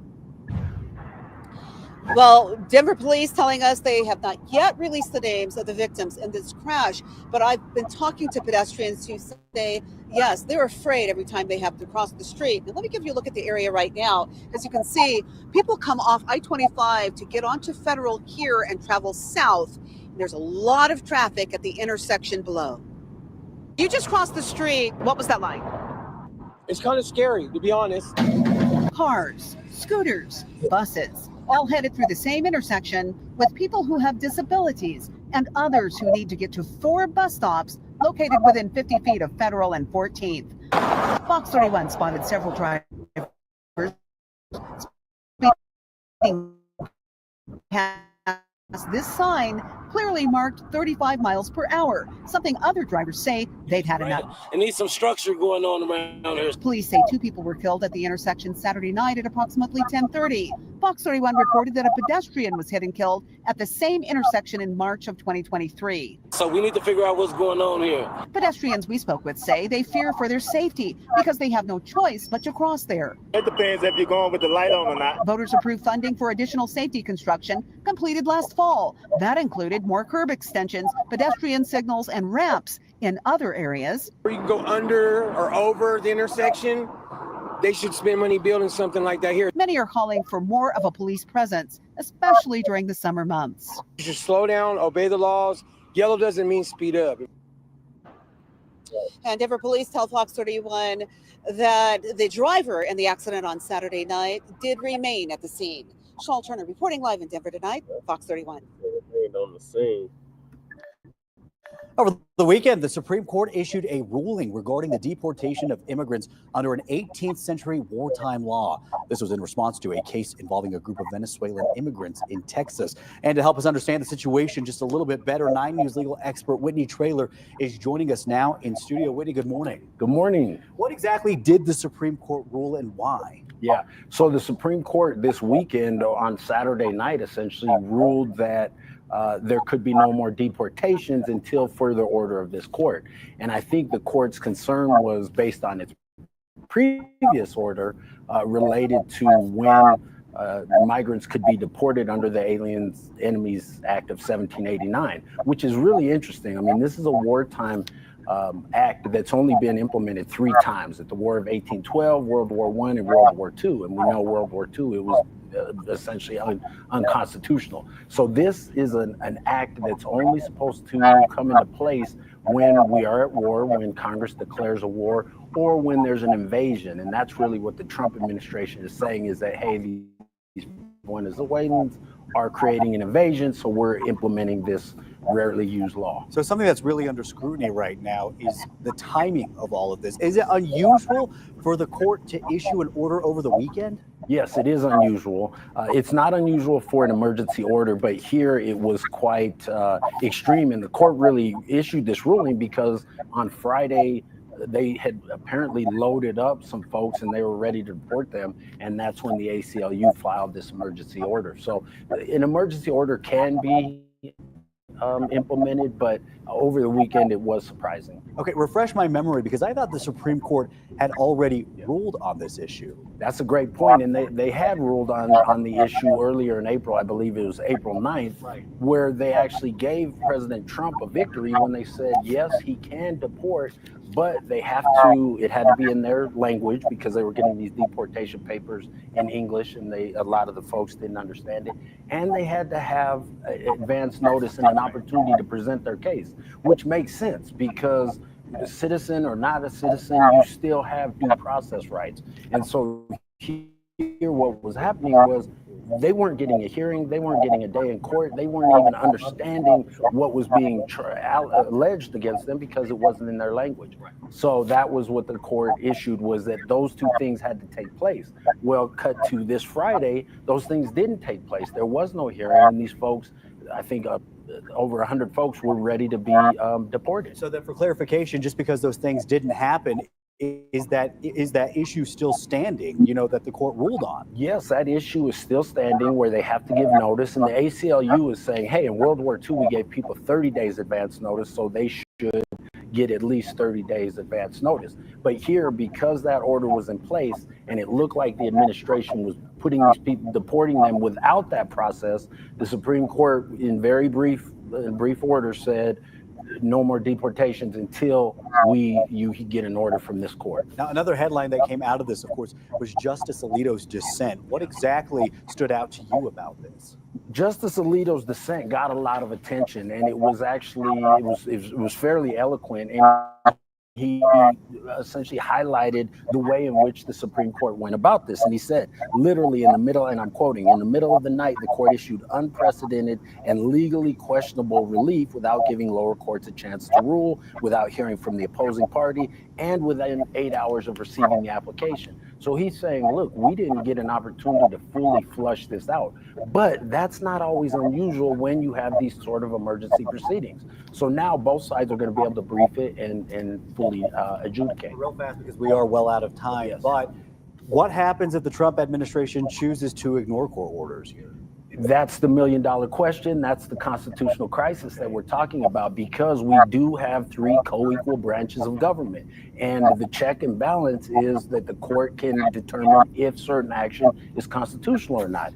If one branch, the executive, ignores it, then we are in real chaos there, because, and really the judiciary, I've said this many times, we have to really respect the judiciary because they are the arbiters of disputes. If we don't trust them, then there is no way to resolve our dispute. So I want to give the judiciary Article 3 a lot of credence. Okay, a lot to wade through right here. Whitney, thank you. New court filings claim 11 men from Colorado were part of the sudden and secretive deportations to a brutal prison in El Salvador. We had previously told you about 2 men. It's difficult to confirm what's happening and to how many people because the Trump administration won't say who it's deporting like this. People just disappear. This morning, a federal judge in Colorado blocked the Trump administration from deporting anybody detained in the state without giving them 21 days notice. If the administration is planning to go around the due process of immigration courts and just deport them. And she's forcing the feds to notify detainees in a language that they understand. Attorneys had said that it was English only for a time. The administration's been using the 200-year-old Alien Enemies Act, intended for wartime, to speed up deportations of people it says are in the Venezuelan gang Tren de Aragua. The administration says the deportations are limited to the worst of the worst violent criminals. But those detainees have no opportunity to challenge the government's claims before a judge. And a CBS News review found that 3/4 of the men known to have been taken to that notorious prison in El Salvador have no criminal history. The ACLU revealed in court documents it now believes 11 detainees from Colorado were on those flights to El Salvador. We spoke with an attorney for the Rocky Mountain Immigrant Advocacy Network, which works with detainees at the ICE facility in Aurora. They say this judge's ruling gives them some breathing room. Huge victory for us to get that 21 days of notice. Thus far, it's been an undefined thing. Every night I talk to my colleagues and I'm thinking about clients who I'm worried about, and I'm worried that they might just disappear and I have no control over it. And all of a sudden we have this order in place that can help assuage those fears, and not just for us, but for our clients. To make clear, traditional deportations where immigrants first can plead their case to a judge, those can continue. It's just Trump's no due process fast track deportations that have been paused by that judge in Colorado. Well, new information tonight about an area near the Ball Arena redevelopment site. Denver City Council approved the reading of a 2.5-acre site on Wazee that is surrounded by the Ball Arena parking lot. The property includes 500, 501, and 551 Wazee Street. Fox 31's Kim Posey is live there now to show us more on what this means. Kim? Yeah, this is the site behind me. The Scott family has owned this property for decades, and now they have more options. You can see it sits right in the shadow of Ball Arena. This is the 2.5-acre property on Wazee Street in Denver. Right now, it's home to an office building and parking lot, but it is surrounded by the Ball Arena redevelopment site that will transform this area. Our family has owned the property for a number of years. Property owner Landon Scott told City Council Monday that his family does not have specific plans for the site. We've got some interest from some different groups over the years, but no current plans. But the change in zoning opens up options, giving this site the same zoning as the redevelopment site that surrounds it. This actually opens up significantly more height. Tony Lechuga is the senior city planner. This new zone district doesn't cap heights. So they kind of have unlimited height to build in, whether that is a commercial building or a residential building. But with that comes an agreement that they signed with the city to build a significant portion of that as affordable housing. Crockett Sports and Entertainment has a long-term plan to redevelop this 55 acres near Spear Boulevard and Auraria Parkway, making it into a new downtown neighborhood with housing, retail, entertainment, green space, and recreation. As for this 2.5 acres, there needs to be some pretty significant flood mitigation before they can really dig down and build some of the taller structures that they wanted to build. And so I think we're probably still, 5 to 10 years away from seeing something built on this site that aligns with sort of the high density Ball Arena development. Yeah, so who knows what this area will look like decades from now. City planners tell us that the Scott family also entered into a voluntary housing agreement with the city, and they agreed to donate to the Peace and Healing Gardens on the Auraria campus. Kim Posey, Fox 31.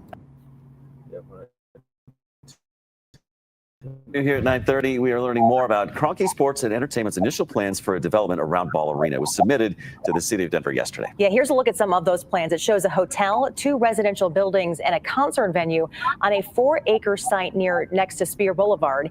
The entire project would be on 56 acres of land and includes 6,000 new housing units. The city will have to approve this plan. So we're going to get to both those games in just a few minutes. First, though, Denver's newest pro sports team wants to make South Broadway home. And business owners near the planned site are urging City Council to invest in the project. Denver 7's Colette Bordelon tells us why they believe it is critical to that area's future, as some council members are still on the fence.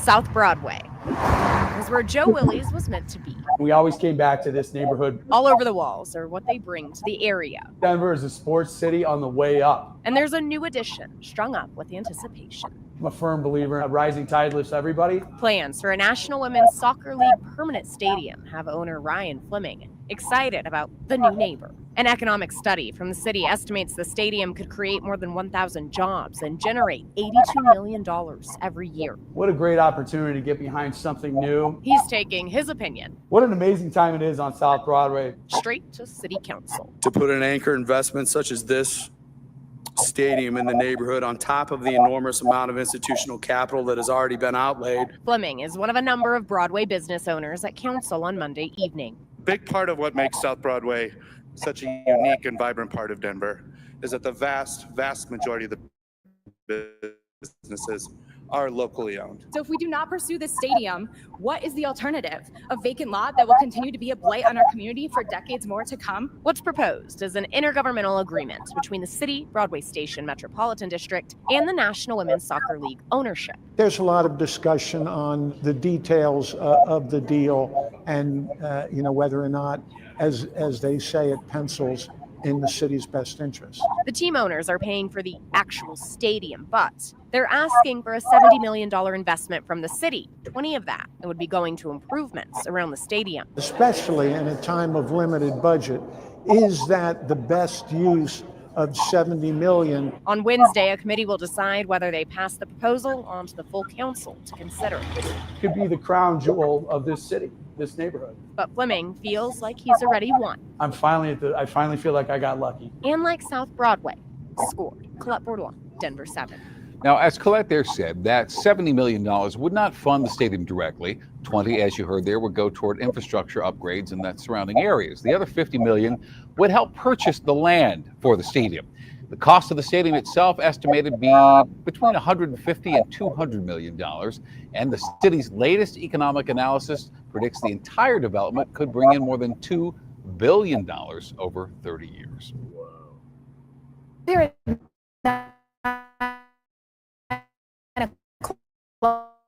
Neighbors calling this vacant home in Denver worse than an eyesore tonight. Squatters taking over that property. Yeah, you can see between the streets right there. Fox 31 getting. In vacant homes is an issue across the metro area, of course, but yes, Fox 31 learned this home is owned by Habitat for Humanity, and what they're telling us is that the house is now in the middle of a legal case, so they can't provide us with a comment. But neighbors tell me this house is nothing but trouble. There were people in the house. They were vagrants, squatters. This house has been nothing but a headache for residents living on this street in this East Denver neighborhood. It gets scary. They say people have been living in the home illegally on an off and on basis, causing everything from nuisances. Trying to connect onto my internet. I'm stealing people's mail. To safety hazards, including a fire last fall. There was smoke coming from there, so we called the fire department. All in a neighborhood already coping with other issues. We miss our trash cans because the homeless take them to pick up metal and stuff, because that metal place is just up the street, so they go and sell it. They've contacted Denver police saying they just want one thing. Peace and quiet. Fox 31 learned Habitat for Humanity, which builds and refurbishes affordable housing, owns the home. The group actually helped Nicole Nelson upgrade her home, and she supports the organization, but says it needs to find a way to be a better neighbor by keeping squatters out of this house. There's too much homeless people out here and people who need housing to have rehabilitated houses that aren't having anything done to them. Yes, and Denver police tells the problem solvers that they have been out to the property to take a look at that. But they say anywhere, if you see someone trespassing, call police right away. And they do provide resources to those struggling with homelessness. Shawl Turner reporting live in Denver tonight, Fox 31. All right, Shawl, thank you. Right now. Well, Denver Mayor Mike Johnston's All-In Mile High initiative has quietly surpassed its goal of sheltering another 1,000 people this year. And now his administration is eyeing a much bigger goal for next year. Denver 7's Claire Lavazorio explains what's next. It's a puzzle Denver is solving. The goal is really to end street homelessness in Denver. That's what this has always been about from the very beginning. Since the launch of House 1000, now known as All-In Mile High, more than 2,100 people have been moved off the streets. There's over 350 blocks that used to have encampments that now don't. When you drive around Denver, you feel that difference. While the city is celebrating those strides, advocates like Amy Beck say the way homelessness looks in Denver may have changed, but it still exists. What we've noticed collectively in mutual aid is that there are a lot more people that are on the outskirts of downtown now. She says people are simply moving further away to avoid tent sweeps. We took that concern to Mayor Mike Johnston's team. Many advocates say homelessness is moving to the outskirts of the city. What is your response to that? We've seen, some folks that are maybe on the outskirts, but they're more in groups of ones and twos here and there. Beck doesn't see it that way. She wants more to be done, not just to bring people inside, but also to keep them off the streets for good. My friends that have gone indoors are grateful to be indoors, but that's not the end of their journey. Their journey ends when they actually get into permanent housing. The mayor's team says all the pieces are in place heading into 2025 to place at least 1,000 people into permanent housing, shifting them away from micro-communities and hotel rooms and helping them adjust to their new surroundings. How do we deliver strong services, keep people safe, and ensure that people are on a track to permanent housing? In Denver, Claire Lavazorio, Denver 7. Meanwhile, in the next decade, the city of Denver wants to create 44,000 affordable housing units. We've been following the issue of housing affordability in the city for years. Earlier this week, we told you about Denver's plans to overhaul its construction permitting system in hopes of speeding up the building process. Denver 7's Adria Arahita joining us live right now to explain how this could play a bigger role in potentially solving that problem, Adria. Yeah, good morning to you both. Right now, the city of Denver says it could take up to 2 years for any of those permits to go through. So just to show you how lengthy of a process this could be for developers, including those looking to build more affordable housing units. Currently seeing just on the end of an increase in site development plan submittals that were submitted prior to the expanding housing affordability regulation change.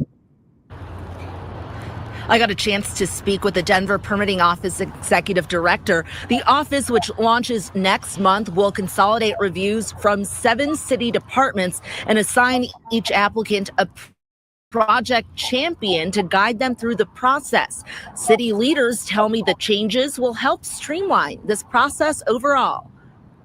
With our affordable housing review team, we've seen that time reduced to roughly 12 to 15 months, and that's city time and customer time. And then through the executive order, we are committing to 180 days of city review time for projects moving forward.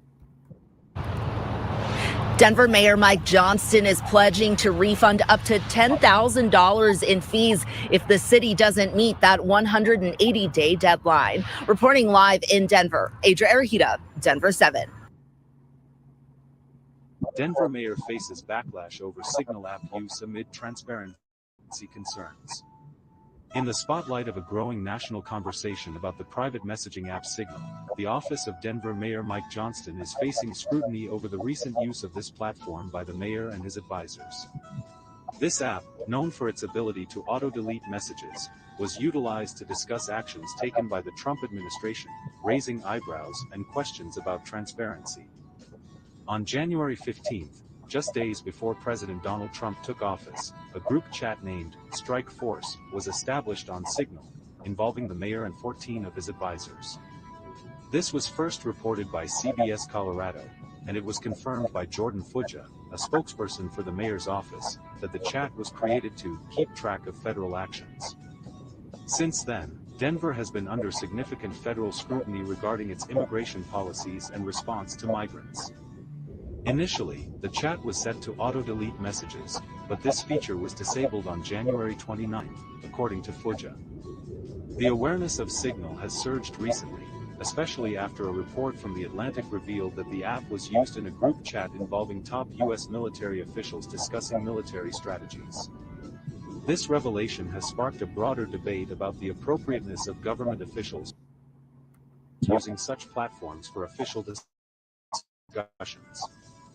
Jeff Roberts, director of the Colorado Freedom of Information Coalition, expressed concern, stating, "The more public business is discussed on apps where messages can be deleted within hours or days, the harder it is to get an understanding of how government does its business." In defense of the app's use, FBAs explained that Signal provides a practical solution for large organizations where team members use different operating systems and receive a high volume of messages daily. Signal allows people to efficiently receive real-time updates and share information, she noted in a text message. The app's popularity is on the rise, with over 2.7 million downloads this year alone, marking a 36% increase compared to the same period last year. Many federal employees have turned to Signal since Trump's second inauguration, seeking to protect their communications. FBAs clarified that the group chat did not breach the city's records retention laws. However, there may have been violations of internal policies regarding the use of the app on government-issued devices. Amanda Weston, a spokesperson for Technology Services, stated that city employees sign an annual technology use agreement outlining the proper use of city devices. While Signal was not specifically mentioned in these agreements, FBAs confirmed that employees who had downloaded the app on their work phones have since removed it. Our administration immediately addressed the issue for the few who inadvertently downloaded the app on a city-issued phone as soon as we were made aware of the policy, she said. FBAs also emphasized that the group chat has not included sensitive information or been used for policymaking decisions. Roberts expressed ongoing concerns about the use of apps like Signal by government officials, noting, "It's hard to get a handle on because the records don't exist." The challenge arises when messages that could provide insight into government operations are automatically deleted. This isn't the first time Signal has stirred controversy in Colorado politics. In 2023, former state lawmaker Elizabeth Epps and Representative Bob Marshall filed a lawsuit against their fellow Democratic legislators, claiming the app's use violated the state's open meetings law. In 2024, a new bill was passed that exempted digital communications from the open meetings law but allowed those communications to be requested as public records. Stay informed about Colorado politics by subscribing to our weekly newsletter, The Spot. Today, Trump's border czar, Tom Homan, said the prosecution of leaders of so-called sanctuary cities and states is coming. Democrats at the state capitol want to set up a $4 million legal defense fund for state leaders, money that could also be used to try and protect Colorado's interests if the Trump administration tries to claw back federal funding. Today, the State House advanced the Democrats' bill to give Governor Jared Polis's office control over $4 million the state previously set aside to match federal grants. The bill's sponsors want to use that funding to hire additional staff to fight against future federal funding freezes, money they say has already been promised to Colorado. Hundreds of millions of dollars across various federal agencies have been abruptly frozen and in some cases then unfrozen. We are in uncharted territory. In this moment where federal funding has been frozen, we have examples of that with Medicaid, SNAP, and numerous individual grants. We need to have the flexibility to respond to protect the state's interests. House Republicans are united against this bill at the Capitol, but they don't have enough votes to stop anything. Today, they echoed Trump's language about enemies of the state. I don't think that there should be something funding a sanctuary state, funding something that makes us look like political enemies, or as a state, we are enemies of the state. That money could also be used to fund work by the Attorney General's office to defend state leaders against federal prosecution or congressional inquiries. The city of Denver set aside $2 million to handle a congressional investigation that led to a Republican member of the House referring Denver Mayor Mike Johnston for federal prosecution. This week is Earth Week. Today, Denver Mayor Mike Johnston and DPS Superintendent Dr. Alex Marrero visited Polaris Elementary to highlight a growing partnership to advance climate education. The city says since 2022, DPS students have led more than 2,000 sustainability projects. Nearly 1,000 have trained for clean energy jobs, and 14 schools now feature solar-powered outdoor classrooms. Marrero also took time to thank students who are preparing themselves for a modern workforce. We can't prepare you for jobs, careers, and experiences that don't yet exist when you have the best pulse on what you need to be prepared for the future. So please continue to tell us what we need, because that's exactly how this initiative started. The initiative includes solar carports, which the city says helps 300 families save on energy bills. It's expected to grow to 700 families by 2027 once Denver finishes its community solar projects. Covering Colorado business for you tonight, Denver Mayor Mike Johnson visited a restaurant on East Colfax to try and show support for businesses impacted by all the construction taking place. Mayor Johnson visited Bourbon Grill, that is right on the corner of Colfax and Pearl. We've told you about some of the business concerns there, that construction along Colfax would hurt their bottom line. The project will create dedicated bus lanes eventually from downtown Denver to West Aurora. The mayor says Colfax has some great businesses along that stretch and people should make the effort to support them. The mistake people can make is you drive through Colfax and you see it's under construction and you don't stop. Or even worse yet, you just skip Colfax altogether because you think it's all closed. And that has a real impact on the businesses here. The mayor put on that Bourbon Grill uniform you see there, helped out with the lunch rush. The mayor says he will visit more businesses along Colfax to try and help out during all this construction. All right, so there's one more piece of business, and that is Juneteenth. Juneteenth this year now has been reduced to a day for lack of funding. When I was coming up here in Denver, Juneteenth was a whole week. Now it's been reduced to a week, a day.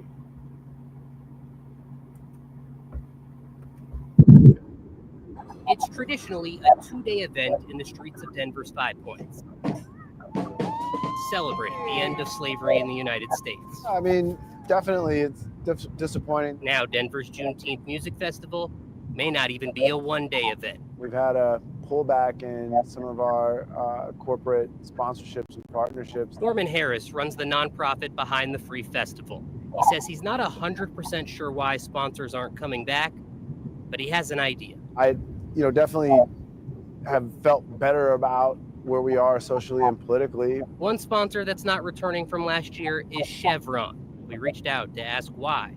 Chevron told us it monitors attendance, and its sponsored display at the event, quote, didn't garner enough audience interest to warrant renewal. The attendance has been up. It's grown year over year since 2012. We've got verifiable data that shows that. This year, Juneteenth Music Fest isn't alone in losing donors. Denver Pride said recently it's lost more than 60% of its sponsorship funds because of political pressure and rollbacks in DEI budgets. We didn't get any official explanations from companies, so I can't really come out and speak for other organizations. Still, Juneteenth is just a couple months away. I'm focused on the next 50 plus days. And Harris says if Denver wants a Juneteenth music festival, he doesn't have time to focus on the why. We all, play a role in making the world what we want it to be, and so we just have to figure it out and work more and work harder to get there. I reached out to several past sponsors tonight asking if they've pulled out of this year's event. Bonfee Stanton told me they just chipped in another $20K after they heard about all of this to try to help with the festival's funding gap. Spencer Soysher, 9 News. New this evening, Denver's Juneteenth Music Festival is facing a major funding shortfall. Festival organizers say this is due to a sharp decline in corporate sponsorships. The festival will shift to a single-day format. In the past, it was 2 days. The festival is also hoping to raise $80,000 to make sure the now single-day event can still move forward. Denver's Juneteenth Festival is one of the largest in the entire country. Yep, it is. All right, y'all, I'm going to close this out. Appreciate y'all tapping in. Appreciate Unabraded Darkness for joining me. Make sure y'all subscribe to his channel too, The Underrated Darkness on YouTube. But yeah, appreciate y'all tapping in. Finally got through the continuation of the Frontline Black News Season 5, Episode 4, Part 3, or Part 3. We might be on hiatus for a week or so, Black family. So please listen to our past episodes and like and subscribe to all the platforms. They're all in the description. Frontline Black News, The Revolutionary Agenda, and also What's Cracking TV with Jay Militant. So peace, love, light, reparations, and separations, and Black empowerment. Chain Krumah, signing off from the Mile High Income and Illegal Migrant Flooded City. Peace. Or soon to be arrested city. Need to arrest Johnston immediately. Peace.